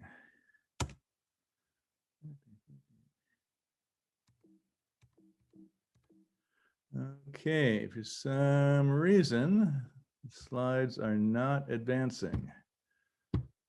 Okay. This is just one of many headlines I could put up, and this is the sort of over-the-top excitement that comes from people. Quite often, ironically, it's from physicists who seem to be the most disconnected from reality. You can see the headline, space mining set to produce the world's first trillionaire and galactic gold rush. So, not going to happen. So other things that people have in their mind, what does exploration for space resources look like? This is a rather humorous cartoon that somebody put together about what the prospector and his donkey are doing up in space. And if it's not too disgusting, you can look at some of the biological adaptations they've made to the animal in space. this is what exploration in space looks like, both currently and for the foreseeable future. It will be almost entirely robotic. We've developed very impressive capabilities. This is one of the rovers that's on Mars currently. And the capabilities of these machines and how much we can learn from them is truly impressive. This is another grandiose idea that many people have when they hear about some asteroids being metallic and some of the metallic asteroids having significant amounts of platinum group elements. People like to do little calculations. Well, I've got this 100-meter diameter ball and 10% of it is platinum. That amount of platinum, let's see, is worth, oh my God, $600 million. And so this is an artist's conception of a space tug bringing back big sliced boulders out of an asteroid back to Earth. Okay, and one simple comment on this, not going to happen. Okay, this is basically impossible, even though people can dream it. This is definitely in the realm of science fiction. And the reason for that is gravity. Okay, and I'll talk more about gravity and how we deal with it. But Earth's gravitational field makes it very difficult to do many of the things that people dream about doing, such as bringing chunks of an asteroid back to Earth. And here's the simple logic behind it. When you're talking about moving around in space, the normal units are delta V. That's the change in velocity necessary to go from location A to location B. The easiest way to think about this is the amount of gasoline necessary to go from one city to another on Earth. Okay, so if you want to drive from Cape Town to Joburg, you know how much petrol you're going to have to put in your car to get there. So in space, we don't obviously fill up the car full of gas. We can calculate the amount of energy necessary to move around in space. And this is a snapshot of the space that most of us are looking at, from the Earth to the moon and way off in the far distance to Mars. And the biggest number by far on all these are all delta V's in terms of kilometers per second.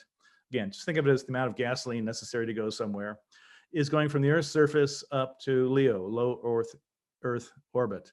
Okay, that's the lowest orbit that you can do and still have a stable trajectory around the Earth.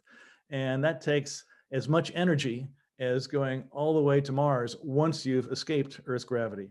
And this is, in a nutshell, why it's not economic to take anything of size from the Earth out to space, or going the other direction from space back to Earth.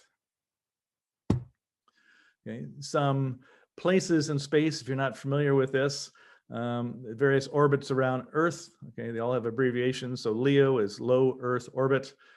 GEO is geostationary Earth orbit. And then you have the moon. Obviously, you can have an orbit around the moon. And two fairly important spots, those red dots, are the Lagrange points. And they represent a place where the gravitational attraction of the Earth and the moon are equal.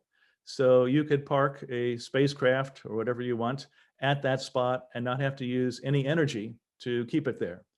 Okay, any other spot in this cislunar space, cislunar is just the area between the Earth and the moon, requires energy to even remain in place.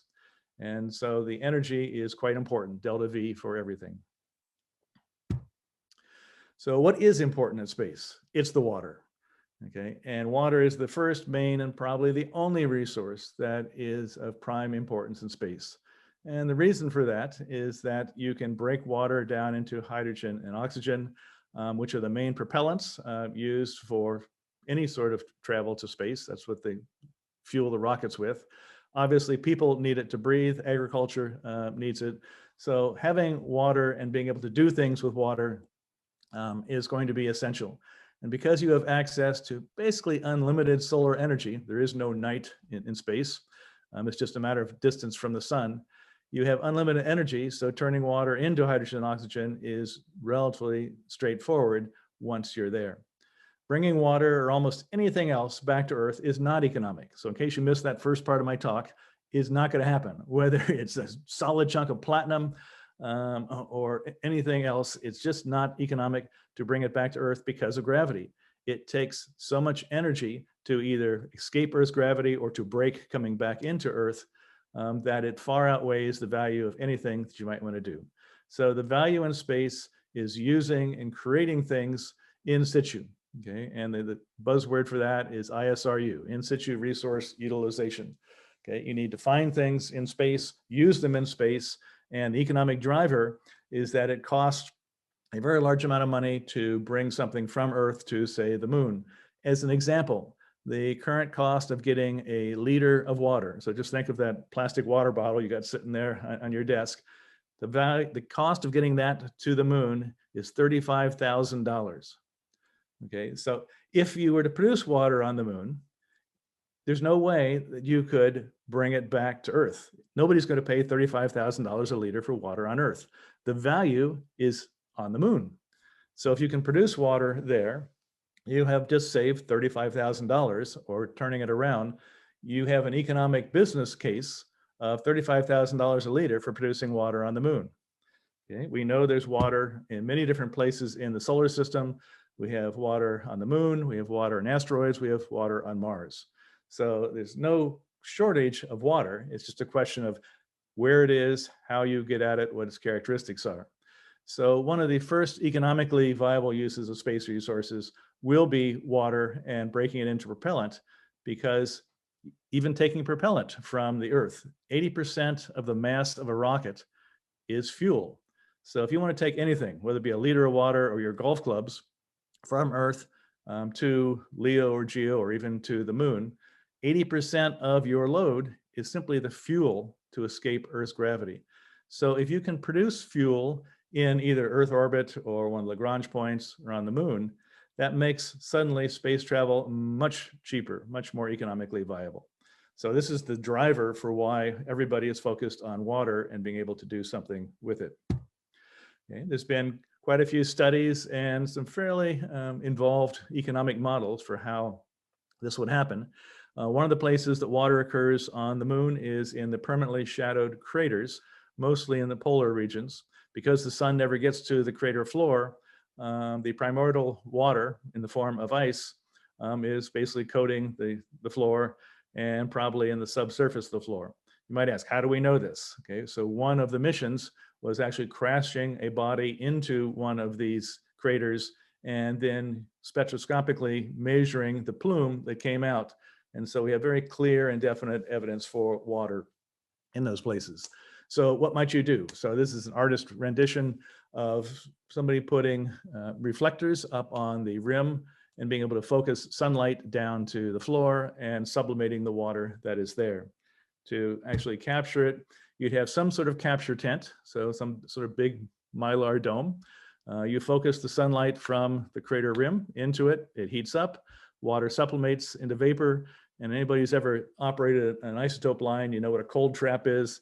And so you've got abundant cold, and so it's pretty easy just to then trap the water that's released from the sublimation into the cold trap, and now you've got a concentrated source of water. So the concepts are pretty straightforward. The technology of actually doing it is more complicated, but we actually know each one of the steps we've already done. We know how to do big mylar things into space, and so it's technically possible. It's just a question of scale and somebody doing it. Okay, this is the business case for water or anything else. So you've got the Earth on the left, the moon on the right, and one of the Lagrange points in between. And the bar graph down at the bottom just shows you the cost of bringing water or propellant either from the Earth, which is the blue bars, to the moon. And you can see it gets really expensive, both escaping Earth's gravity and then moving through space. And then the green and orange bars are for water that you create on the moon. And you can see the green, if you create it on the moon, there's basically no cost of getting it to the moon because it's already there. And if you bring that water back towards Earth, the cost starts going up, but still it's much, much cheaper than bringing it from Earth. And again, the bottom line for all this is Earth's gravity is strong enough that it takes a huge amount of energy to escape it. And that is basically eclipsing, no pun intended, any economic thing you might want to do. So bringing stuff from Earth is just a non-starter.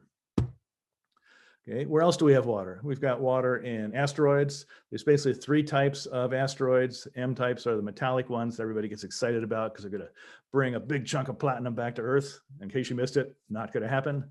The C group are the carbonaceous asteroids, and they range from a couple of percent to 20 or 30% water. So again, there's no shortage of water. It's just a matter of getting there and doing something with it. Okay, and there's no shortage of asteroids. Okay, this is just an illustration of the various asteroid belts, the size, but there are literally millions of asteroids, and the ones you'd want to focus on are what we call the near Earth orbits, where delta V is less than 3 kilometers per second. Okay, asteroids are much trickier than the moon because the moon is more or less stationary. We can launch a rocket anytime we want towards the moon, whereas asteroids and planetary bodies are in their own orbits around the sun. So there's windows when they are close and windows when they're much further away. So there's only certain times of the year, or sometimes several years, where you can actually launch something towards an asteroid. For mining asteroids, one of the companies is focusing on how you would do this. It's more or less the same as that capture tent on the moon, except now we have a capture bag surrounding an asteroid. The same sort of solar collectors intercepting this basically infinite power from the sun that once you're there, it's freely available, focusing it in on the asteroid, causing either spallation or sublimation of the water. The big balls on top are some sort of cold trap. And once you've filled them full of water, you could either process them there or move them through space to either near Earth orbit or to one of the Lagrange points. So many people have talked about the idea of a gas station in space, and that is parking some facility at one of the Lagrange points and then collecting water or propellant produced from the water from any of these areas, from the moon, from the asteroid, to that gas station in low Earth orbit around the Earth or at one of the Lagrange points. Okay, so this is really sobering. More than 50 years ago, men walked on the moon.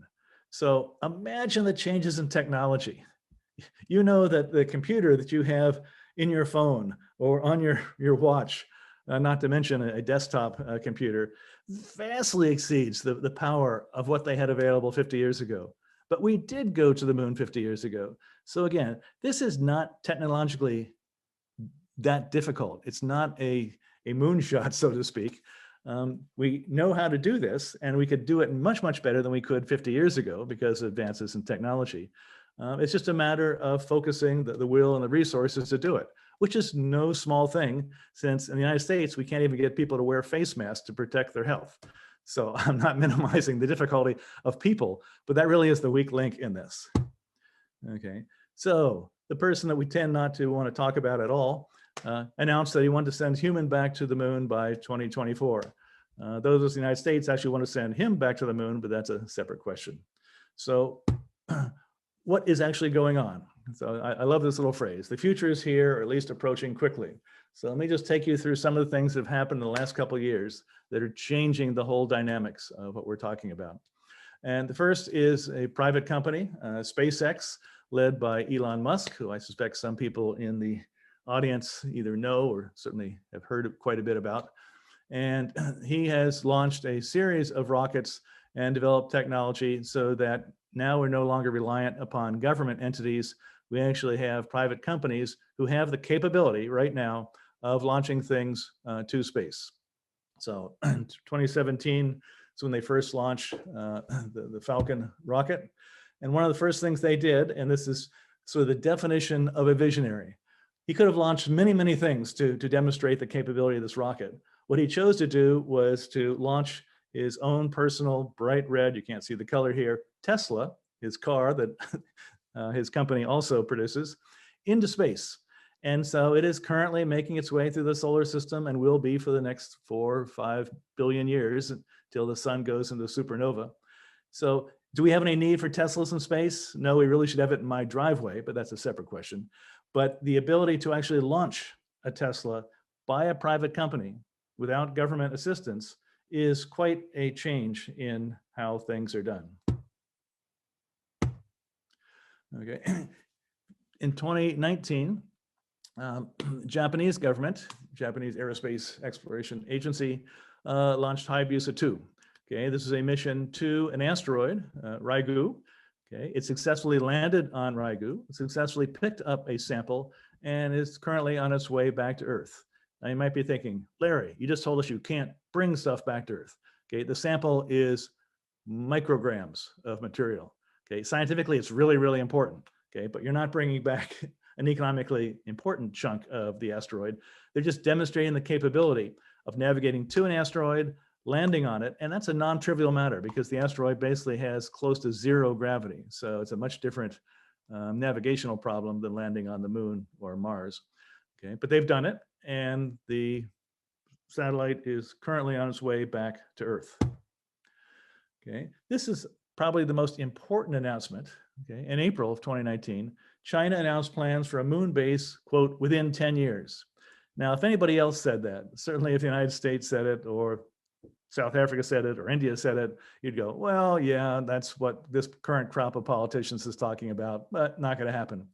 China is a much different situation because of the total control over the economy and the ability to focus immense resources. I wouldn't put it past them that they will be able to do something within 10 years on the moon. We could quibble about what a moon base means. And here's what's important. If and when they do that, guess what's going to happen? Suddenly, the rest of the world, particularly the United States, is going to go, whoa, we can't have the Chinese have the only moon base. And this will be what we call a Sputnik moment. Okay, for those who were alive at the time when the Russians launched Sputnik, America went, oh my God, we can't have Russians being the only ones in space. And that's what launched the US space program. That's what allowed us to land a man on the moon more than 50 years ago. So if China successfully does something we might call a base on the moon, it will immediately spur tremendous investment by several companies. The European Union is another one. And that will really kickstart things in a much bigger way. Okay, in October 2019, Virgin Galactic was listed on the New York Stock Exchange with a $1.5 billion valuation based simply on space tourism. Okay, they already have a backlog of orders approaching that amount of money. And they announced, this was pre-COVID, that by the end of this year, they would be able to take somebody to space. Okay, the definition of space is really kind of loosey-goosey, but it's certainly high enough up you can look back at the Earth. Obviously, that hasn't happened yet, although the year is not done. And I think COVID's probably pushed that back. But I strongly suspect by the end of next year, there will be commercial abilities to go to low Earth orbit and be able to look back at the Earth. Okay, and people say, well, gee, how much would that cost? That's crazy talk. Well, the current cost of that ticket is about $200,000, and that's a sizable amount of money. But think about it. Right now, there are people who pay more than that for various first class around the world trips. You can go online and find all sorts of things, and people are doing it. There's quite a few people who have the resources to pay $250,000 for a one-day junket to space. If anybody wants to pay $250,000 for me, I'll be happy to go up there and do it. I'd love to be able to look down at the Earth. So I think this will happen. And again, it's a momentum building. Once somebody does it, then other people are going to start doing it. Some other big changes. Fashion made it to space. So these are the astronaut spacesuits by SpaceX.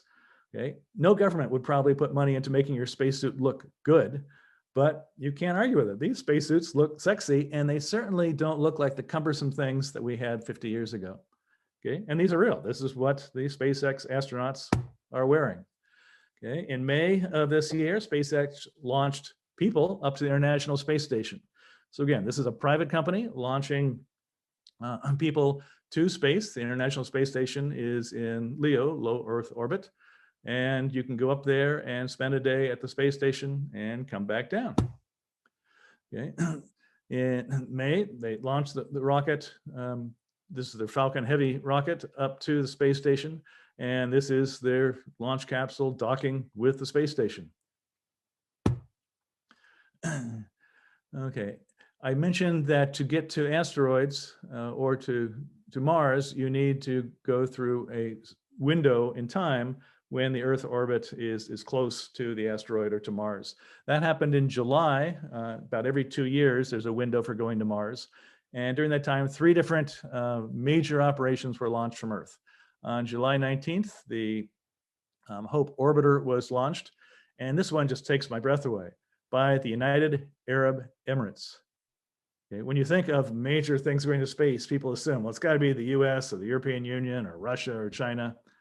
Last time I looked, the United Arab Emirates is not exactly in the same economic class as those other countries, but they launched this towards Mars. It's currently on its way.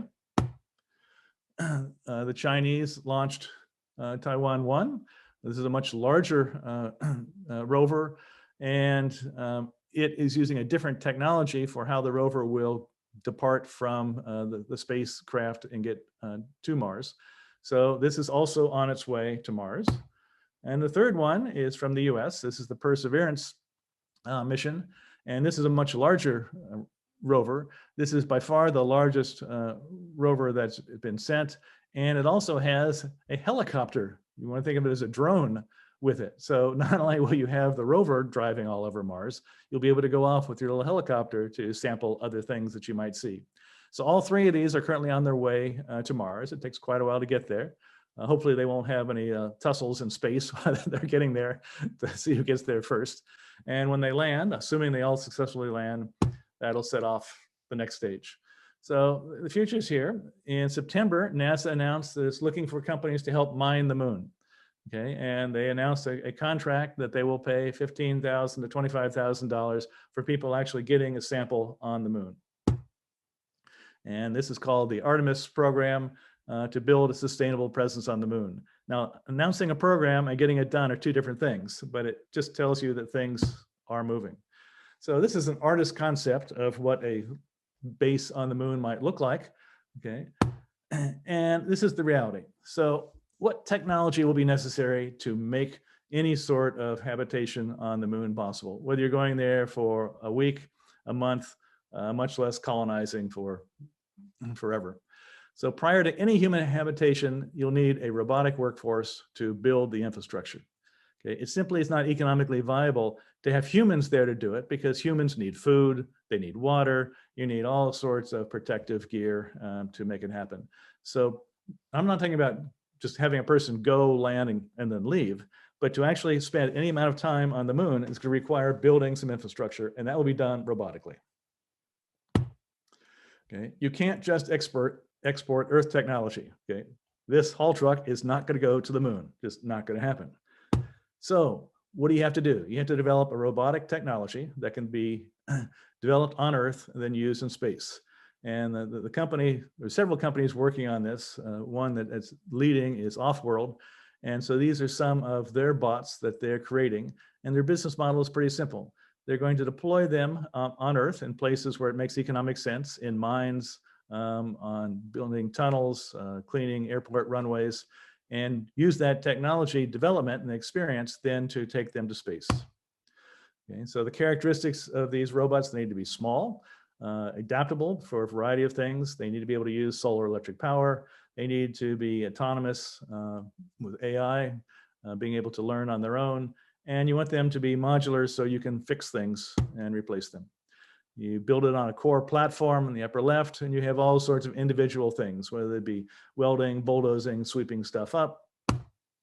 And what do you want to do with this? Okay, you first will try it in environments that are not ideally suited for people. I suspect you know where this is and the conditions down there. So replacing people with bots that can do roughly the same job is both much safer and economically viable. Okay, so the goal is to get humans out of harm's way. Okay, if you lose a bot, it's going to cost you some money, but people can live with that. So this is what it actually looks like in the field. This is one of Offworld's bots working in the field. The ability to control them remotely, whether it is just being next to it in a mine or actually all the way to space, is technology that we understand. And then you start getting swarms of these things. And so this is the vision of the future for underground mining. Okay, basically no humans involved in the subsurface. And there's two things. One, this lowers costs what we currently do. Two, it would allow us to do things that we can't currently do because it's not economic or safe to send humans into that environment. Okay, so the future is approaching very quickly. It'll be interesting to see how this plays out. We will certainly use the moon to validate all these things before going to Mars, no matter what people say about going to Mars first. It just costs so much money to get to Mars and takes so long that we will test things out on the moon. And the companies doing this are testing the stuff we need for the moon on the Earth first. And so I described some of this in an article last year in SEG newsletter. And so you may have read about it, but that's basically the fundamental framework for space. And I'd be happy to answer any questions. Well, thank you very much for that, Lawrence. That was quite fascinating. Do we have any questions besides where to send your CV?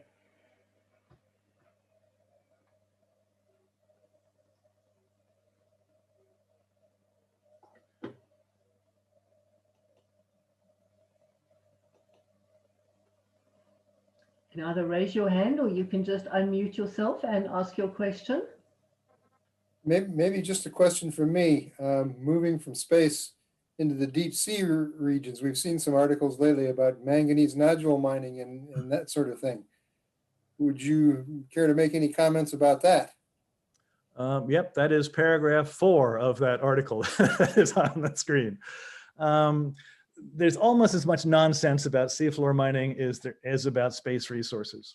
Okay, and again, it's not that there aren't resources on the seafloor, ranging from manganese nodules to chimneys at hydrothermal vents to coatings on rocks. But there's a difference between the existence of something and the ability to do something economically with it. And some of the worst transgressions are, and some of them are very respected scientists, who do something as silly as measuring the composition of a film on a rock that might be a couple millimeters thick. And these things definitely exist, and you can analyze it, and they may have 10% rare earth elements and 5% nickel and cobalt and other things, and then multiplying that by the area of the Pacific Ocean and saying, whoa, there's more platinum, more cobalt, more X in these things than ever been mined on Earth. Okay? But it's not economically viable. There is no way in hell that you're going to be able to mine something that's a few millimeters thick over the base of the Pacific Ocean. Okay, the manganese nodules are slightly different, but you have all sorts of issues about being able to do it. So people have talked about this for decades. It's sort of like fusion technology. It's been the future for 20 years, forever. So the short answer is that it's not physically impossible to bring up manganese nodules from the seafloor, but it seems extremely unlikely in terms of any sort of viable business case. Okay, so it's not that it's impossible, but people generally don't do things that lose money. Governments do, but private companies don't. Thank you. Thank you very much, Larry. Would you mind unsharing your screen, please? Sure. Thanks very much. Our next speaker is Sally Goodman from Newmont Gold Corp. And to introduce her presentation, we have got Mark from Sequent. So Mark, if you would can put your video on and do the introduction, and then when you're ready, I will start the video. Great. Larry, video off if you would, please. Great. Can everybody hear me? Yes, we can hear you fine. Thank you. Perfect. Great. Well, good afternoon, everyone. As Tanya mentioned, my name is Mark Delport. I'm the sales executive for Sequent Central in the EMEA region. Thanks to everyone for dialing in to listen to our presentation today. So firstly, I would like to start by thanking Sally Goodman and Newmont very much for the contribution and permission to share this presentation and their learnings at the GSSA Technology Day. Sally Goodman is currently Newmont's Global Chief Geologist, leading a team of 25 subject matter experts in data science, geological modeling, geophysics, and geochemistry that comprise the corporate Global Geoscience Group, providing technical support to the company's exploration function around the world. Prior to joining Newmont, she was Chief Geologist with Atlantic Gold, following 5 years in a variety of corporate technical positions with Gold Corp. And prior to that, she traveled globally as a consultant in structural geology. She has a PhD in economic geology and an MSc in mineral exploration from the Royal School of Mines in London. In this time, going forward in this time of travel restrictions and lockdowns, companies such as Newmont have turned to innovation and technology to ensure their teams remain productive and can continue to deliver on their objectives. So like many companies, mining companies around the world, Newmont is facing unprecedented times due to the ongoing global pandemic. And over the last few months, most of their geologists in the company have spent at least some of their time working from home. Sequent tools have been critical during this period in allowing continued collaboration within the exploration teams, with 2 examples being discussed in this presentation. Firstly, first example being that teams at Newmont were challenged to produce a step change in the geological models, utilizing a consistent company-wide template in Leapfrog Geo and publishing that to Central for collaborative review. The second example Sally will be taking us through is with the 2021 business plan meetings being held virtually, where Central Browser was used for the presentation of exploration plans and Newmont's global rate and rank exercise. So this essentially forced long-distance collaboration during the last 6 months, or this forced long-distance collaboration during the last 6 months has led Newmont to innovations in the way they work, which will no doubt remain after the current restrictions expire. So this is their story of how Sequent solutions have been used to support continued collaboration within their exploration teams using Sequent solutions. Tanya, if you could cue the video, we can have a look at see the presentation. Thanks.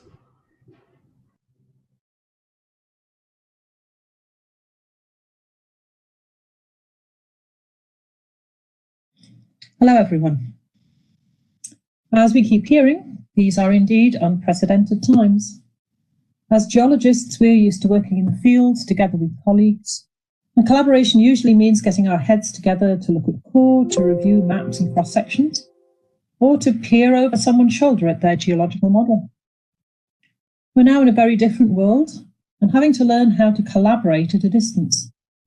I'm going to discuss a couple of examples where we at Newmont have used Sequent technologies to achieve a new way of working. Firstly, in a worldwide initiative to upgrade our geological models, and secondly, in the annual rate and rank process in support of next year's exploration budget.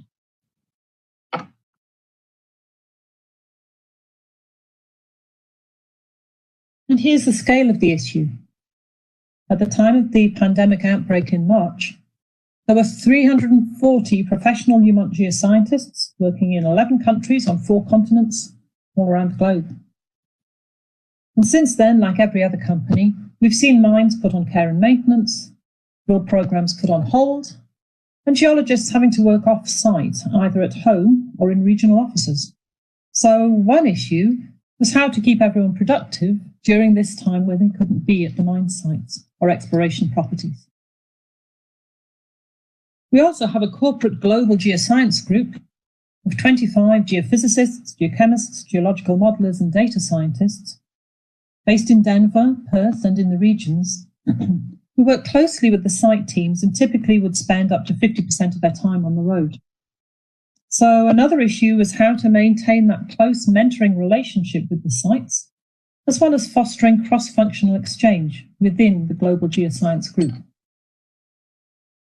So the first example I'm going to discuss here is how we introduced Newmont's full potential model for continuous improvement and a challenge to the sites to radically improve their geological models.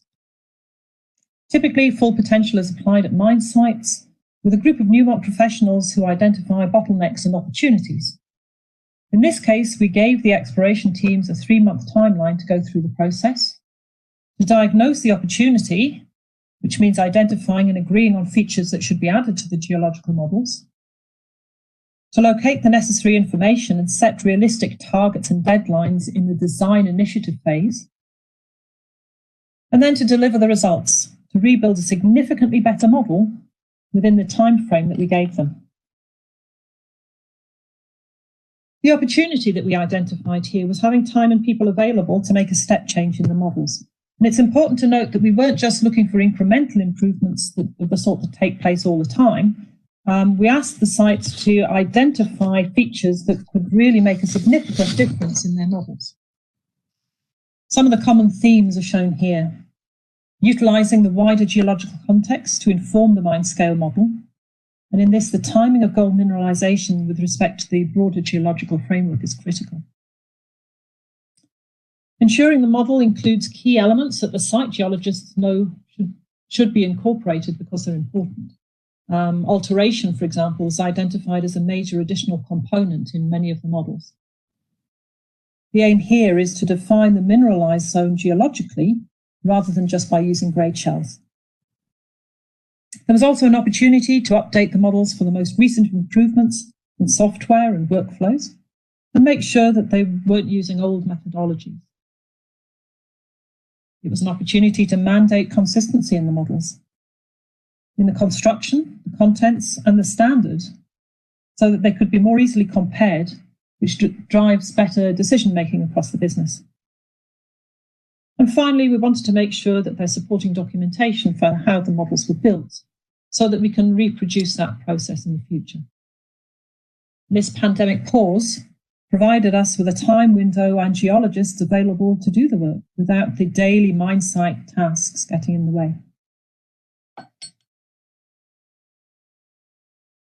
"14 models saw significant updates undertaken in the March to June time period, including all the mine sites apart from Borden and CC&V, which already had major model updates underway, so they got a free pass in this process. We took a holistic mineral systems approach in identifying key elements in the geological setting for each deposit, and the sites prioritized the components to be updated. Key to success was the strong governance model that's shown here in the blue box, with very clear roles and responsibilities being defined. The site team and the relevant global geoscience group subject matter experts had online meetings every few days to review progress. And every 2 weeks, we held a steering committee meeting for each site to provide feedback and make sure that the project stayed on track. Final 90-minute WebEx presentations were given online to a wide audience of stakeholders, including resource geologists, technical services, mine engineering, and so on.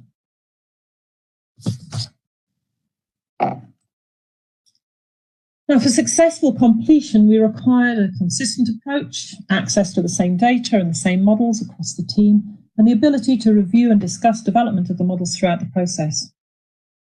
And key to the success of this was that all those involved were able to work on the updates wherever they happened to be. Very few of the geologists were at the mine site during this time. It was really important for us to be able to use Leapfrog Geo and Central during this modelling challenge. We made it mandatory that all models were to be completed in the latest version of Leapfrog Geo, following a standardised template. Most models were already in Leapfrog, but some were built in older versions of the software and hadn't been updated for software updates. And the project trees for all the models were as individual as the geologist that created them. So having a standardized format and a standardized naming convention made review and auditing of the models very much easier. We wanted the models to be as implicit and dynamic as possible. Some models were built in Leapfrog, but built from digitized polylines due to the complexity of the geology. So we took this opportunity to start over and build them as implicit models as far as we could. And throughout this process, the sites were encouraged to produce a documented workflow that could be used to update the models in future. We relied heavily on Central as a repository for all the models related to any one project. Given the time constraints, it was necessary to have several geologists working on different aspects of the model that then fed into the master model, as seen here for different features at Eleanor. So we have a geology model, a grade shell model, a mineralized zone model, which is essentially the alteration envelope, and a structure model, all of which then fed into the Eleanor master. Having all the models living in Central and linked together ensured consistency between the different aspects as they were being constructed. And it also made it easy for the relevant global geoscience group subject matter experts to be able to review the models and make suggestions as the modeling process evolved. And finally, we used Leapfrog movies in the final presentations embedded in the PowerPoint rather than just having a static PowerPoint presentation. Now, we could have run Leapfrog live, However, when you're running Leapfrog on a WebEx, there's a temptation to zoom in and zoom out, to spin the model around and slice it and dice it, which can be very disorienting for anyone who isn't very familiar with the deposit. The advantage of having a movie is that the site teams were able to plan a structured presentation with, for example, the old interpretation fading into the new model. They were able to pause the movie when there was more to explain or if questions came in and so on. It was a very effective presentation tool, and some of the models have since been posted on Newmont's internal social media site and have had a lot of attention. So if you don't already use Leapfrog movies in your presentations, I fully recommend that you look into it. It's a very effective presentation mode. In addition to improvements that we've seen in the geological models, which will have a positive impact on estimation, reconciliation, and exploration targeting, the site teams improved their modeling skills. They really took ownership of the models and they became adept at explaining the methodology to other stakeholders. Also, as they were no longer limited by proximity to colleagues down the corridor when they had problems, it was easy for them to go outside the immediate site team and share ideas with colleagues around the globe. And this generated a lot of cross-fertilization of ideas between the sites and regions. So all told, this modelling challenge that we set the sites was an extremely successful initiative. The second example I want to discuss briefly is our use of the central browser in the annual exploration budget process. In previous years, this has been an off-site meeting where the exploration managers for near-mine brownfields and greenfields projects present their proposals for the following year to the exploration leadership team, comprising the SVP Exploration and 20 staff at VP and Director level. This year, the meeting had to be held virtually, and since we cover time zones from Vancouver to Brisbane, we staggered the meetings over 3 weeks to accommodate the different time zones and to avoid WebEx fatigue. We also had to find a way for the leadership team to review the exploration plans when we weren't in the same place and we weren't able to put our heads together over drill plans and sections as would normally be the case. So this is where we use the central browser as our medium for collaboration. All the exploration teams were expected to have a Leapfrog project on the central site with consistent contents that you can see listed here, including the drill plan for 2021. They didn't use an actual target, as I've got on the image here, but they either used the drill planning function in Leapfrog Geo, or they identified the target as a 3D volume in their project. The leadership team was split into 4 breakout groups, and time was set aside for a group review and discussion of the project, but all the review team members also had access to the models in the central browser for independent review as needed. There were many advantages of using Central in this way. Everyone had access to the same information, so we were working from one version of the truth, and with the use of the template driving consistency across the models. The same color bar with the assay data, for example, and all sites generated ground meter intercepts and displayed them in the same way, so it was easy to compare target areas. 3D visualization of the planned drilling allowed a much better appreciation of the potential targets, as it's much easier to see how they relate to existing drilling, the plungeable shoots, and so on. The sites were encouraged to set up scenes in the project that were the same as slides that they used in their presentations. It was then possible to annotate the scenes by dropping a pin and asking a question that the site team could answer. So the review process became highly interactive. And of course, that list of questions and answers is visible to everyone, which led to ongoing discussion irrespective of time zones and the physical distance. Because of this review method, the rate and rank process was rigorous, consistent, and very transparent. As I mentioned, we had 4 breakout groups, and when we came together to compare results, all the groups had very similar priorities, and we fairly quickly reached agreement on the distribution of the 2021 exploration spend. And I think the ability to dig into the drill plans in detail in 3 dimensions was a large part of that conversion of opinion.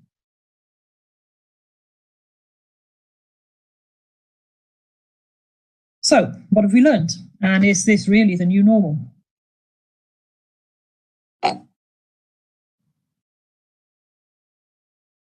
Well, we know our exploration teams can work effectively, even if they're not in the same place. And we also know that time spent away from site to think about and model different scenarios is time well spent.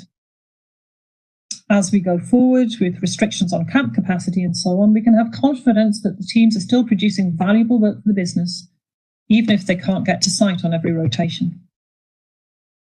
3D visualization is here to stay. There are advantages to those interpersonal relations that you build at budget meetings off-site.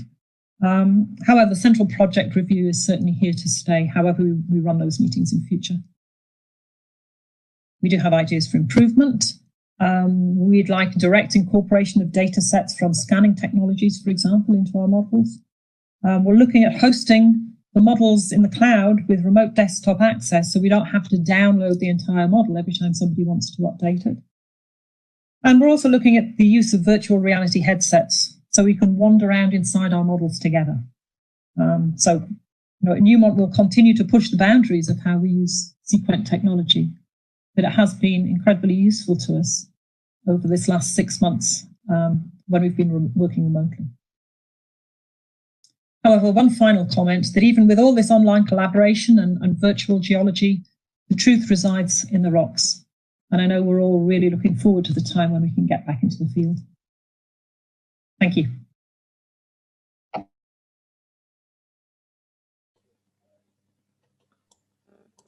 Thank you very much, Sally. That was most interesting, seeing a different way of doing things. Do we have any questions? Mark is here to answer them. So either raise your hand, please, or just unmute yourself and ask your questions. Hello, everyone. As we keep hearing, these are indeed unprecedented times. As geologists... Sorry. Looks like Sally's asking a question. Yes, if anyone has a question, I'm happy to take that. Unfortunately, representing Sequent, I'm not able to answer any questions specific to Newmont, but happy to field any questions around Central and the Sequent solutions. Sorry, but we can take questions and pass them on to Sally. Perfect, fantastic.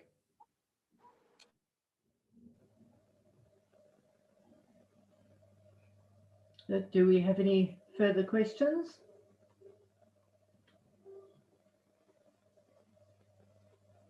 Well, in the absence of any questions, Mark, thank you so much for your time, and please pass on our thanks to Sally. We much appreciate the time and effort she went to for the presentation. Great. Thank you so much for the opportunity. Thank you. Our next speaker up is Paul Linton. Paul, if you'd like to begin sharing your screen, please.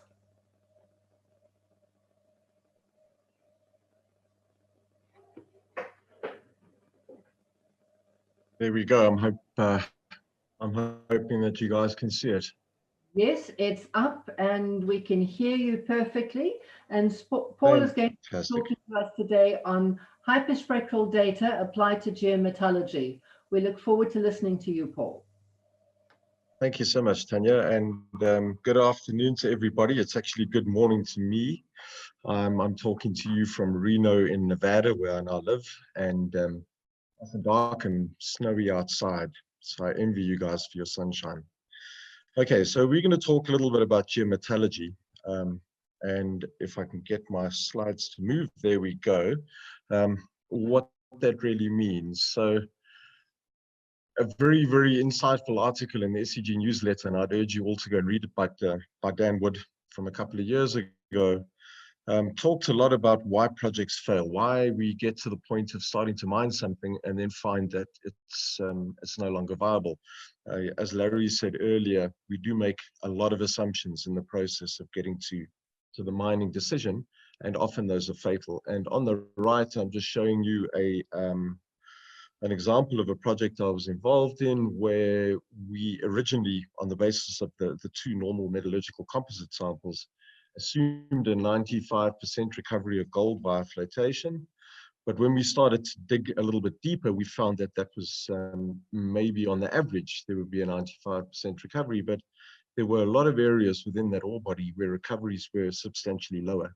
And because we don't mine an entire ore body in one big chunk, we would have had periods of extreme pain while we were making our way through that mining process, and lose money while doing so.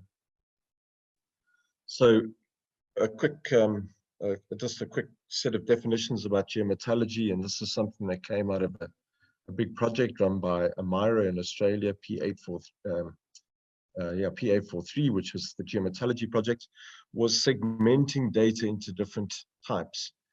And typically we don't collect a lot of information that is measured. So that goes to a laboratory and gets a measurement made of it that is a direct measurement of a rock property.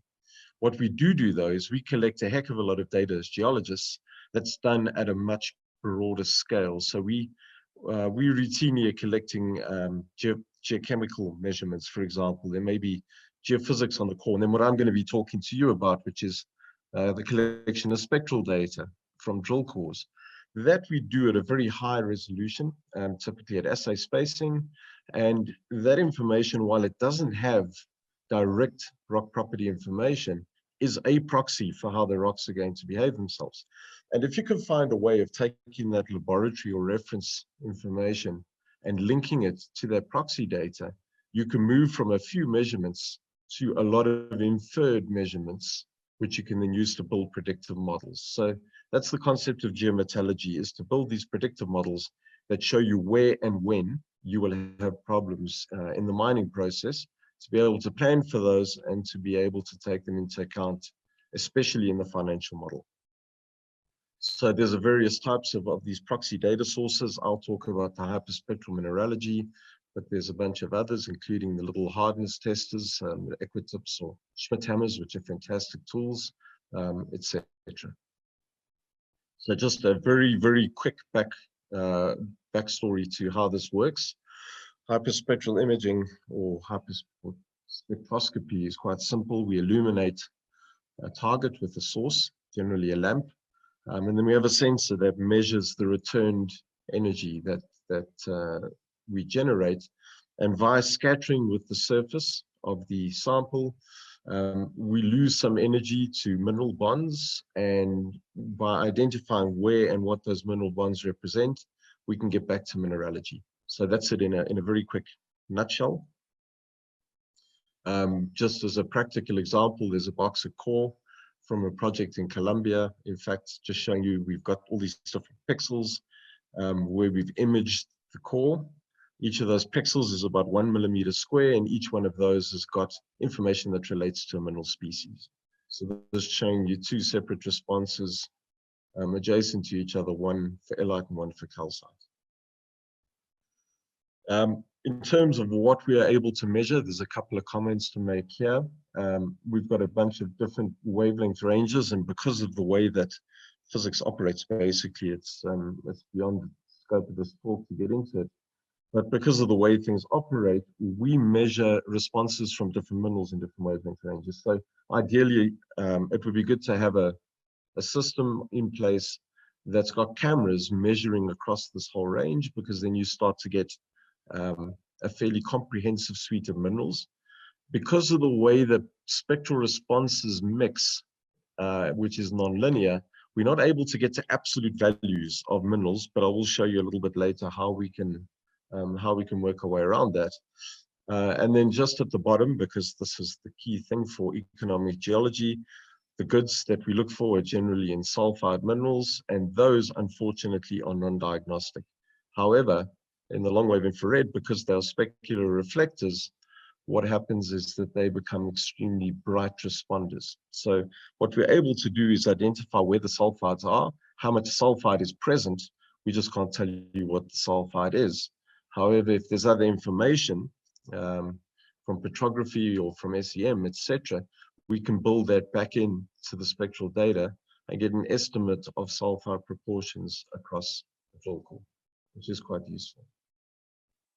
So what we do to extract information, we've got basically two things we do. The first is we interpret the mineralogy, but that's actually quite a dumb way of looking at it. It's very one-dimensional, and it's influenced by the geologist. Just like all geologists, spectral geologists are argumentative and we like to fight a lot, and we never agree on anything. So there's always that you've got to take into account, that there will be some influence by the geologist. However, at the same time, we've got almost a set of what we call numerical extractions, where we look at peak heights or absorption depths and wavelengths, etc. They give us information about the abundance, a proxy for the abundance, because we can't measure it absolutely, composition of the mineral. We can look at ratios and slopes of things. We can do some other clever processing to get to exact mineral species, etc., etc. And all of that is essentially an unbiased and completely objective data set, which is numerical. It's almost like a spectral assay, I guess. And what we'll do, we do this per pixel, but we obviously can't model pixels, so we composite over intervals from 1 millimeter to whatever spacing is required to take forward into the modeling environment. So that's essentially how we do things. I'm going to show you some examples now in the geometallurgical world of how we've actually used this information. And even though I said that 1D mineralogical interpretation can be a little tricky, I've got a whole bunch of examples, of course, that I'm going to show you. Some points to consider. We have applied this now across a wide range of commodities, and the one that should be on there and isn't is rare earth elements, where there's good information from spectral data. As I said, we don't quantify the data, so we require some sort of calibration. It's one of a set of data sets. So we would never advocate that you use this on its own. It is possible, but if you've got geochemistry, that integration is always more powerful than the individual components. So we've got to be a little practical about this in cases, because we're not getting perfect sulfide information. Often leach modeling, for example, in the precious metal environment is not practical. So we've got the two ways that we can do things. We can either directly map problem minerals if we know what those are, or we can use that numerical data set to build correlations, and via those are predictive models. So to show you a few examples, the first one that we get asked for whenever we visit somebody's site is we have a clay problem. Everyone just about has some kind of a clay problem. The great thing about the spectral method is that it gives you a direct measurement of clay species, and within that, compositional type. So we can separate directly smectite from elite, from kaolinite, etc. But within the smectites, we can pick whether it's aluminous, iron-bearing, or magnesian without any further analytical work required. And we are then able to use that. So in the image, you can see in the red where we've got very high smectite contents. And then on the right, there's a profile showing where we have montmorillonite, which in this particular instance was the problem. Through the crushing circuit as a downhole profile. And that downhole information is what we take into building a model. We can also look at carbonates, another set of minerals. This is actually from a phosphate mine, where they're mining apatite, and dolomite interferes with the flotation of apatite, but calcite doesn't. So building models of calcite versus dolomite is incredibly important for them. And fortunately, this is an easy and quick way of doing that. In this particular instance, we use both shortwave and longwave infrared to build the models. And then another guy, which is talc.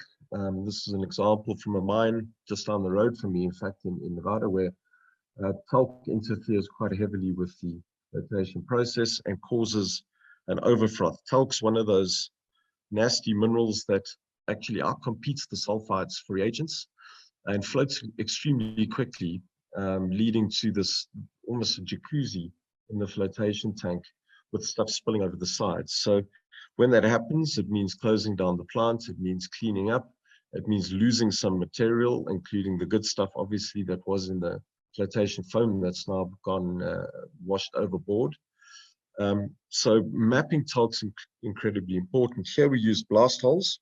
On the left, that blast hole sample is actually an intact sample. Those black areas are rock, but where there's zero talc. What we did then was to quantify the amount of talc across each sample, plot that back into the pit, which you can see on the right. So where we've got high talc, it's in red. Where we've got moderate talc, it's in yellow to green, and no talc at all is in blue. And you can see the talc is forming preferentially along the northern margin of that pit. There's some green polygons, and those are overfroths that happened on the bench prior to this blast pattern being drilled. So what's interesting to see is that in cases the talc persists onto the next bench, in other cases we have new talc appearing, and in yet others we have talc that is no longer a problem. So it's not presenting itself in one specific orientation. The geometry of this is also quite interesting. A project from Mexico where recoveries of zinc were poor, originally thought to be due to either talc or clays in training in the flotation circuit, but it turned out to be more prosaic than that. It's superficial alteration of sulfides, which is sphalerite is altering to a zincian siderite, and where that's present, you can see that in the reds and greens. Obviously, the flotation circuit is not going to grab it being a carbonate. So a very neat and simple solution. And then sometimes you actually want a mineral. So where you've got acid generating waste, for example, carbonate is a very useful thing to have that you can dump on the waste rock pile with the pyritic or sulfidic waste and use that to buffer the acid mine drainage that's inevitably going to follow. So in this particular instance, we were asked to please separate calcite from chlorite, which spectrally provide similar responses.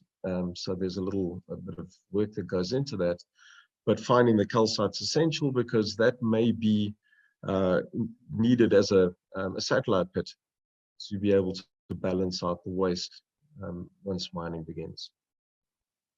And then an example from the Bushveld in South Africa where we do know through long experience, and Rob Shostra and his colleagues at Anglo have spoken about this at length, how recoveries sometimes just fall off, and that's because of a change in ore mineralogy from what you would want, which is the nice coarse copper nickel sulfides with PGEs, to the suite of arsenides, tellurides, native PGE minerals, alloys, etc. And often those are associated with alteration of the bushveld. And the bushveld, I can tell you, is altered in places quite heavily, principally along late structures. How much of this happened in the formation of the complex is not clear, but certainly there's a structural relationship.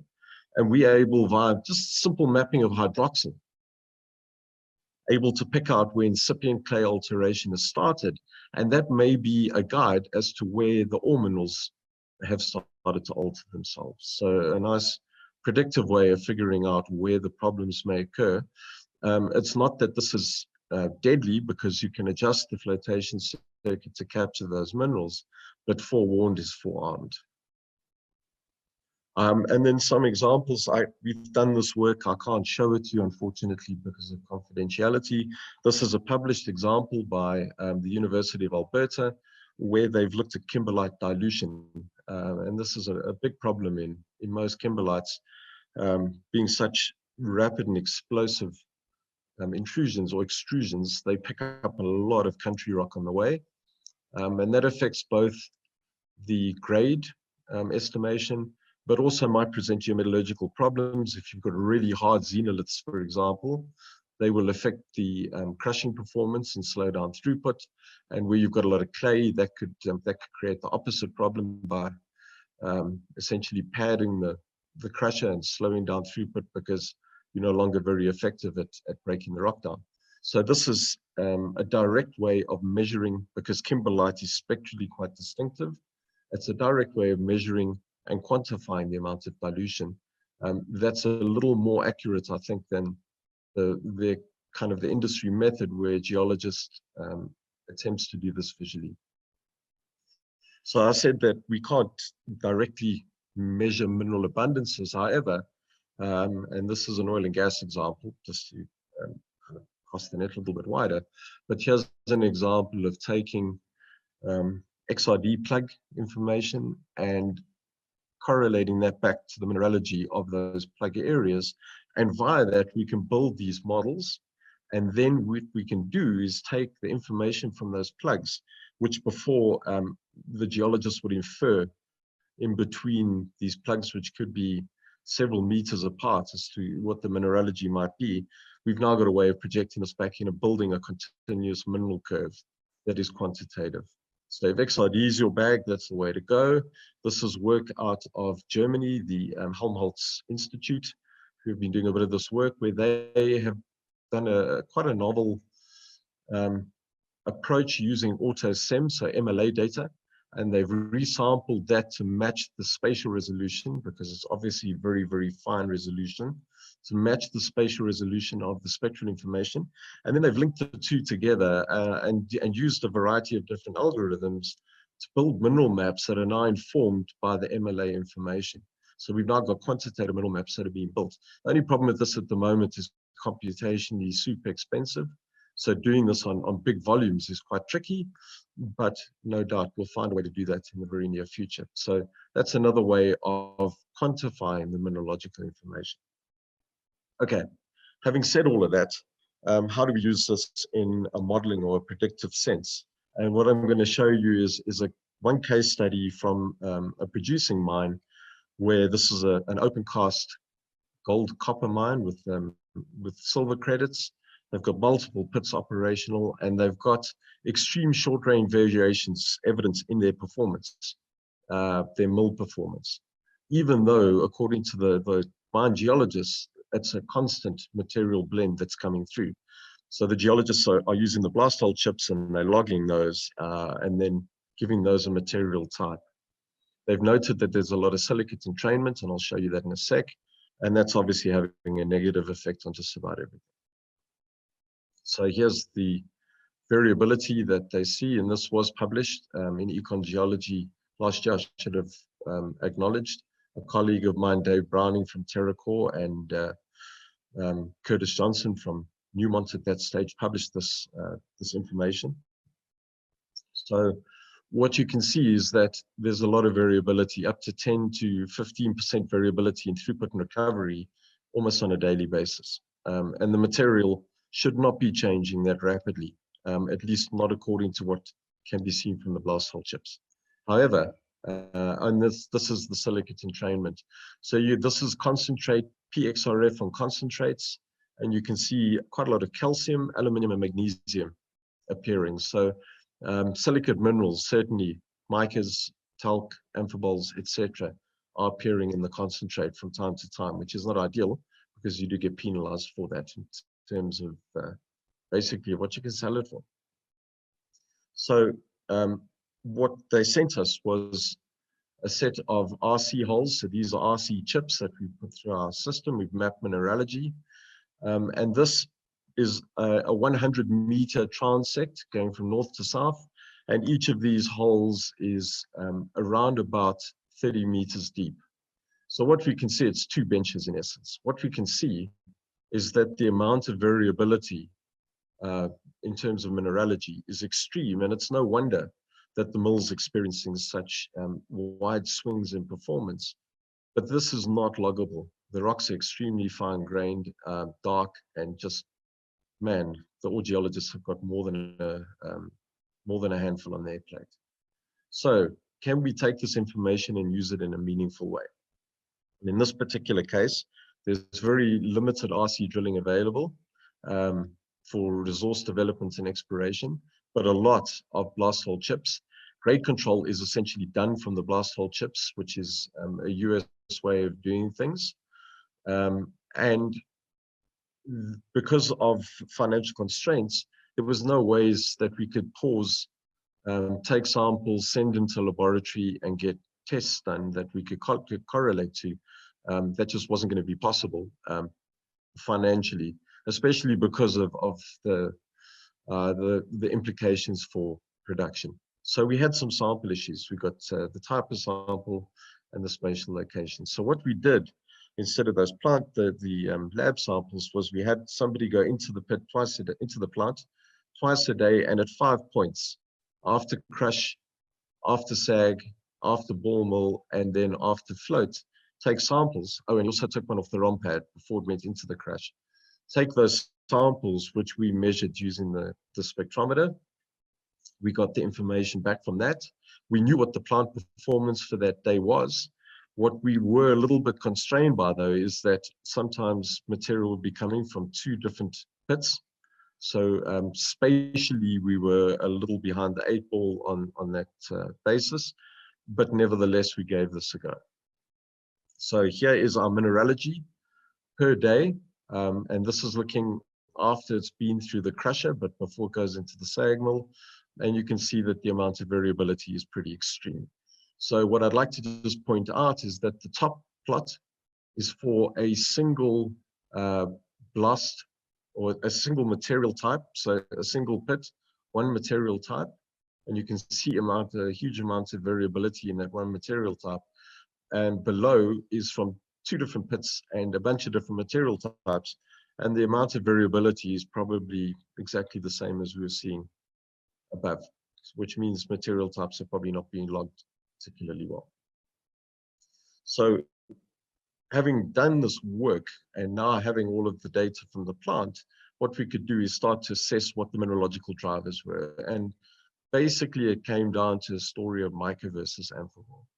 And the good Lord giveth and the good Lord taketh away. Where there's a lot of mica, excess mica, we get very good throughput. So material passes through the plant very easily. However, we get lower recoveries. So we've got amphibole, it's a bit harder to process, but the recoveries are significantly better, which means we've got to think quite carefully, or at least the operation has the opportunity to think quite carefully about how they can balance the load going through the plant so as they can get more consistency, but also a more optimal throughput and recovery. So then we went to the next step and correlated all of that information. So these are all of those plant samples. And what we did was we took the actual throughputs and we built models for what we expected the throughputs would be. And then we continued the exercise to see how well we were doing. And these are the results. So not astonishing R-squared values, these are in 0.5 to 0.6 range. But given the fact that we've got material coming from different pits and our sampling method of a bloke with a shovel is not exactly scientific, it's maybe not unexpected that we're not going to be perfect, but at least there are definite relationships that we can use. And we used a kind of a Netflix approach, a deep belief network. So as the plant delivered more information, it went back into the model and updated the model in real time, as opposed to restarting everything if we were using some more kind of a static regression type analysis. And then of course the proof of the pudding is in the eating. Can we take this back into the pit? So now we had all the blast holes that we had measured. We took our models and we predicted throughput and recovery back into the pits.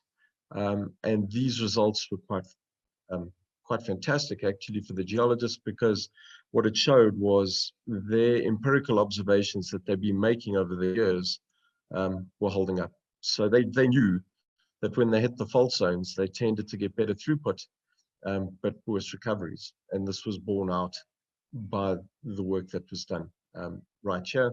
And along the margins of intrusives, it would be the opposite effect.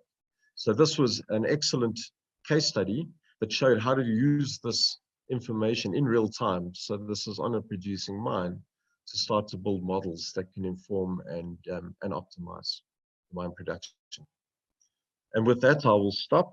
That's what I've got for you. I didn't want to keep you guys too long. I know it's gin and tonic time over there. Be happy to answer any questions that you may have. Thank you. Thank you very much, Paul. Very interesting indeed. Any questions?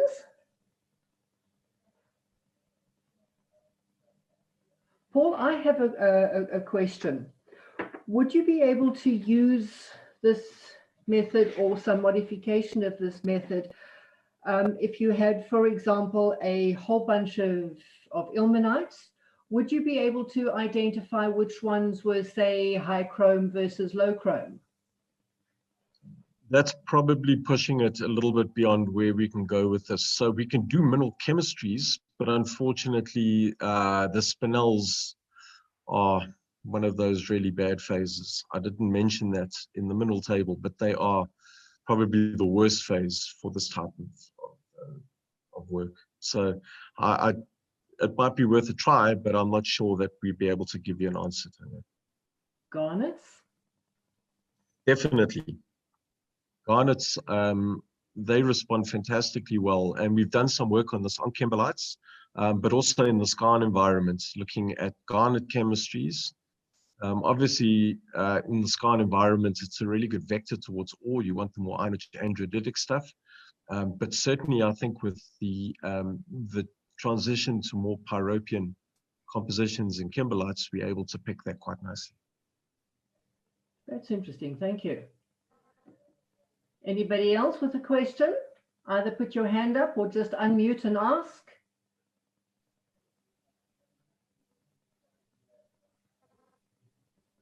Oh, well, Paul, thank you ever so much for your time this afternoon, this morning, whenever it is. Go off and have your breakfast, and thank you very much for spending this time with us.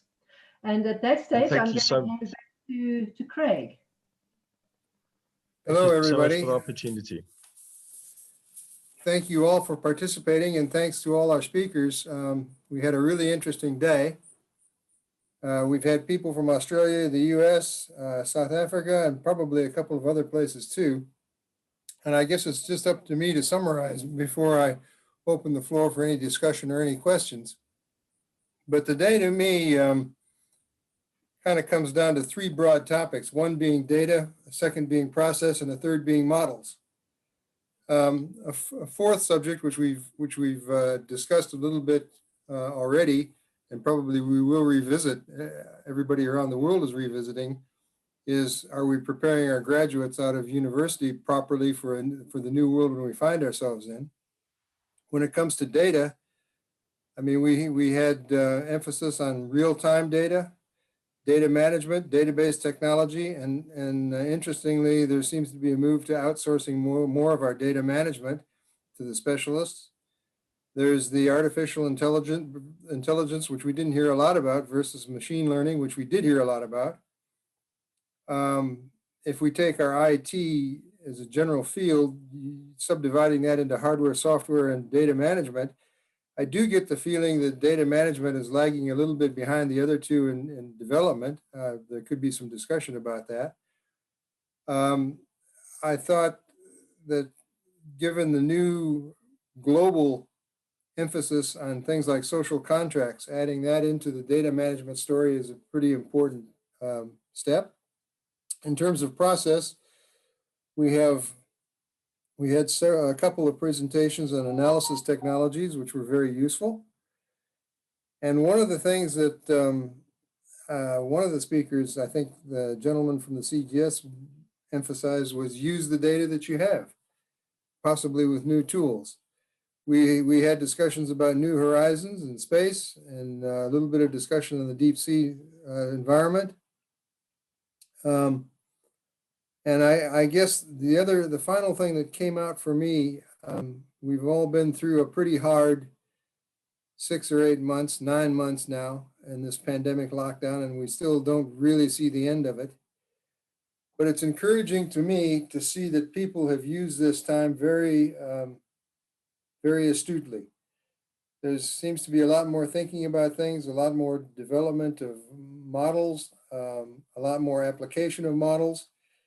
And I know from the GSSA point of view, I'm not sure how many of you are members of the GSSA and participated in our employment surveys over the last several months, but we've certainly in South Africa and in the GSSA, we've had relatively few of our members laid off or really badly affected by the pandemic.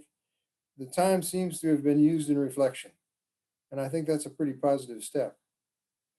Those are some of the things that came out for me today. And with that, I'd like to open the floor to any discussion or any comments that people may have or any questions for any of the speakers. Not all of the speakers are still with us, I'm sure, but there may be some.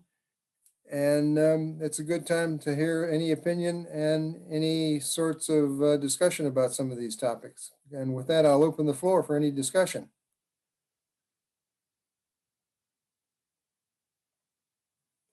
Dead silence.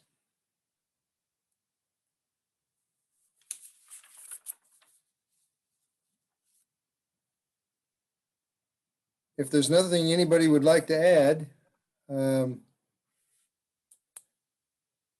I just remind people that we have Exploration Projects Day starting tomorrow. I think most of you are probably signed up for it.